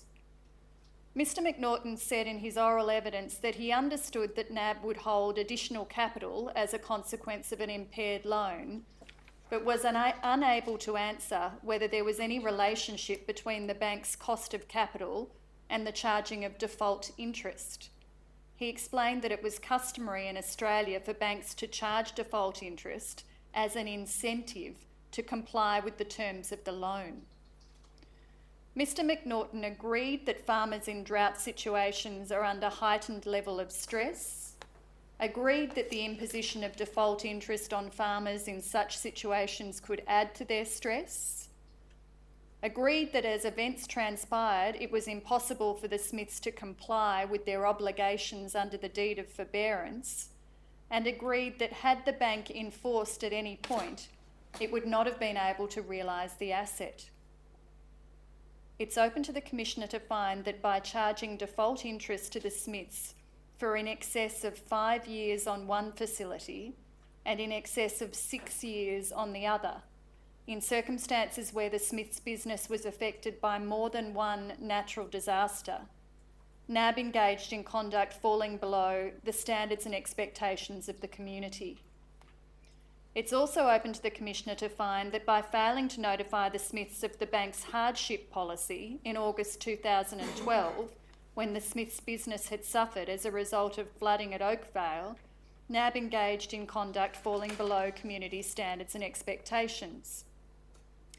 In the light of Mr McNaughton's evidence as to the purpose for which default interest is charged, it is open to the Commissioner to conclude that NAB's conduct in charging default interest to the Smiths over such a long period was the product of a culture by which default interest was used as a strategic tool to place pressure on borrowers in default. That such a culture exists is reinforced by Mr McNaughton's evidence that he would expect default interest to be waived at a future farm debt mediation, and that his experience has been that all or a large element of default interest is waived by that process. However, the application of default interest in the lead up to such a mediation only serves to weaken the position of the farmers participating in those mediations and lessen their bargaining position. All parties with leave to appear are invited to provide written submissions on the following questions arising from this case study. To what extent does default interest reflect the cost to financial services entities of carrying impaired loans? Should there be a moratorium on the charging of default interest in respect of farm debts secured by farm debt mortgages during periods when the farm property is affected by natural disaster? If so, how should such a moratorium be implemented? By legislation, by an industry code, or by some other means? In what circumstances should the moratorium come into effect? In what circumstances should the moratorium be lifted? Similarly, should there be a moratorium on the taking of enforcement action in respect of farm property while that property is, or soon after that property has been, affected by natural disaster? If so, how should such a moratorium be implemented? In what circumstances should it come into effect? And in what circumstances should it be lifted?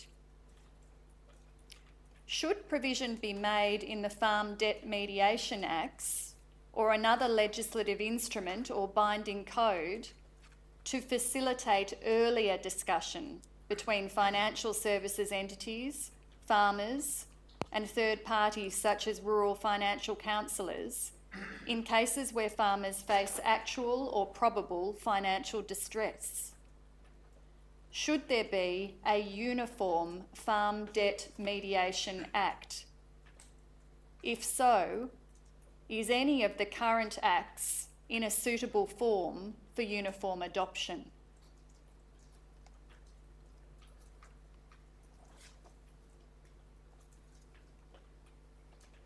The fifth case study examined in these hearings related to loans made by Rural Bank to Queensland cattle industry farmers that became non-performing over the past 10 years.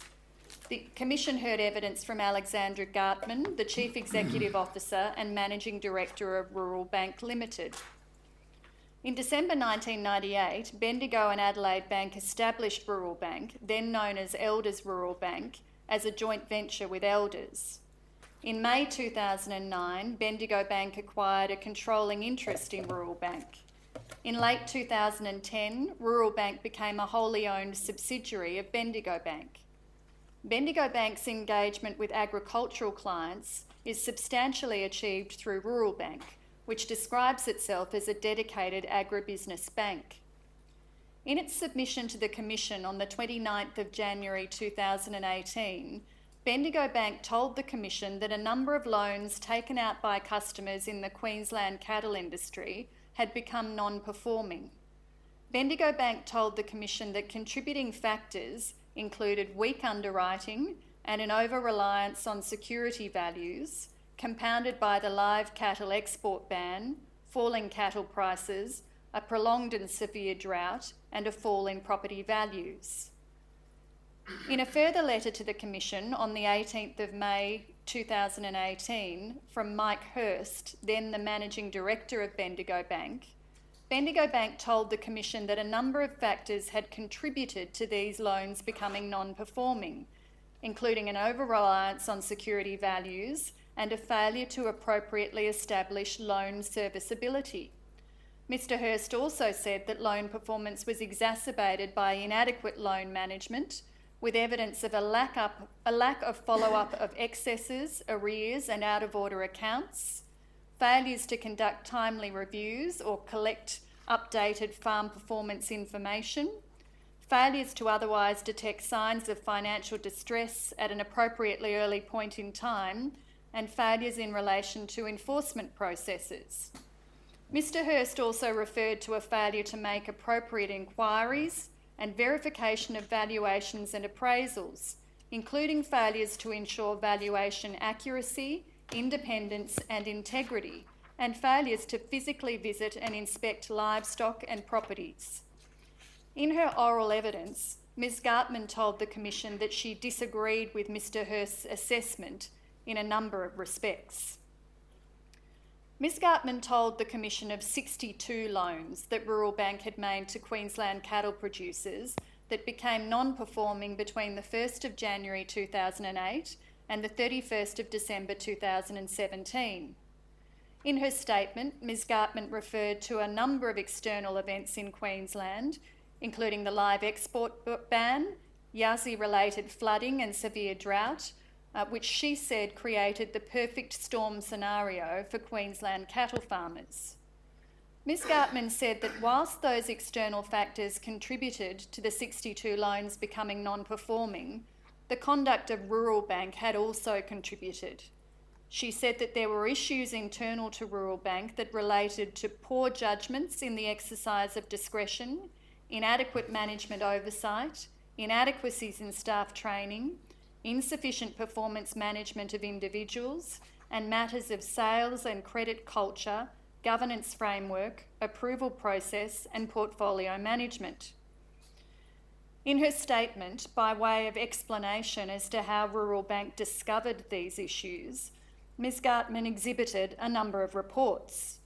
These included a report prepared by KPMG, dated the 27th of September 2010, entitled Assistance with Rural Bank's Limited Credit Risk Internal Control Program. This report set out KPMG's findings following a sample review of 10 Rural Bank client files across 5 district banking managers.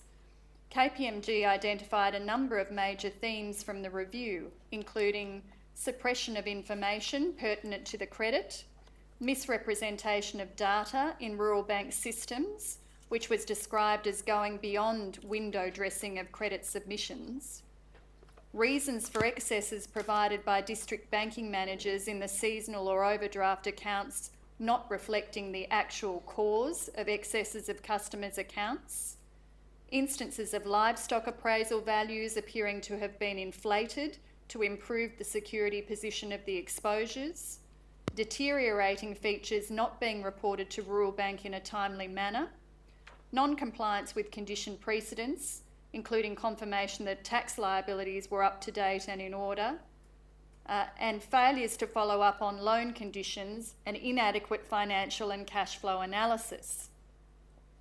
Ms 𝙁𝙗𝙍𝑉𝑒𝑚𝑎𝑛 accepted that the KPMG report returned a number of very concerning findings. Ms 𝙁𝙗𝙍𝑉𝑒𝑚𝑎𝑛 also exhibited a report presented at a Board Credit Committee meeting on the 27th of July 2011 by Mr Tasso Carolus, the General Manager of Risk, entitled Credit Structure and Portfolio Trends, and dated the 18th of May 2011. In his report, Mr Carolus undertook a detailed analysis of a number of aspects of Rural Bank's lending portfolio. He found that a number of the issues identified by KPMG were clearly systemic and not isolated. He also found that these issues were a significantly material contributor to the credit issues that were then being faced by the bank.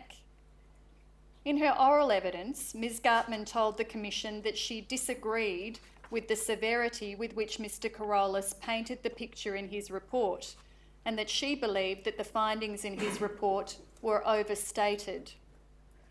Ms 𝙁𝙄𝙉𝘼𝙍𝘍 also exhibited a report by HSW Partners entitled Credit Framework and Operations Review, dated November 2011, which was presented by Mr Graham Willis of HSW Partners at a board meeting of Rural Bank in December 2011.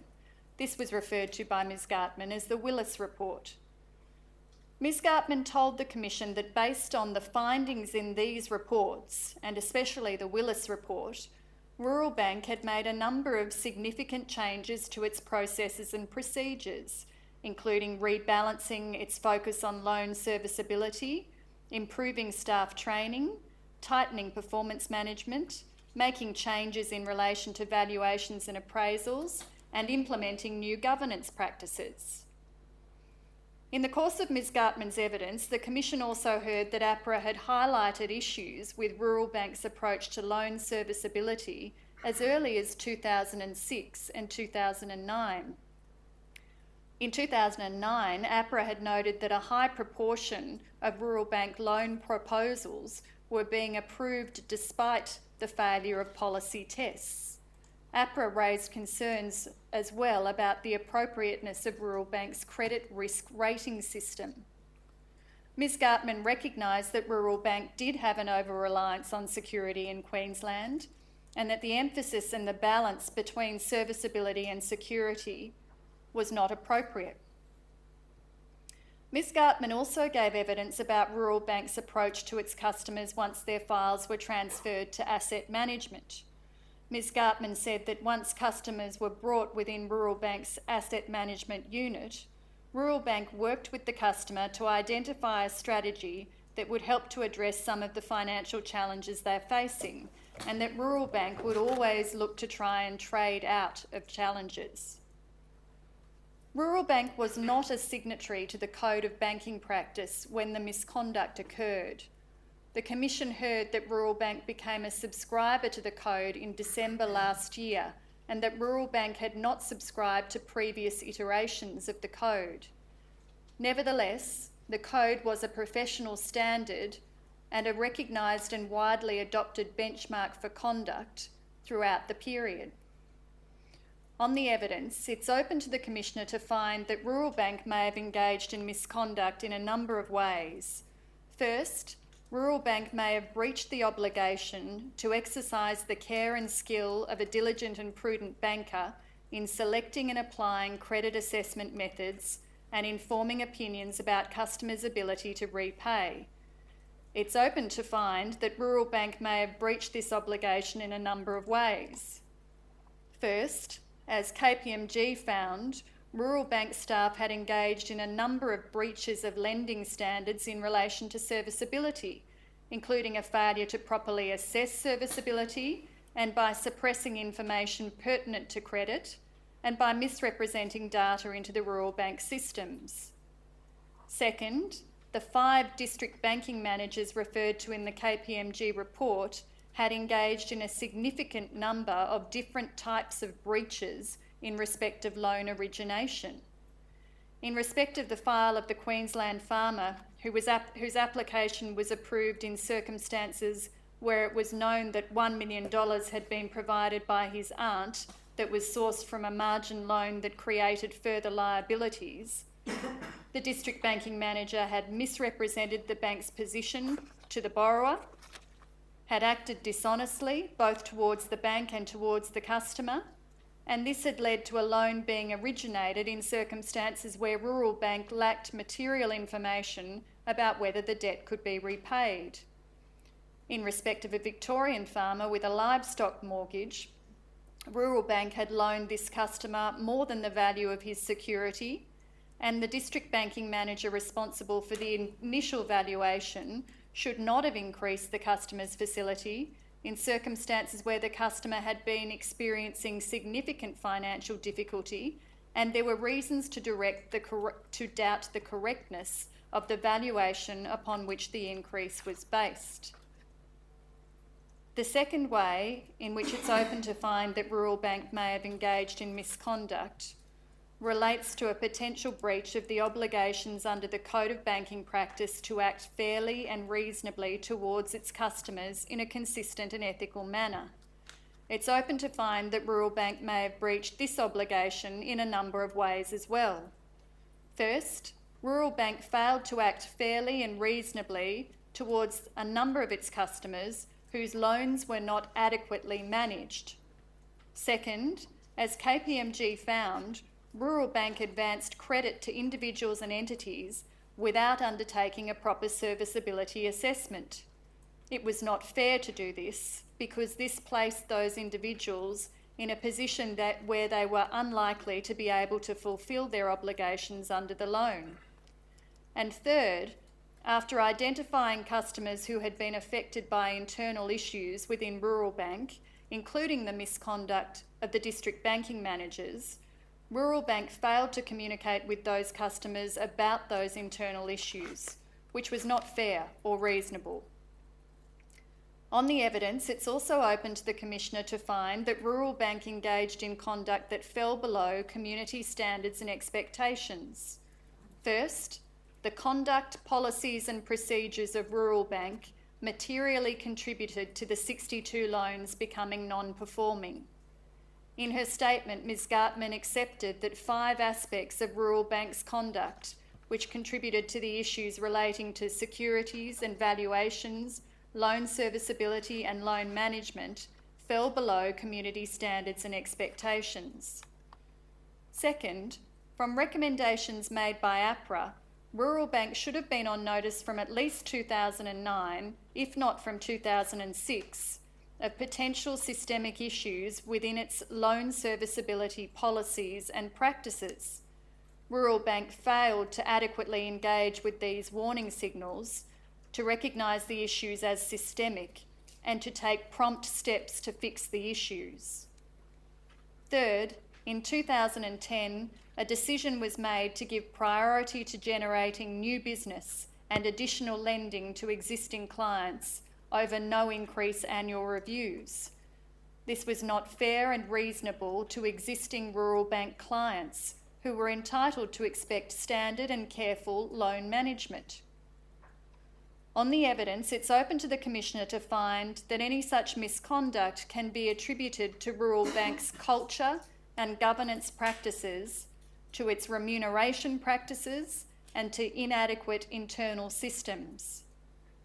First, it's open to the Commissioner to accept the findings of the Carolus report, which include a finding that Rural Bank had a culture of prioritising asset growth over careful loan origination and loan management processes.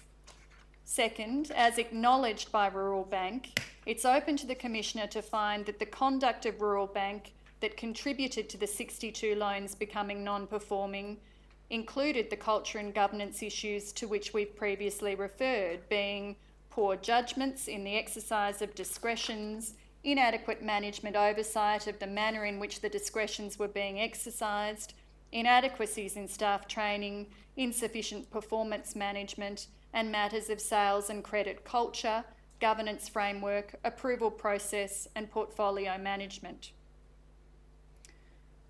Rural Bank is invited to provide written submissions addressing each of the findings that we've identified as open, and all parties with leave to appear are invited to provide written submissions addressing the following questions.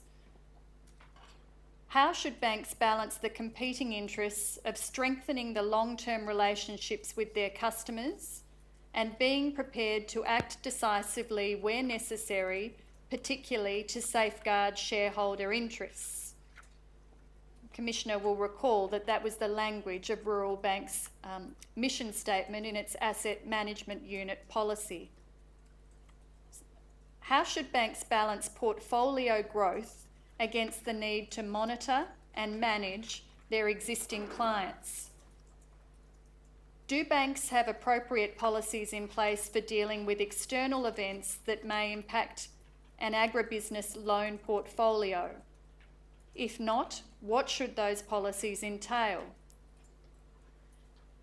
And should banks be required to contact individual customers when they become aware of misconduct in relation to their accounts?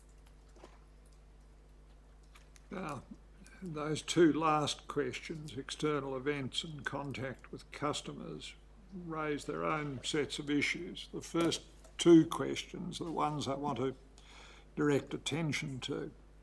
When we go to the Code of Banking Practice, we observe at the moment the provisions of Clause 27 imposing the or requiring the exercise of care and skill of a diligent and prudent banker in connection with provision of credit.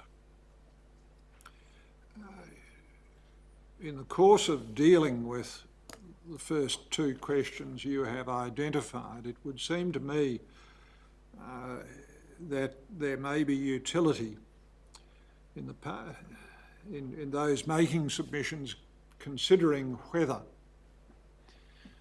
shareholders, customers, the public more generally would expect banks to abide by a standard described as the standard of care and skill of a diligent and prudent banker, not only in deciding whether to provide credit, which is now dealt with by the Code of Banking Practice, but is it the same standard or a different standard that applies in deciding whether to vary the terms of credit, as for example reprice or alter the terms? Is it the same standard or a different standard that should apply in deciding whether, when and how to enforce the credit contract? The three questions, whether, when and how, call for distinct and different consideration. You may or may not get to the same answer in respect of each of them, I don't know. But whether to enforce, when you enforce, not least how you enforce, seem to me to raise considerations that may require separate examination. Yes, Ms. Orr. Commissioner, the final agricultural finance case study concerned the Commonwealth Bank of Australia, and on Monday of this week, two statements of Ioanna White, CBA's Managing Director, Corporate and Commercial Banking, were tendered into evidence, and those statements addressed CBA's failure to apply fee waivers and ongoing package benefits to eligible Agri Advantage Plus package customers. We have prepared a separate document that sets out our summary of the evidence in relation to that matter and the available findings of misconduct and our position on the causes of that misconduct. I want to tender that separate document, Commissioner. I'm sorry that I don't have the document ID to hand, but we will have it before the end of the closing submissions. And what's it to be called, Ms. Orr? It's to be called...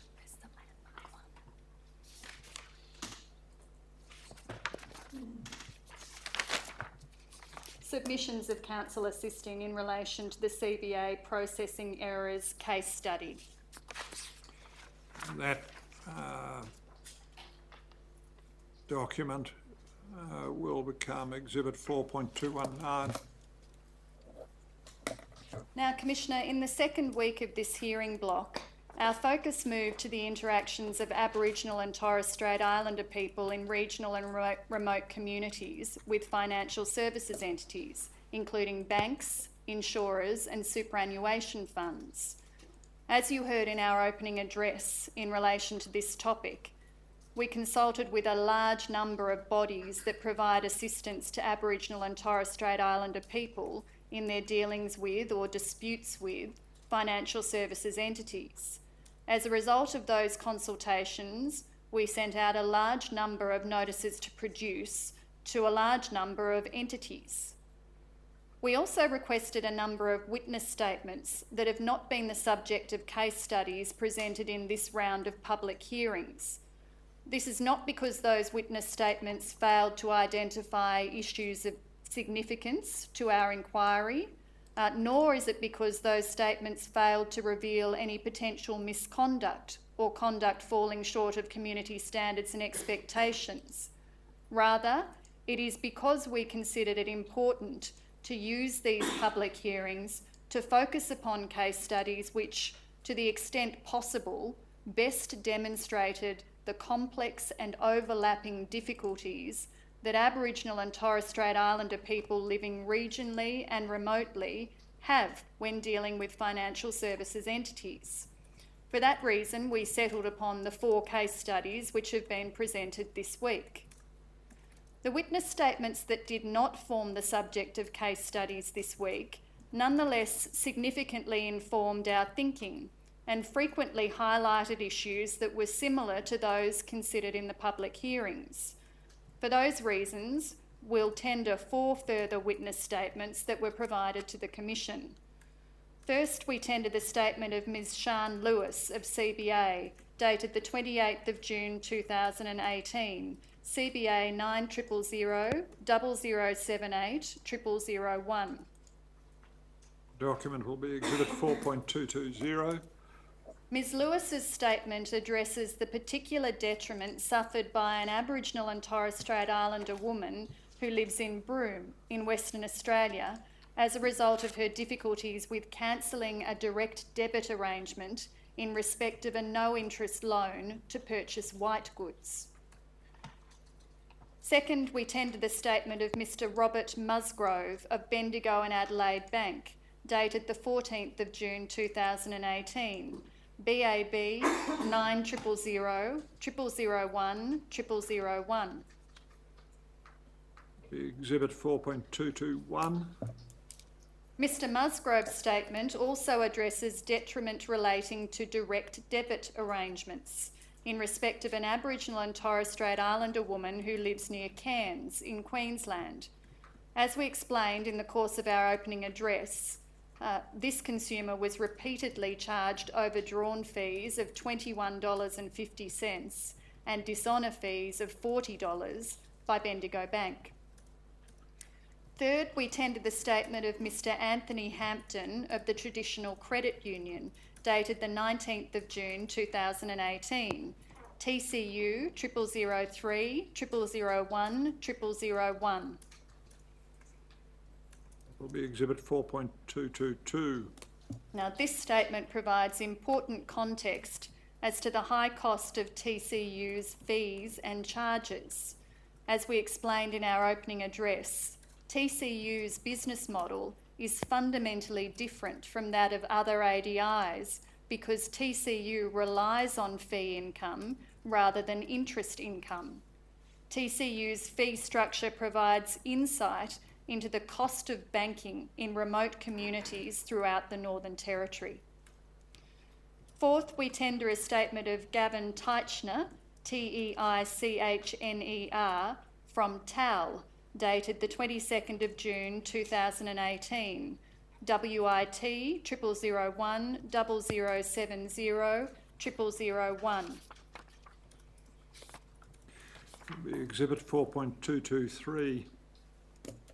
Mr Teichner's statement provides helpful context in relation to the funeral insurance operations of a major player in the Australian market. Commissioner, in the course of the evidence given by Ms Edwards and Mr Boyle on Tuesday morning, and in the evidence of Mr Bowden yesterday, the Commission heard about a number of difficulties faced by Aboriginal and Torres Strait Islander people when seeking access to their superannuation entitlements. These difficulties included, but were not limited to, a lack of understanding of the existence or purpose of superannuation, identification issues, difficulties associated with meeting the conditions of early release of superannuation, and difficulties associated with the release of death benefits. Given that superannuation will be the subject of the Commission's next round of hearings, we will further consider these topics at this point. In the course of that round of hearings, we will invite responses to questions relating to the interaction between superannuation funds and Aboriginal and Torres Strait Islander people. Our first case study in this part of the hearings concerned interaction between Aboriginal and Torres Strait Islander people and the funeral insurance provider Aboriginal Community Benefit Fund, which we'll refer to as ACBF. The Commission heard evidence from Ms Tracy Walsh, an Aboriginal and Torres Strait Islander woman from Mooroopna in Victoria. The Commission also heard evidence from Mr Bryn Jones, the CEO and a current director of ACBF. ACBF was founded in 1993. It markets itself as Australia's only funeral insurance plan dedicated to the Aboriginal community. The organisation is not affiliated with or sponsored by any Aboriginal or Torres Strait Islander organisation or governmental organisation. None of its directors or managers are Aboriginal or Torres Strait Islander people, and only a small number of its employees so identify. ACBF has three types of funeral insurance policy on issue. The first, Fund Number 2, is only available to Aboriginal and Torres Strait Islander people. It has not accepted any new members since around 2004. At that time, following federal court proceedings brought by ASIC, alleging breach of the anti-hawking provisions in the Corporations Act, ACBF gave an undertaking to ASIC that it would stop taking new members to that fund. The second policy is the community plan.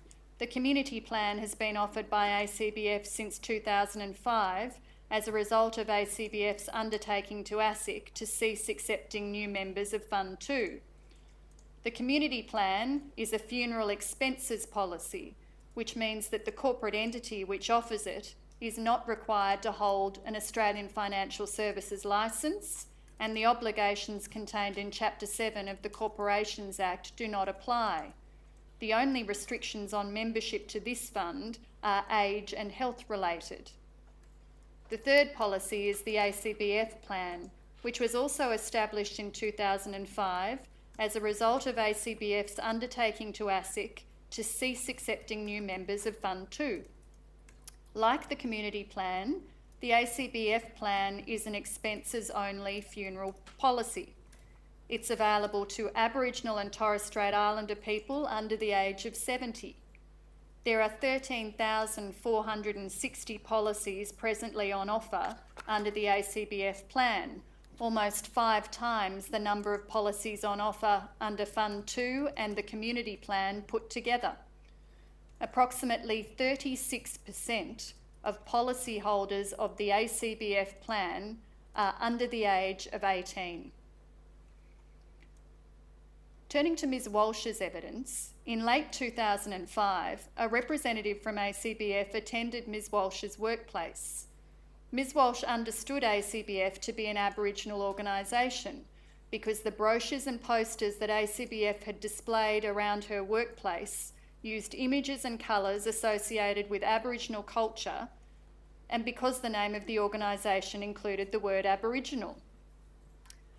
After speaking with the representative of ACBF, whom Ms Walsh understood to be an Aboriginal person, Ms Walsh signed up to the ACBF plan.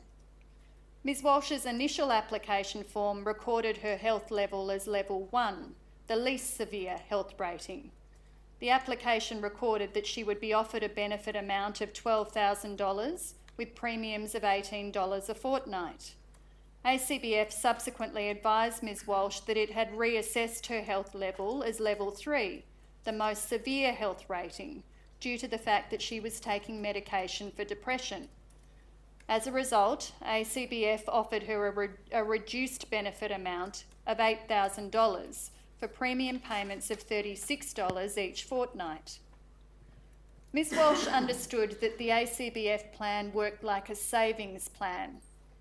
Ms Walsh's understanding was that if she paid less than her benefit amount, she would be entitled to a payout of the full benefit amount.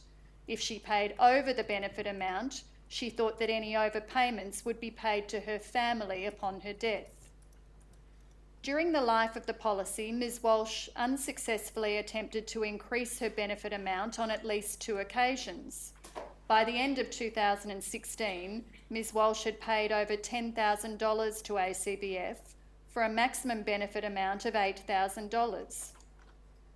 In May 2018, Ms Walsh's lawyers assisted her to lodge a complaint with FOS, which alleged misleading and deceptive conduct, unconscionable conduct and unlawful discrimination.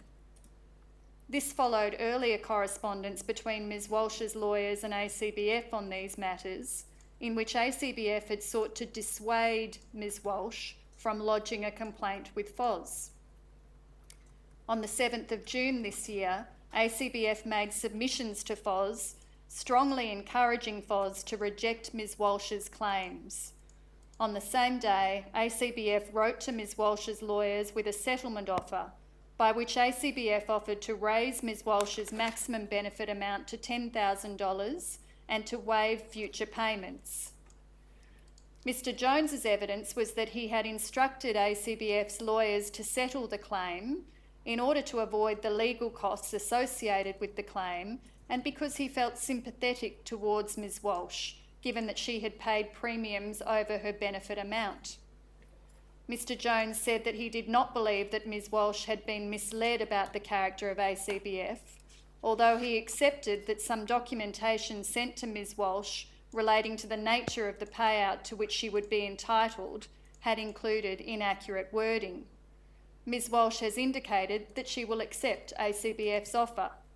She said that before the offer was made, she did not feel as though she had any choice about whether to continue to pay ACBF for her plan. She felt as though ACBF had her over a barrel and she could not walk away from the large amount of money she had already paid. Turning to ACBF's marketing practices, since 1999, following action taken by ASIC, ACBF has been required by a court order to include a disclaimer in its advertising materials. The disclaimer is to the effect that ACBF is a private company, that it is not sponsored by or otherwise connected with any governmental body or Aboriginal organisation. Mr Jones conceded that notwithstanding this, some of ACBF's advertising material, including internet and radio advertising, had not included the disclaimer and that this appeared to be in breach of the court orders. The orders also required ACBF to remove from its marketing materials the Aboriginal flag and any suggestion that ACBF was established to advance the welfare of the Aboriginal community. In 2012, ACBF revamped its advertising strategy. Its new strategy included the adoption of a new logo using red, yellow and orange colours, accompanied by the tagline, "For you, for your family."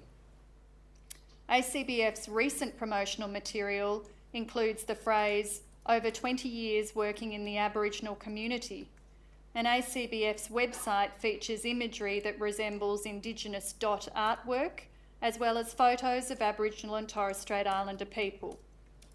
Mr Jones conceded that there has been confusion over the years about whether ACBF is an Aboriginal-owned company.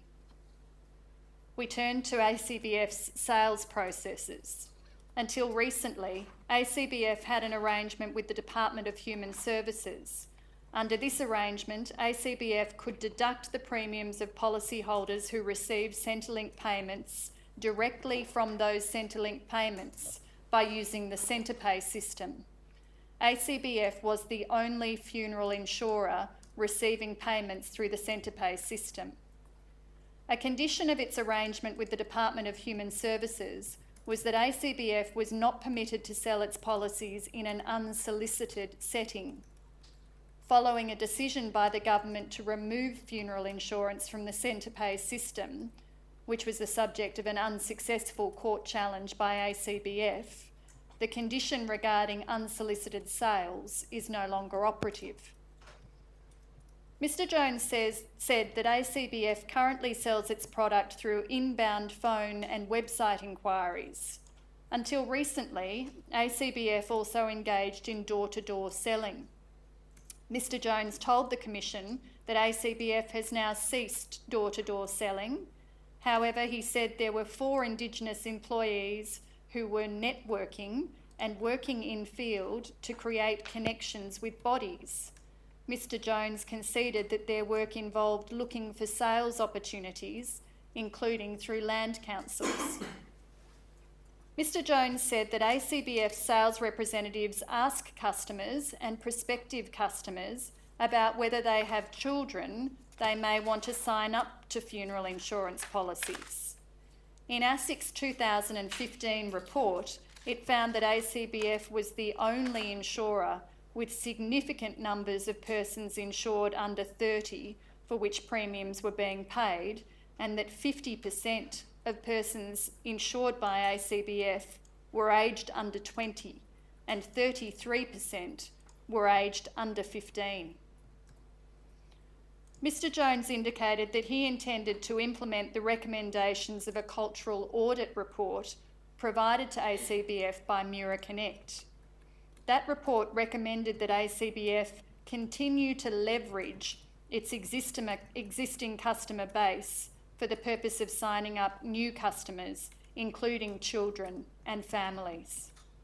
The Mura Connect report recommended that ACBF offer referral incentives to existing policyholders and research the benefits of offering family policies. In relation to the sale of policies of children, Mr Jones accepted that a motivating factor for ACBF is to sell as many policies as possible. ACBF explained that new policyholders are required to submit an application form that includes a health statement. ACBF then uses a customer's disclosed pre-existing health conditions to determine a health level ranking from between level 1 to level 3. This health level, along with the customer's age, determines the fortnightly premiums paid by the customer. Mr Jones said that the basis for designating certain conditions as level 1, 2 or 3 was the assumed risk associated with insuring someone with certain health issues. Mr Jones appeared to accept that this meant that ACBF's health classification system resulted in higher premiums for people with medical conditions that are more common amongst Aboriginal and Torres Strait Islander people. ACBF uses a stepped premium structure, meaning that as each nominee under the policy enters into a new age bracket, they pay a higher premium. Mr Jones accepted that ACBF's disclosure of its stepped premium structure may be inadequate. Mr Jones also conceded that ACBF does not provide an upfront estimate of the total cost of its policy to its customers, contrary to recommendations made in relation to funeral insurance by ASIC in 2015. Mr Jones accepted that ACBF plan holders could end up paying more in premiums than they would ever be entitled to recover under their policies. Mr Jones accepted that ACBF did not clearly and prominently disclose this as a risk, again contrary to ASIC's recommendations in relation to funeral insurance. Mr Jones said that from January 2018, ACBF has released customers from paying further premiums if they've exceeded their maximum benefit payable, but only if the customer contacts ACBF and identifies that they are struggling to make contributions. Since then, ACBF has waived the future payments of 24 customers who have paid more than their entitlement. Mr Jones gave evidence that a policyholder's policy will be cancelled if they miss 4 payments within a year.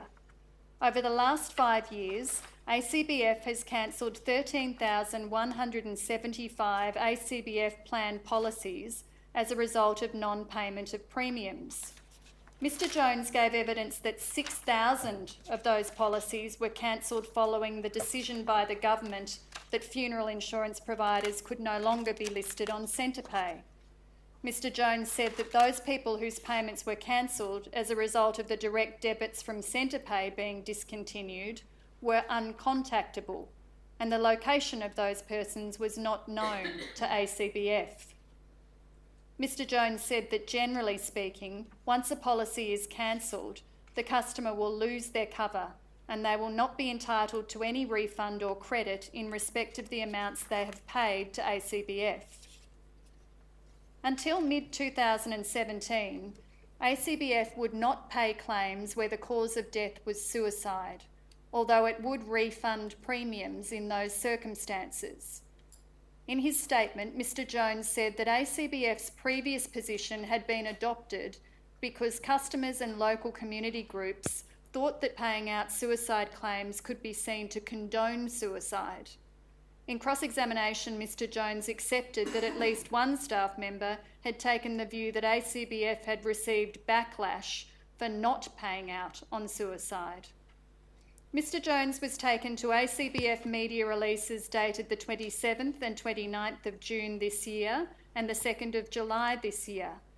Mr Jones conceded that there were errors in relation to ACBF's claims about suicide payments in the first two of these media releases, and that the incorrect statements were repeated in the third media release. On the evidence, it's open to the Commissioner to find that ACBF may have engaged in misconduct in a number of ways.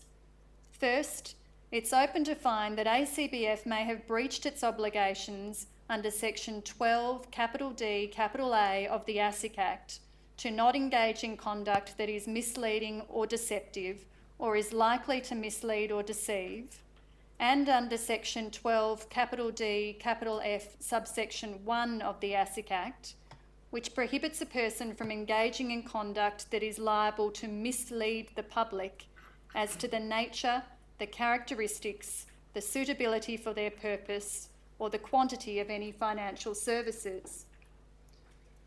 Most significantly, ACBF represents that it uniquely provides a product and service tailored to meet the needs of Australia's Aboriginal and Torres Strait Islander people, and that its policies are beneficial for Aboriginal and Torres Strait Islander people. It is open to find that ACBF's products and services, the sale of which is targeted to Aboriginal and Torres Strait Islander people, are not in fact tailored to meet the needs of these people or beneficial for those people for a number of reasons. First, ACBF's health classification system may result in Aboriginal and Torres Strait Islander people paying more than they would if they obtained funeral insurance from another insurer. Second, until very recently, ACBF policies did not pay out for suicide, despite the high rates of suicide in the Aboriginal and Torres Strait Islander community. Third, as ASIC found in its 2015 report, ACBF is the only insurer with significant numbers of persons insured under 30 for whom premiums are being paid. It is open to find that ACBF plays on the cultural significance of funerals to Aboriginal and Torres Strait Islander people and Indigenous mortality statistics to actively sell its policies to children and young people in those communities in circumstances where they have little need for the product. Fourth, ACBF is not an Aboriginal organisation, nor is it affiliated with any Aboriginal or government organisation. Fifth, the ACBF policy is an expenses-only policy. This is not sufficiently clear from some of ACBF's promotional and marketing material. The policy is unlikely to cover all aspects of sorry business. Sixth, unlike some other policies available in the market, it is a design feature of the ACBF plan that any policyholder may pay more in premiums than they will ever be entitled to receive. Separately, ACBF's current advertising materials, even with the disclaimer, which has not always been used, may induce consumers into thinking that it's an Aboriginal-owned company. Its materials use colours, red, yellow and orange, associated with Aboriginal culture, and use imagery which is significant in Aboriginal and Torres Strait Islander culture. The name of the plan includes the word Aboriginal. The promotional material includes references to ACBF having spent over 20 years working in the Aboriginal community, and the plan is described as Australia's only funeral insurance plan dedicated to the Aboriginal community. As we've noted, some of ACBF's advertising material has failed to include the disclaimer that ACBF is a privately owned company with no government or Aboriginal community affiliations. That is the first way in which we say it's open to the Commissioner to find that ACBF may have engaged in misconduct. The second is that it's open to the Commissioner to find that ACBF may have breached Section 12, capital D, capital B, subparagraph E of the ASIC Act, which prohibits the making of a false or misleading representation that services have sponsorship, approval, performance characteristics, use of benefits. ACBF's marketing materials as a whole, and specifically ACBF's statements about its dedication to the Aboriginal community, convey a representation that ACBF has the approval or endorsement of the Aboriginal community in a general sense. On the evidence, it's also open to the Commissioner to find that ACBF engaged in conduct that fell below community standards and expectations. First, contrary to ASIC's recommendations, ACBF fails to adequately warn its policyholders that they may pay more under their policies than they will ever be entitled to receive by way of payout. Second, again contrary to ASIC's recommendations, ACBF fails to provide an upfront estimate of the total cost of the policy. Third, ACBF actively seeks to sell its policies to children and to young people in circumstances where they are unlikely to receive any benefit from the policy. Fourth, ACBF generally refuses to credit payments made towards a plan holder's previous plan if the plan holder reinstates a plan after cancellation. ACBF does this despite understanding that there is a very high rate of cancellations for non-payment of premiums across its policy holders. Fifth, ACBF fails to adequately disclose its waiting period to plan holders, and at least historically provided confusing information to its plan holders about the completion of their waiting periods. Sixth, the product provided by ACBF is a very low value product when understood in light of the claims paid as a percentage of premiums received. In an ASIC report dated April 2014, the claims paid by ACBF as a percentage of the premiums received in the previous 12 months was 13.6%. This represented the lowest percentage out of the insurers surveyed. Mr Jones accepted that this data was concerning. Seventh, ACBF has breached the orders made by the Federal Court in 1999 in failing to consistently utilise the required disclaimer in its advertising materials. On the evidence, it's open to the Commissioner to find that there are a number of causes of this misconduct which are attributable to ACBF's culture and governance practices and its remuneration practices. It is open to the Commissioner to find that the misconduct can be attributed, at least in part, to ACBF's remuneration and bonus scheme for its sales and field representatives. This scheme actively encouraged ACBF employees to aggressively target vulnerable persons and incentivise them to pursue signing up entire families, including their infant children. This is particularly the case in relation to the KPI structure evidenced in the 2018 letter of employment that was tendered, in which the staff member was to be paid $20 in respect of each of the first 29 nominees signed up, $30 in respect of each of the next 10, and so on, culminating in payments of $70 per nominee for the 70th to 100th nominees signed up. It is open to the Commissioner to find that ACBF did not have a corporate culture which enabled it to communicate and sell its products to Aboriginal and Torres Strait Islander people in a respectful manner. The Mura Connect report found that the majority of ACBF staff are non-Indigenous and that there was a lack of cultural understanding and confidence amongst the staff.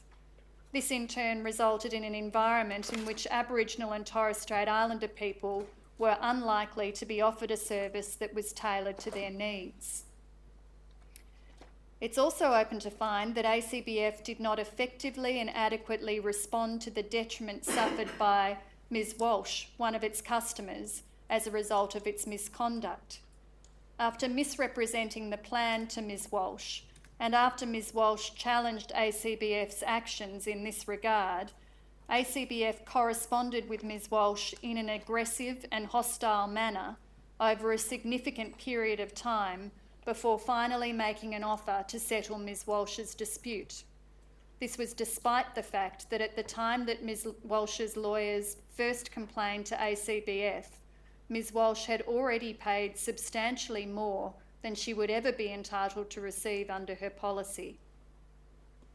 ACBF is invited to provide written submissions addressing each of these open findings that we have identified, and all parties with leave to appear are invited to provide written submissions addressing the following questions, which arise both from the ACBF case study and from the Select AFSL case study, to which we will shortly turn. The first question: is the current regulatory framework in respect of funeral expenses products adequate? In particular, should the framework be amended so that funeral expenses products are not excluded from the definition of financial product by virtue of section 765A(1)(y) of the Corporations Act and regulation 7.1.07D of the Corporation Regulations 2001. 7.1.07 capital D. Thank you. Should section 12 capital B, capital A, subparagraph 8, subparagraph O of the ASIC Act be amended to put beyond doubt that funeral expenses policies are not excluded from the definition of financial product as applicable to Part 2, Division 2 of that Act? Is the current regulatory framework sufficient to minimise the risk of funeral insurance providers using inappropriate sales practices to sell their products to vulnerable people, including Aboriginal and Torres Strait Islander people living regionally or remotely? Is the current regulatory framework sufficient to minimise the risk of sales of unsuitable funeral products to these people, including to avoid the risk of individuals having multiple forms of funeral insurance, and to address the sales of funeral insurance policies to children and young people? Does the current regulatory framework deal adequately with the potential for people with funeral insurance policies to pay more in premiums than may ever be paid out?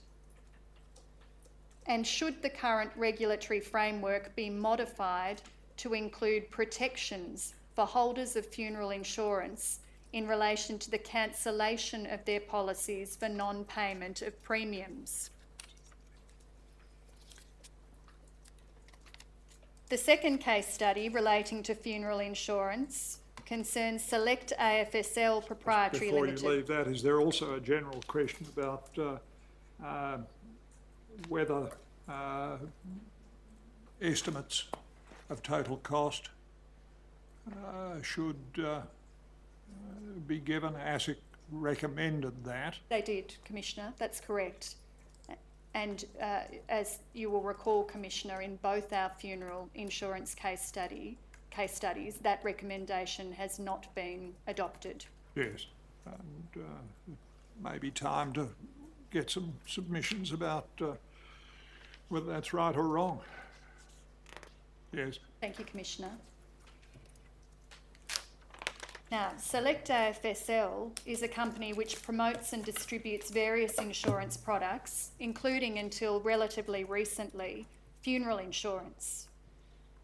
Now, this case study came to our attention upon review of a Bank of Queensland board report dated the 19th of July 2017, which was produced under a notice to produce issued by the Commission in March 2018 in relation to inquiries that the Commission was making in connection with the second round of hearings, which related to the provision of financial advice. Within that report, there was a reference to a 2015 spike in funeral insurance sales by Select, and to the existence of correspondence between Select, St Andrews and ASIC in relation to that spike. From reviewing that report in connection with our financial advice inquiries, we determined that it would be appropriate to issue a rubric in respect of that matter to Select. The funeral insurance mis-selling issue that the Commission has heard about had not been disclosed to the Commission before that point, because Select had not been invited to disclose its misconduct or conduct falling below community standards and expectations, and the Bank of Queensland, which had been invited to disclose its misconduct, did not consider that it was able to disclose that matter. In the Bank of Queensland's submission to the Commissioner on the 29th of January 2018, under the heading St Andrews and Distribution Arrangements, the Bank of Queensland told the Commission that it was constrained in providing its response by confidentiality obligations to third parties arising in contract. Contractual confidentiality obligations of this kind were said to be contained in arrangements between St Andrews and third-party distributors of its products. Also in that document, the Bank of Queensland told the Commission that it would welcome the opportunity to provide further detail of issues that have arisen in relation to third-party distributors in circumstances which will not risk the breach of any contractual confidentiality obligations. So there was no reference to Select or to the mis-selling issue, but there was clear reference to the Bank of Queensland's understanding that it was constrained by contractual confidentiality obligations to Select from disclosing the misconduct. But as I've explained, Commissioner, we managed to detect the issue via that board report that was produced in our financial advice investigations. Now, turning to the substance of the case study, the Commission heard evidence from Ms Marika, a Yolngu woman who's originally from East Arnhem Land and now lives in regional New South Wales. Ms Marika is 60 years old and English is not her first language. Ms Marika was sold 2 funeral insurance policies by Select, trading as Let's Insure, in 2015. The Commission also heard evidence from Mr Russell Howden, the Managing Director of Select. In August 2015, an external lead provider rang Ms Marika. Ms Marika does not know how they got her phone number. The person told Ms Marika that they were calling to conduct a 1-minute survey. In the course of the call, Ms Marika told the person that she already had funeral insurance. The salesperson responded that he was not here to sell her a second insurance. Obviously, that would be pointless. The next day, a Let's Insure representative called Ms Marika to see if he could switch her to Let's Insure. Ms Marika told the representative that she couldn't have 2 policies and that she was happy with the other one. Mr Howden accepted that Ms Marika did not want to receive either of these telephone calls. Mr Howden also accepted that both representatives were aware that Ms Marika already had funeral insurance and that she clearly indicated that she did not have any interest in taking out further funeral insurance. Despite this, Let's Insure called Ms Marika again on the 9th of September 2015. On that day, Let's Insure sold Ms Marika 2 funeral insurance policies covering herself, her 3 children and her 5 grandchildren.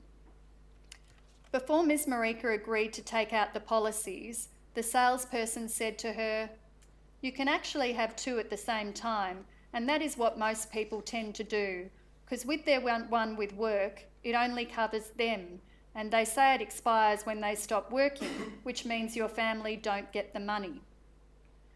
Mr Howden accepted that the representative was not authorised to make these statements, and that the statements should not have been made in circumstances where the representative did not have details of the work policy to which Ms Marika referred.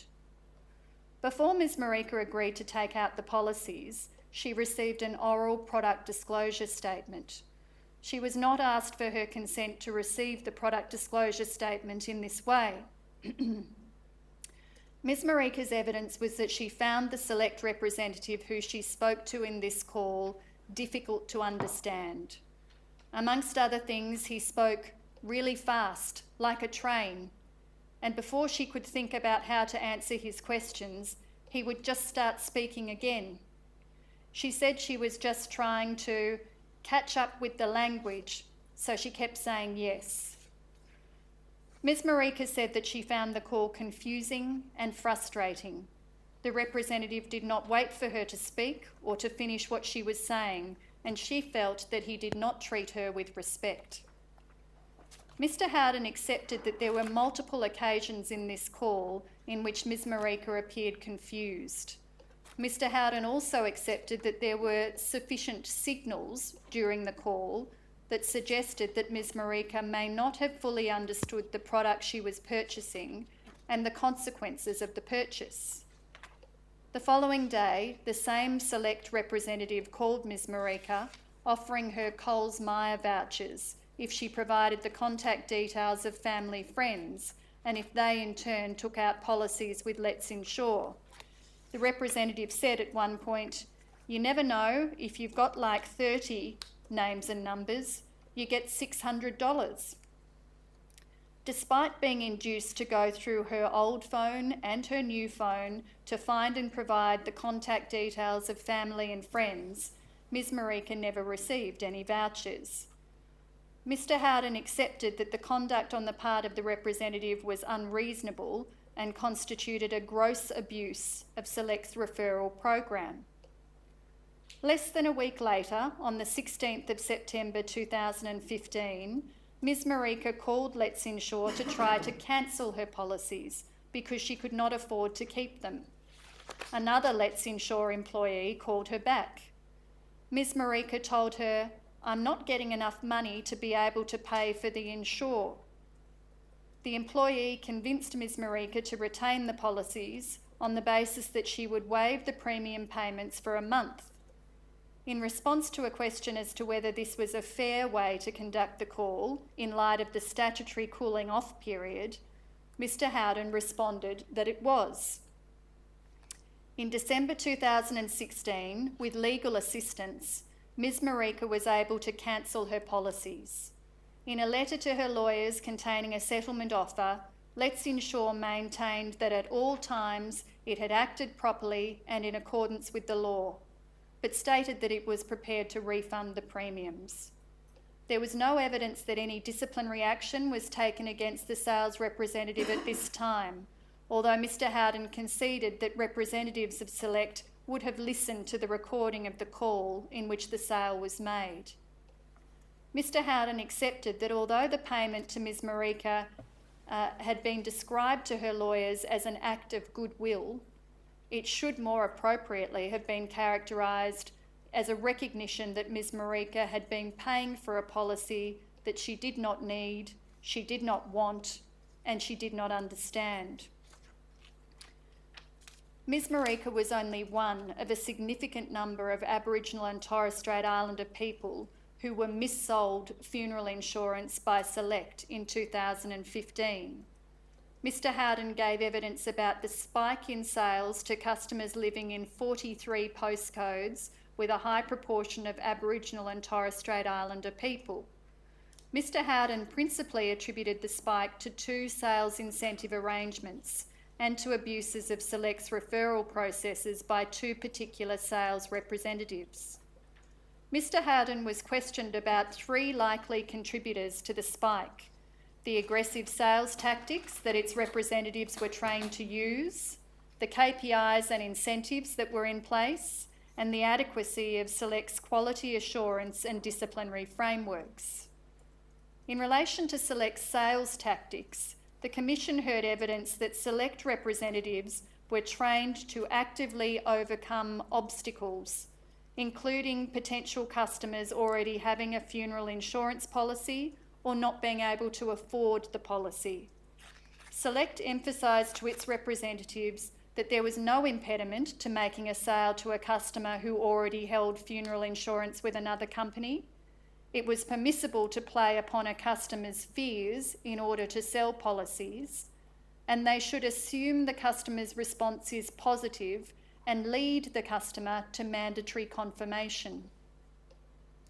While Mr Howden maintained that Select did not sanction aggressive sales tactics, he accepted that Select did push its agents with productivity targets and that this may have been a contributor to the spike.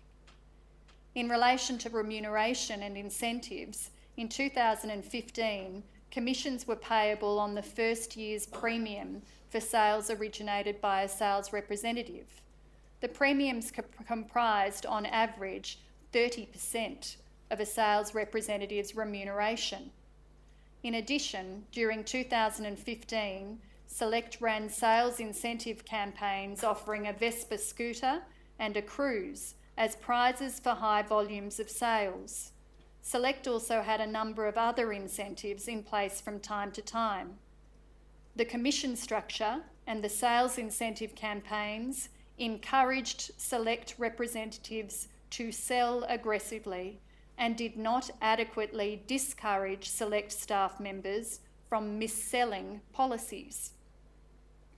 In relation to quality assurance, Mr Howden gave evidence that at the time that Select sold the policies to Ms Marika, it undertook random reviews of sales calls by its agents. Select listened to more calls from junior agents than from senior agents. Select used a scorecard which featured binary questions such as, was a PDS given? Depending on the nature of the failure, if a sales representative failed one of the categories, Select provided coaching and feedback to the representative. From 2016, Select moved to a system involving phone licences, by which Select would record points against a sales agent for certain specified breaches. Points were allocated according to severity of the breach. The breaches for each call were not cumulative. Agents would only be penalised for the most significant breach on a particular call, meaning that a maximum of 10 points could be deducted per call. Agents were allocated a maximum of 30 points, which were reinstated every 6 weeks. Within a period of 6 weeks, if a representative lost 10 points, they received a formal warning. If a representative lost 20 points, they received a second formal warning. And if a representative lost 30 points, they lost their phone licence and would be dismissed. The Commission heard evidence that under this system, it was possible to complete an unethical sale or to provide personal advice to a potential customer in breach of the Corporations Act and to only have 10 points deducted from the agent's phone licence. Mr Howden was asked whether Select's quality assurance systems were sufficiently robust to deter and detect misconduct. Mr Howden maintained that those systems were sufficiently robust, but conceded that they were insufficient to deter the misconduct of the 2 Select representatives who had significantly contributed to the 2015 spike in funeral insurance sales to Aboriginal and Torres Strait Islander customers. Before departing from Select's policies, it should be noted that the majority of Select's policies employ a stepped premium structure. Select also gave evidence about its dealings with ASIC and with St Andrews, the issuer of the funeral insurance policies sold by Select. On the 17th of January 2017, St Andrews made a voluntary disclosure to ASIC in relation to the potential mis-selling of funeral insurance by Select in 2015. Select has maintained the position that no significant breach notification was required in respect of mis-selling of funeral insurance to Aboriginal and Torres Strait Islander people. Nevertheless, Select has agreed to remediate affected customers. In early 2018, ASIC expressed significant and extensive concerns with Select about Select's life insurance sales practices.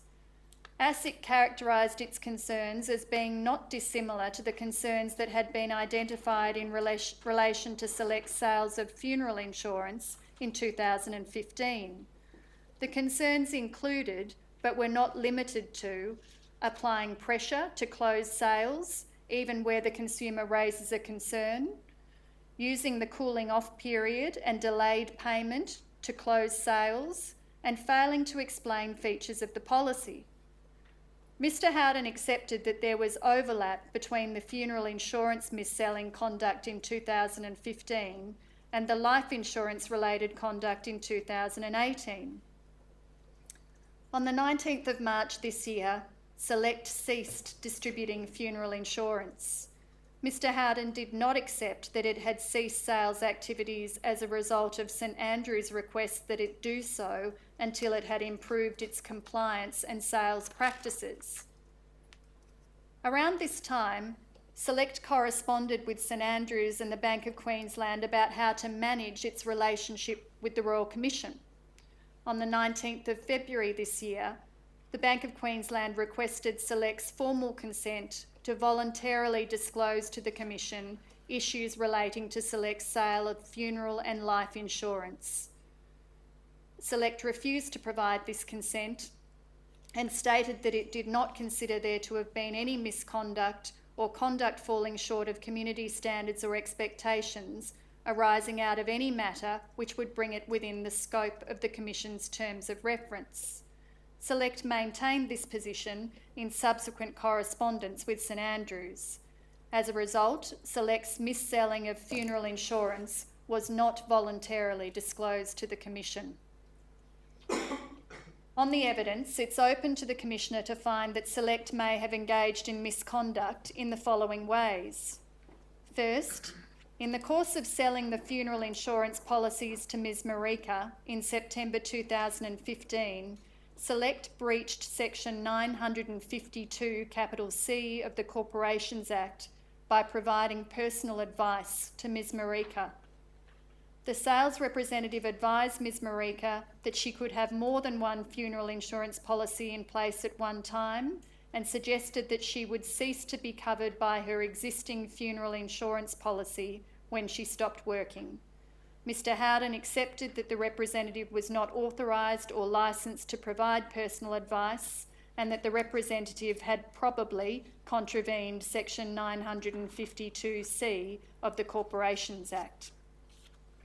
Second, in the course of selling the funeral insurance policies to Ms Marika in September 2015, Select breached Section 992(a), subsection 3, subparagraph E of the Corporations Act by providing an oral product disclosure statement to Ms Marika without expressly obtaining her consent.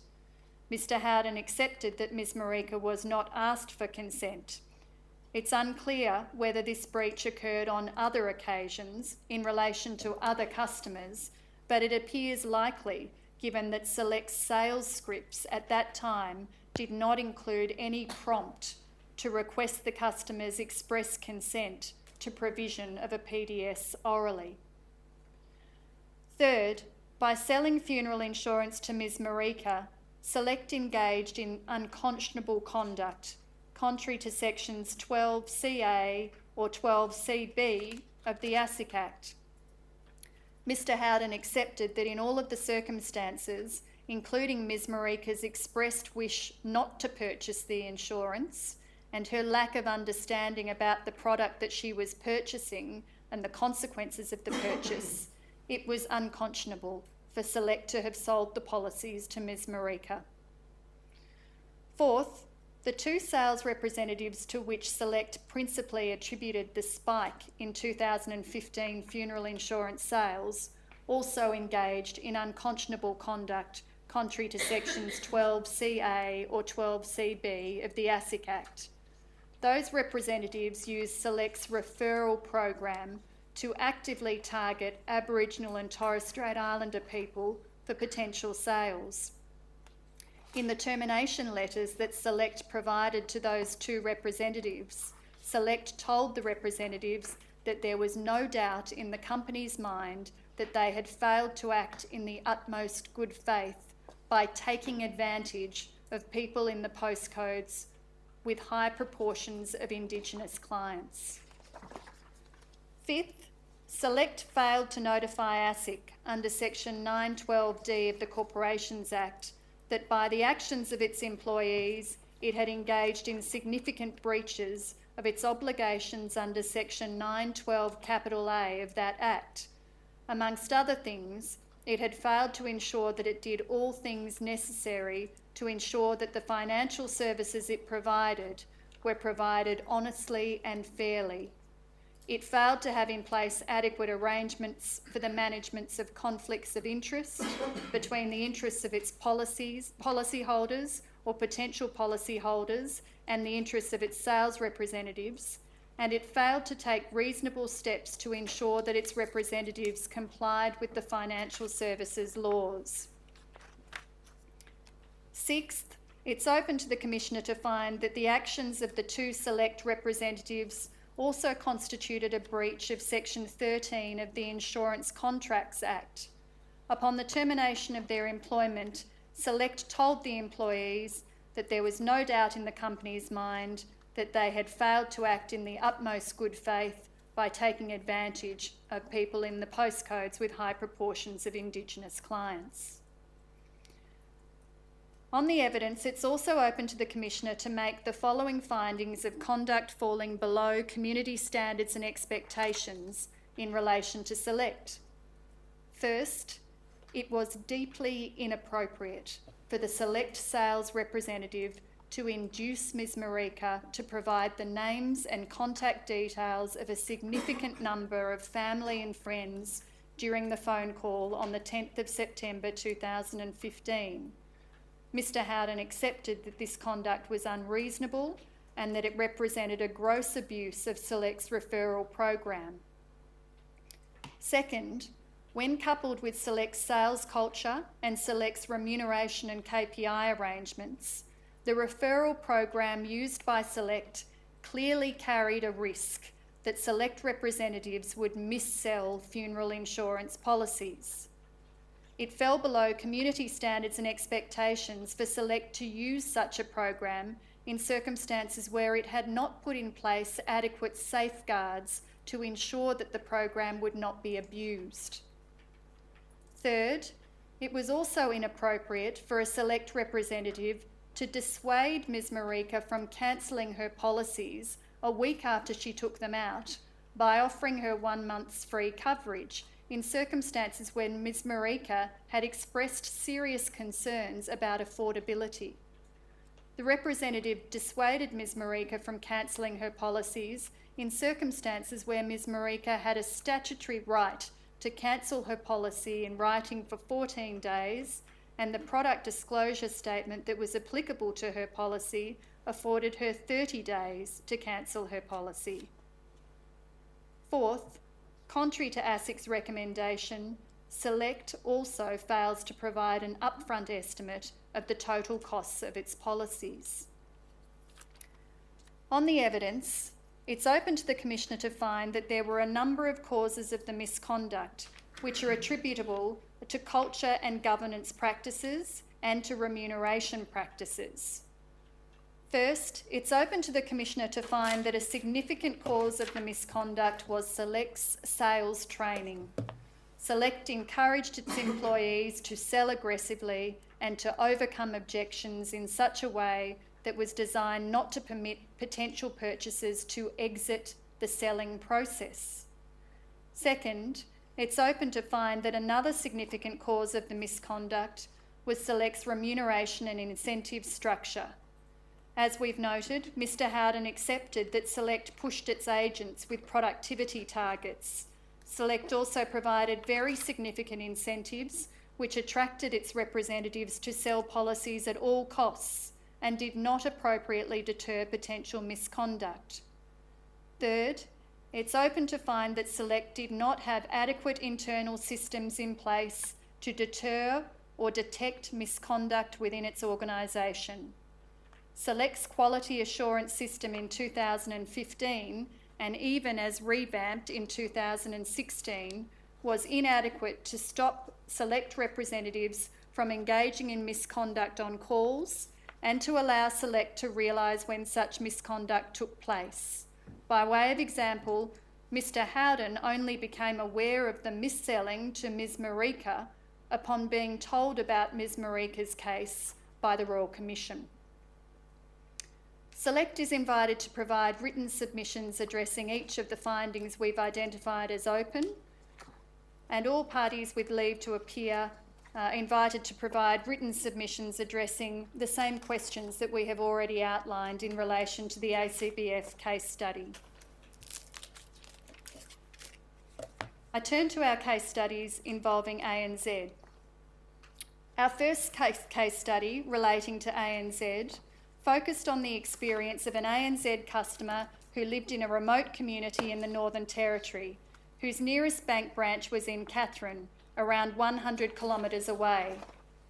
The Commission heard evidence from Ms 𝙁𝙄𝙉𝘼𝙉𝘾𝙄𝙎, a senior family support worker with Save the Children, and from Mr Anthony Tapsell, ANZ's General Manager, Retail Branch Network, Northern Queensland and Northern Territory.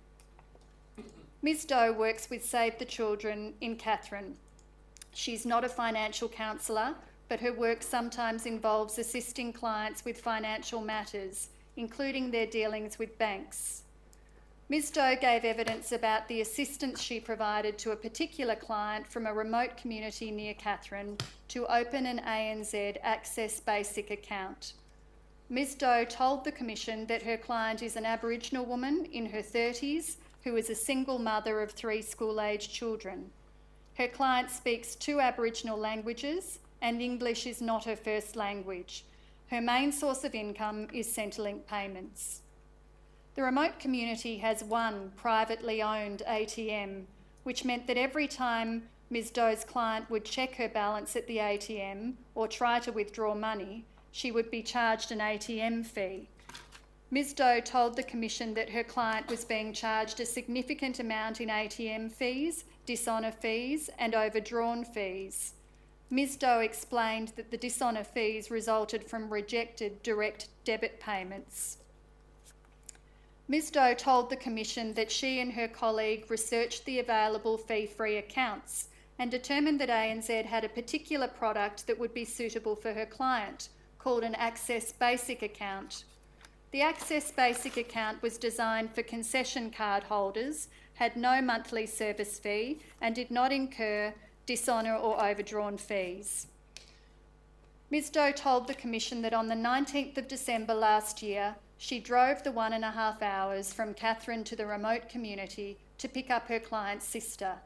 They attended the ANZ Katherine branch to open an account. They were told by the ANZ banker that it would not be possible to open an Access Basic account without a prior appointment. Mr Tapsell told the Commission that it was now common practice to require a customer to make an appointment to open a bank account. Ms Doe then made an appointment for both her client and her sister on the 21st of December last year. On that date, she drove again to the remote community to collect her client and her sister. Her client asked Ms Doe to support her in the appointment with ANZ to help her understand the conversation. Ms Doe and her clients attended the appointment at the Katherine ANZ branch, and Ms Doe informed the banker that they were there to open an Access Basic account. Ms Doe explained that her clients wanted a fee-free account, particularly one that didn't attract dishonour or overdrawn fees, and a savings account. The banker asked Ms Doe's client a series of questions in relation to her budget, expenses and savings. Ms Doe said that she wasn't sure whether her client understood the purpose or implications of those questions and whether she meant for her answers to be taken literally by the banker. At the end of the questions, the banker suggested that the client set up a direct debit arrangement to transfer $100 a fortnight from her Centrelink payments into the new savings account. Ms Doe told the banker that she wasn't sure that her client understood the implications of the direct debit and that this was a significant proportion of her client's income. The banker did not at that time put the direct debit arrangement in place. Ms Doe said that the banker also set up internet banking for her client during this appointment, and they went through a process of setting up security questions. Towards the end of the meeting, the banker turned her computer screen around to show the accounts that had been set up. Ms Doe saw that the screen listed a Progress Saver account and an Access Advantage account. Ms Doe expressed confusion about why that account had been opened because it hadn't been discussed during the meeting. The banker told Ms Doe that it was not possible to open an Access Basic account at the branch. Ms Doe asked the banker about the Access Advantage account that had been opened. She was told that it attracted monthly fees, but the banker said she could waive them. She was also told it attracted dishonour and overdrawn fees, but that they shouldn't be an issue as long as the customer didn't overdraw her account. The banker was unable to assist the client and her sister further on that day. Following the appointment, Ms Doe telephoned ANZ to ask whether it was true that the Access Basic account was available only to existing customers. Ms Doe was informed that the account was available to new and existing customers as long as they supply suitable identification and supporting documents at a local branch. After the call, Ms Doe went to the branch to confirm that they had kept copies of the documents her client had provided. Ms Doe again travelled to the community on the 4th of January this year, where she assisted her client to access her internet banking account.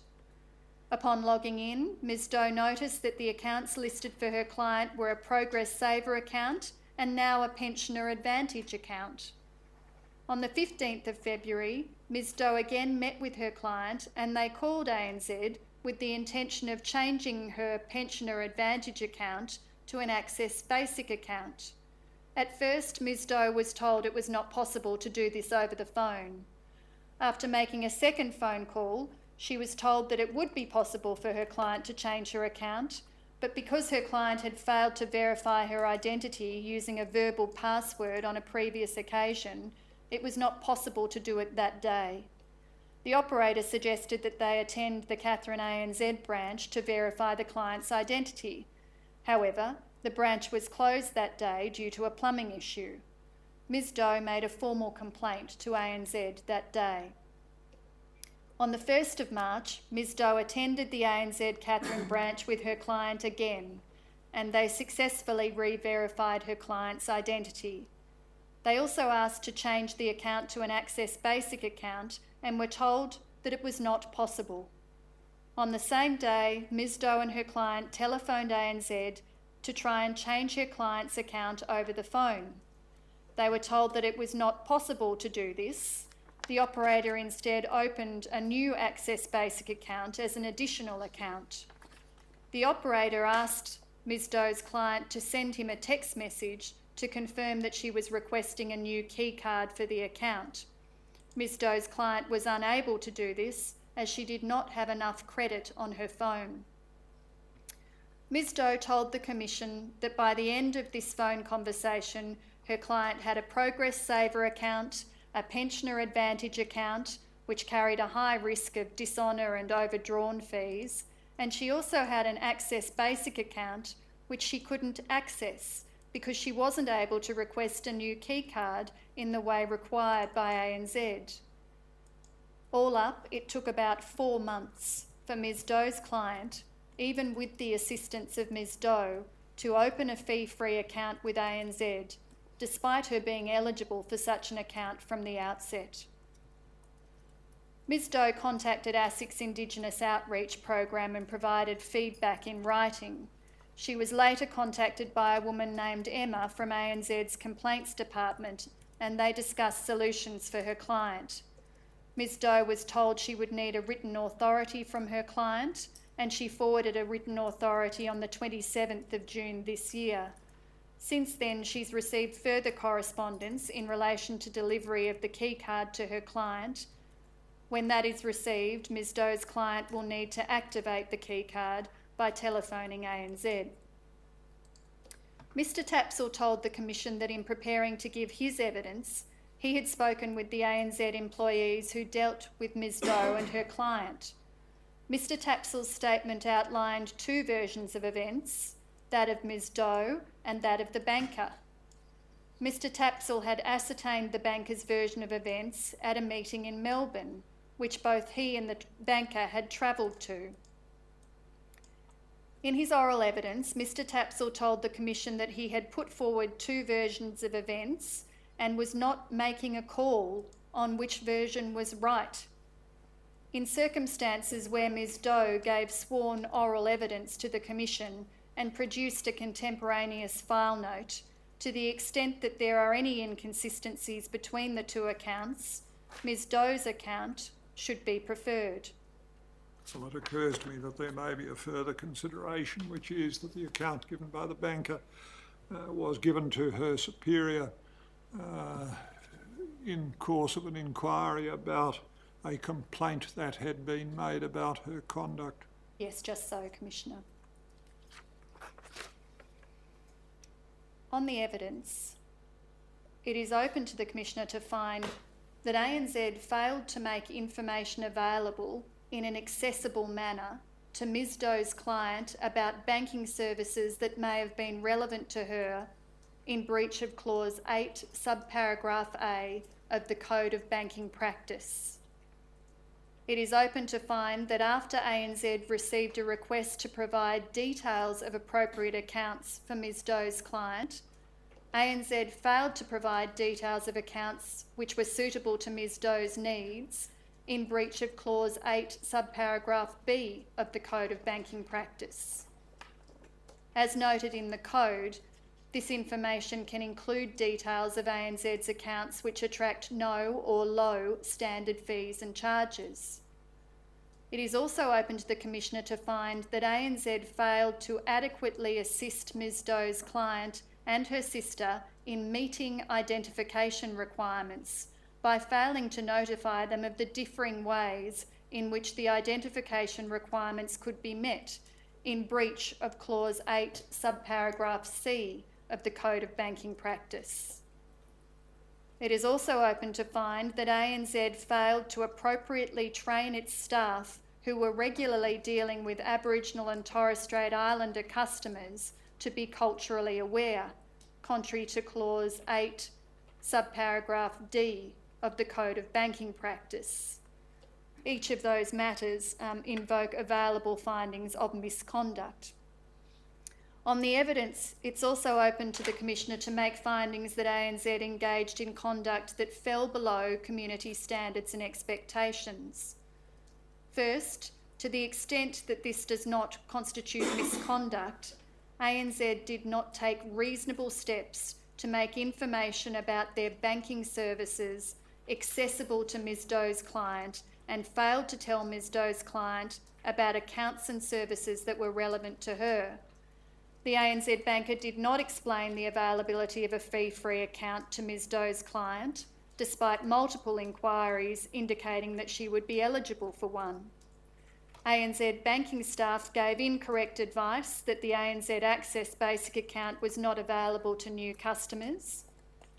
The ANZ banker opened an account for Ms Doe's client that was inappropriate for a person in her circumstances due to the risk of attracting dishonour and overdrawn fees. The most appropriate account should have been set up immediately, especially in circumstances where the client was travelling from a community that was a 1.5-hour drive from the branch.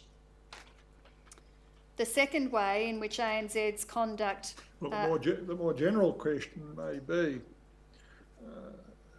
in what circumstances, if any, is it appropriate for a bank to challenge, directly or indirectly, a customer's expressed wish to have a basic account?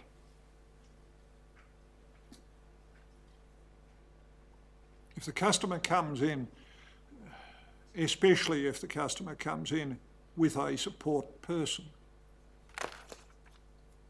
and the request is made for a basic account,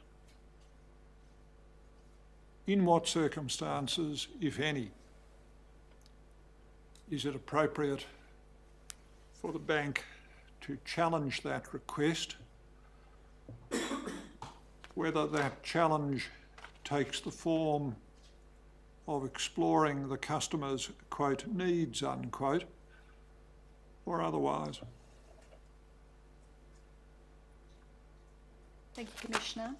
The second way in which we say it's open for the Commissioner to make findings of conduct that fell below community standards and expectations arises from the multiple occasions on which ANZ failed to open the appropriate account or to assist Ms Doe's client to change her account type over the phone after a less appropriate account was opened. Thirdly, we say that the questions asked in the A to Z review were not appropriate for somebody with limited English and limited financial literacy, and the security questions posed for Ms Doe's client for internet banking were also inappropriate. Fourth, again to the extent that this is not misconduct, ANZ failed to help Ms Doe's client to meet identification requirements over the phone and failed to take into account geographic barriers which made it difficult for Ms Doe's client to attend the branch to verify her identity. Mr Tapsell agreed that at least 2 of the calls where Ms Doe's client failed the identification process were a graphic demonstration of the difficulties that can be encountered by some Indigenous people in dealing with the bank by telephone. It was plain that Ms Doe's client was struggling to answer the verification questions and that other clients of ANZ have encountered similar difficulties. Finally, again to the extent that this is not already misconduct, the ANZ staff member in the Katherine branch was not effectively trained to assist Aboriginal and Torres Strait Islander customers. Mr Tapsell's evidence was that staff members in branches with higher concentrations of Indigenous customers are not given any specific training in assisting Aboriginal and Torres Strait Islander customers. The more general point that I think may emerge at first sight seems to be a merely captious point about language, but it is, I think, rather more important than that. It is to observe the progression from what is described as an identification of a customer's needs to a provoked expression of want by a customer to a sale to the customer. That is, the language of need is equated with the answer that is given to a question, would you like? Many things that, many ways in which that question can be framed in a way where the only answer available is, yes, I'd like that. And then to go from that to sales. As I say, the point can be dismissed as a merely captious point about language. I would be glad if parties who think it appropriate to make submissions about it, attempted to grapple with the problem that may lie behind the issues of language which I have identified. I'm provoked by the fact that Ms Doe gave evidence, did she not, of her client being asked, in effect, do you want to save? What for? Yes. Furniture? How much? Oh, thousands. Well, what say we say 5,000? Now, the progression is perfectly understandable. You can hear it playing out. But behind the language there are some, I think there may be, some quite important and rather deeper questions.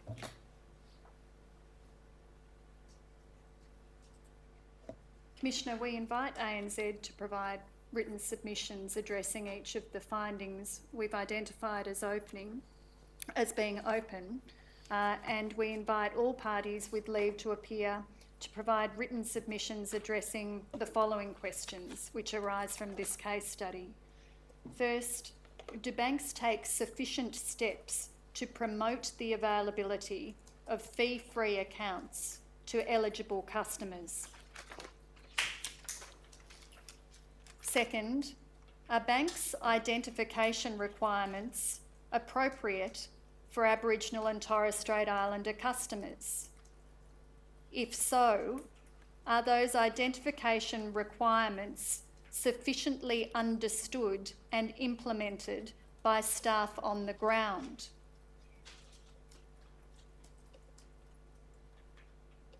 Third, do financial services entities have in place appropriate policies and procedures to assist Aboriginal and Torres Strait Islander people to overcome obstacles associated with geographical remoteness,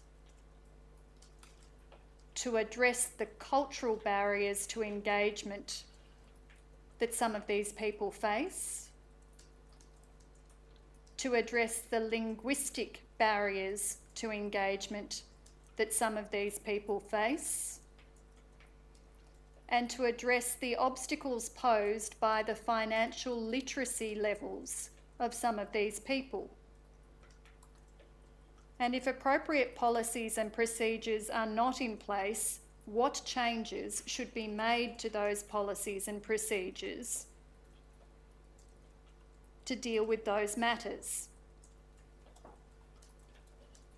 And finally, should more banks have a telephone service staffed by employees with specific training in assisting Indigenous consumers?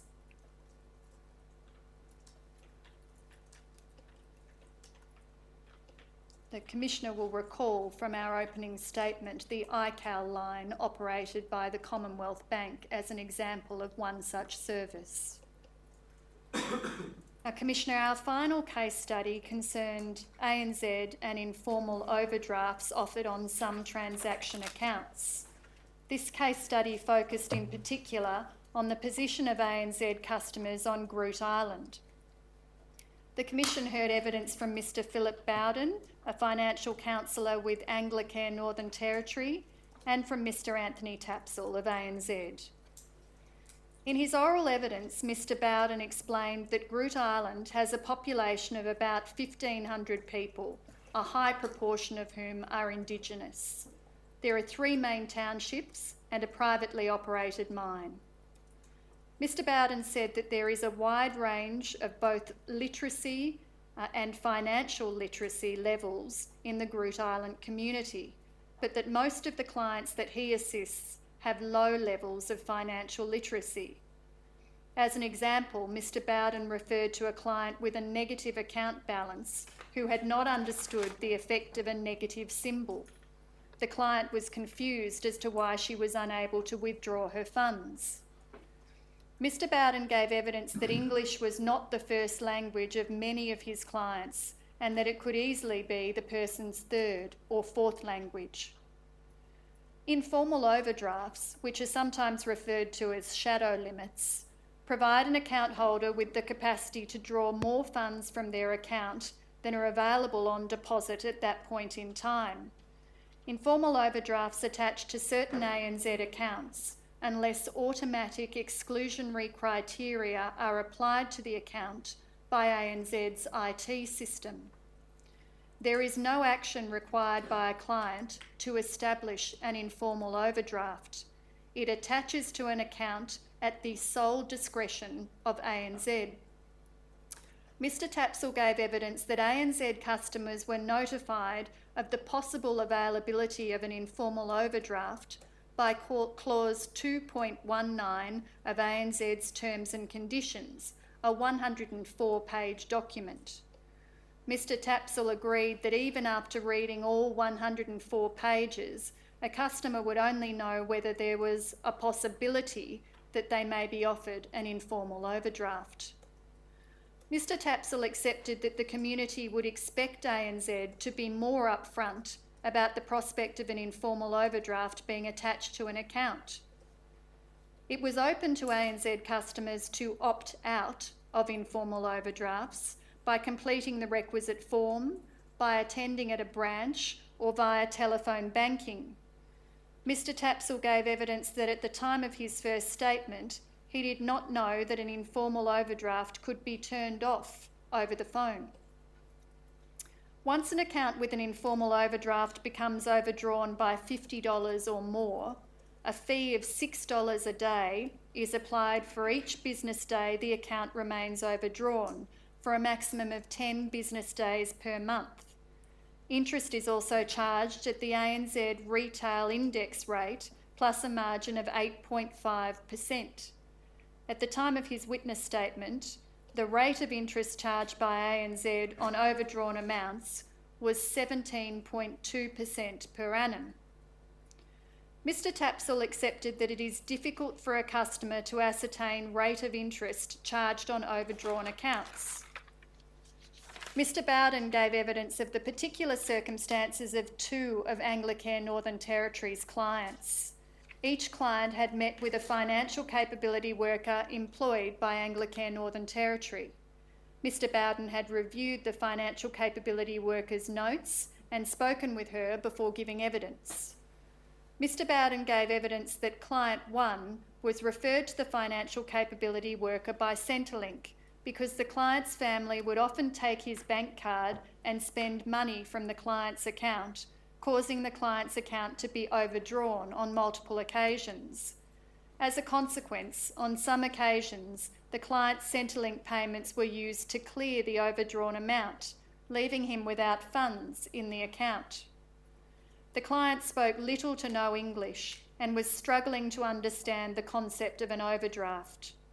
The financial capability worker asked a Centrelink worker to act as a translator so as to enable the client to better understand, and the client agreed to turn off the overdraft feature on his account. The financial capability worker assisted the client to talk to the bank and confirmed that the client currently had an overdraft and asked for it to be switched off. Once the informal overdraft was removed, the client had a debt of $600, which was to be progressively paid off from his Centrelink payments. The financial capability worker ensured that the 90% arrangements under the Code of Operation applied, so that only 10% of each Centrelink payment could be applied towards the outstanding debt. Mr Bowden gave evidence that Client 2 was referred to the financial capability worker because she wanted to learn how to save and because her account was overdrawn by $310. When first referred to Anglicare, the client did not understand what an overdraft was. The financial capability worker provided some education about overdrafts, and the client decided to contact the bank to cancel any applicable overdraft. Mr Bowden explained that the financial capability worker assisted the client to call the bank, but was informed that the request could not be made over the phone and that it would be necessary to visit a branch. The financial capability worker drove the client to the branch. At the branch, the client was told that it was possible to cancel the overdraft, that because the account was locked at that time, it would be necessary to return to the bank on Friday after the client's Centrelink payment had been deposited so that the outstanding balance could be cleared. Mr. Bowden gave evidence that after this payment had been received, the financial capability worker assisted the client to return to the branch and take out cash from her account. 10% of her family benefit payment was used to pay back the overdraft. Because the client took money, leaving the account overdrawn, her account remained locked until the overdraft was paid off. The Code of Operation, to which we referred in our opening statement, is a voluntary code to which ANZ is a signatory.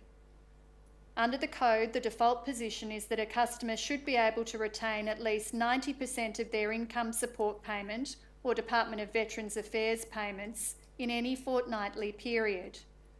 Mr. Tapsell conceded that ANZ's current policies in relation to the 90% rules do not meet the requirements of the code. That is because the code places the onus on the bank to implement the 90% arrangements, whereas ANZ only implements such arrangements after a customer has made a request to enter into the 90% arrangements. Mr. Tapsell conceded that ANZ's current policy was not good enough and that ANZ's customers were entitled to expect more. He gave evidence that as of earlier this week, there were high-level discussions underway within ANZ in relation to the application of the code. It's open to the Commissioner to find that ANZ engaged in misconduct by failing to comply with the Code of Operation, which is a widely adopted benchmark for conduct to which ANZ is a signatory. Specifically, Mr. Tapsell conceded that ANZ's current policies and procedures in respect of its so-called 90% arrangements do not conform with the Code of Operation. Contrary to the code, ANZ places the onus on its customers to opt in to the 90% arrangements. It is also open to the Commissioner to find that ANZ may have engaged in misconduct by failing to provide effective disclosure of information relating to the attachment of informal overdrafts to transaction accounts and the fees and interest charges applicable to informal overdrafts. This conduct may be in breach of Clause 3.1b(1) of the Code of Banking Practice. It is also open to the Commissioner to find that ANZ may have failed to provide information relating to the attachment of informal overdrafts to transaction accounts and the fees and interest charges applicable to informal overdrafts in an accessible manner, contrary to Clause 8, subparagraph A of the Code of Banking Practice.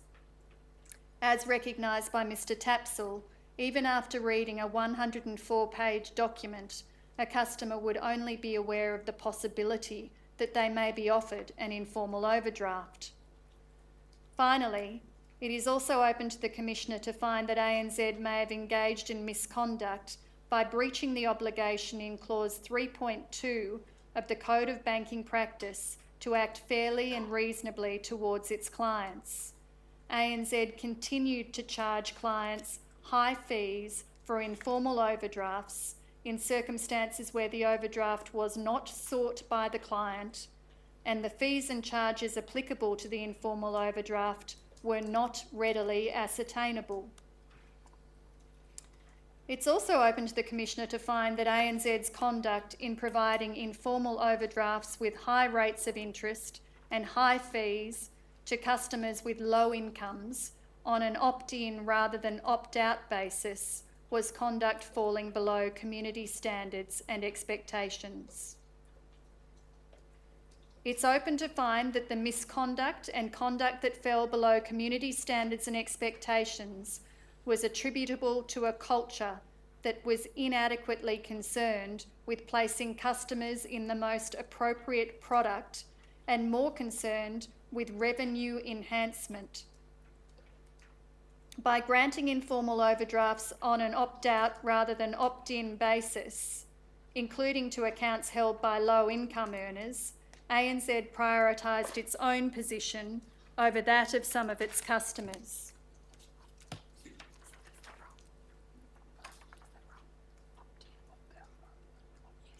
I'm sorry, Commissioner, I did say earlier that they were provided to customers with low incomes on an opt-in rather than an opt-out basis. I should have said on an opt-out rather than an opt-in basis.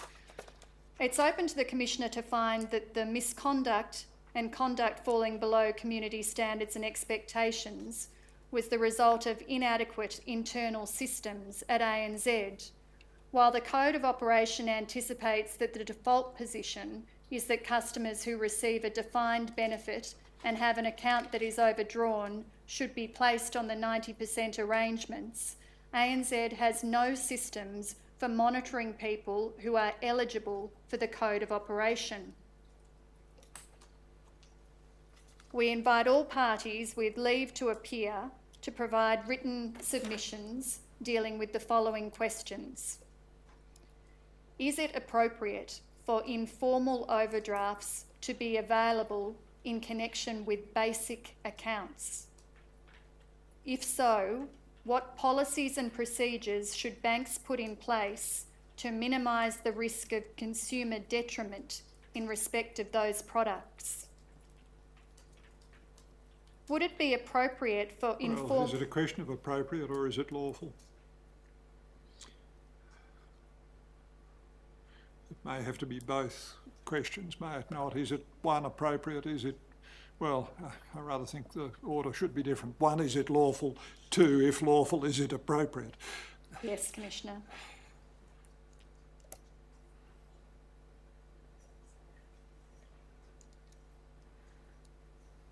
Is it lawful for informal overdrafts to be offered on an opt-in rather than an opt-out basis to recipients of government benefits in circumstances where the costs of utilising the informal overdrafts are high and where informal overdrafts may not be adequately notified to customers?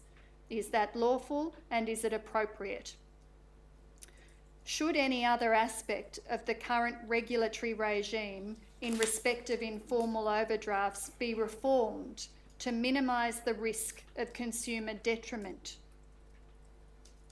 And do ADIs presently have adequate policies in place for the implementation of the Code of Operation?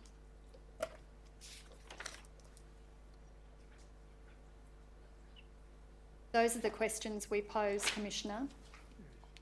Now, that concludes our closing address. There are two matters that I want to refer to.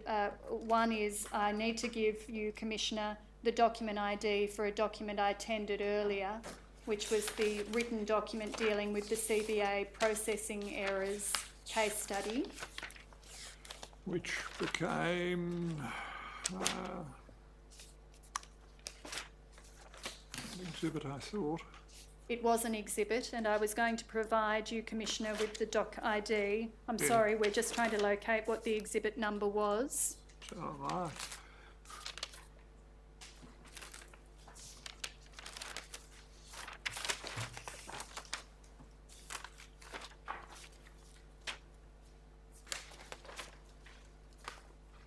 We have it. It is exhibit 4.135.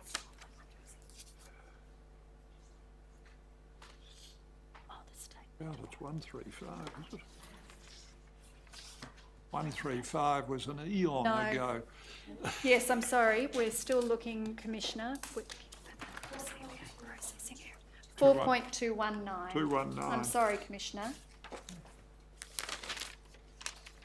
Now. So the doc ID for exhibit 4.219 will be? RCD 9999 0062 0001. Thank you. And the second matter, Commissioner, is I don't believe yet, Commissioner, you have said anything about the timeline for the receipt of written submissions in relation to this. I have not, and I was about to. Thank you, Commissioner. I'll leave it to you. Well, as in past rounds, case study submissions of not more than 20 pages should be provided by those who are the immediate parties to the particular case study no later than 4 p.m. on Friday 13 July 18. That is to say, as in past rounds, case study submissions 7 days hence. Submissions of not more than 30 pages in relation to the general questions posed in the course of the final address may be made by any party having leave to appear in this round of hearings no later than 4 p.m. Monday 16 July.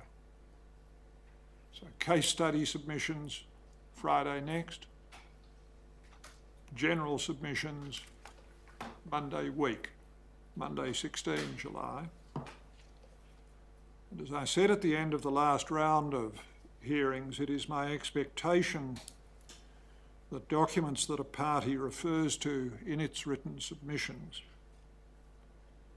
will be restricted to those documents that have been tendered in the course of the hearings. If a party seeks to refer to a document that was not tendered, that party would need to apply to tender the document and would need to provide written submissions as to why the document was not tendered during the course of hearings.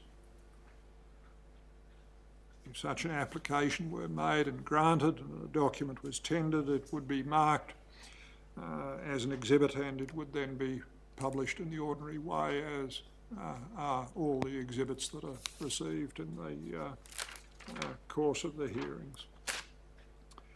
Now, that being so, I think we adjourn the Commission to, is it 6 August? 6 August next in Melbourne.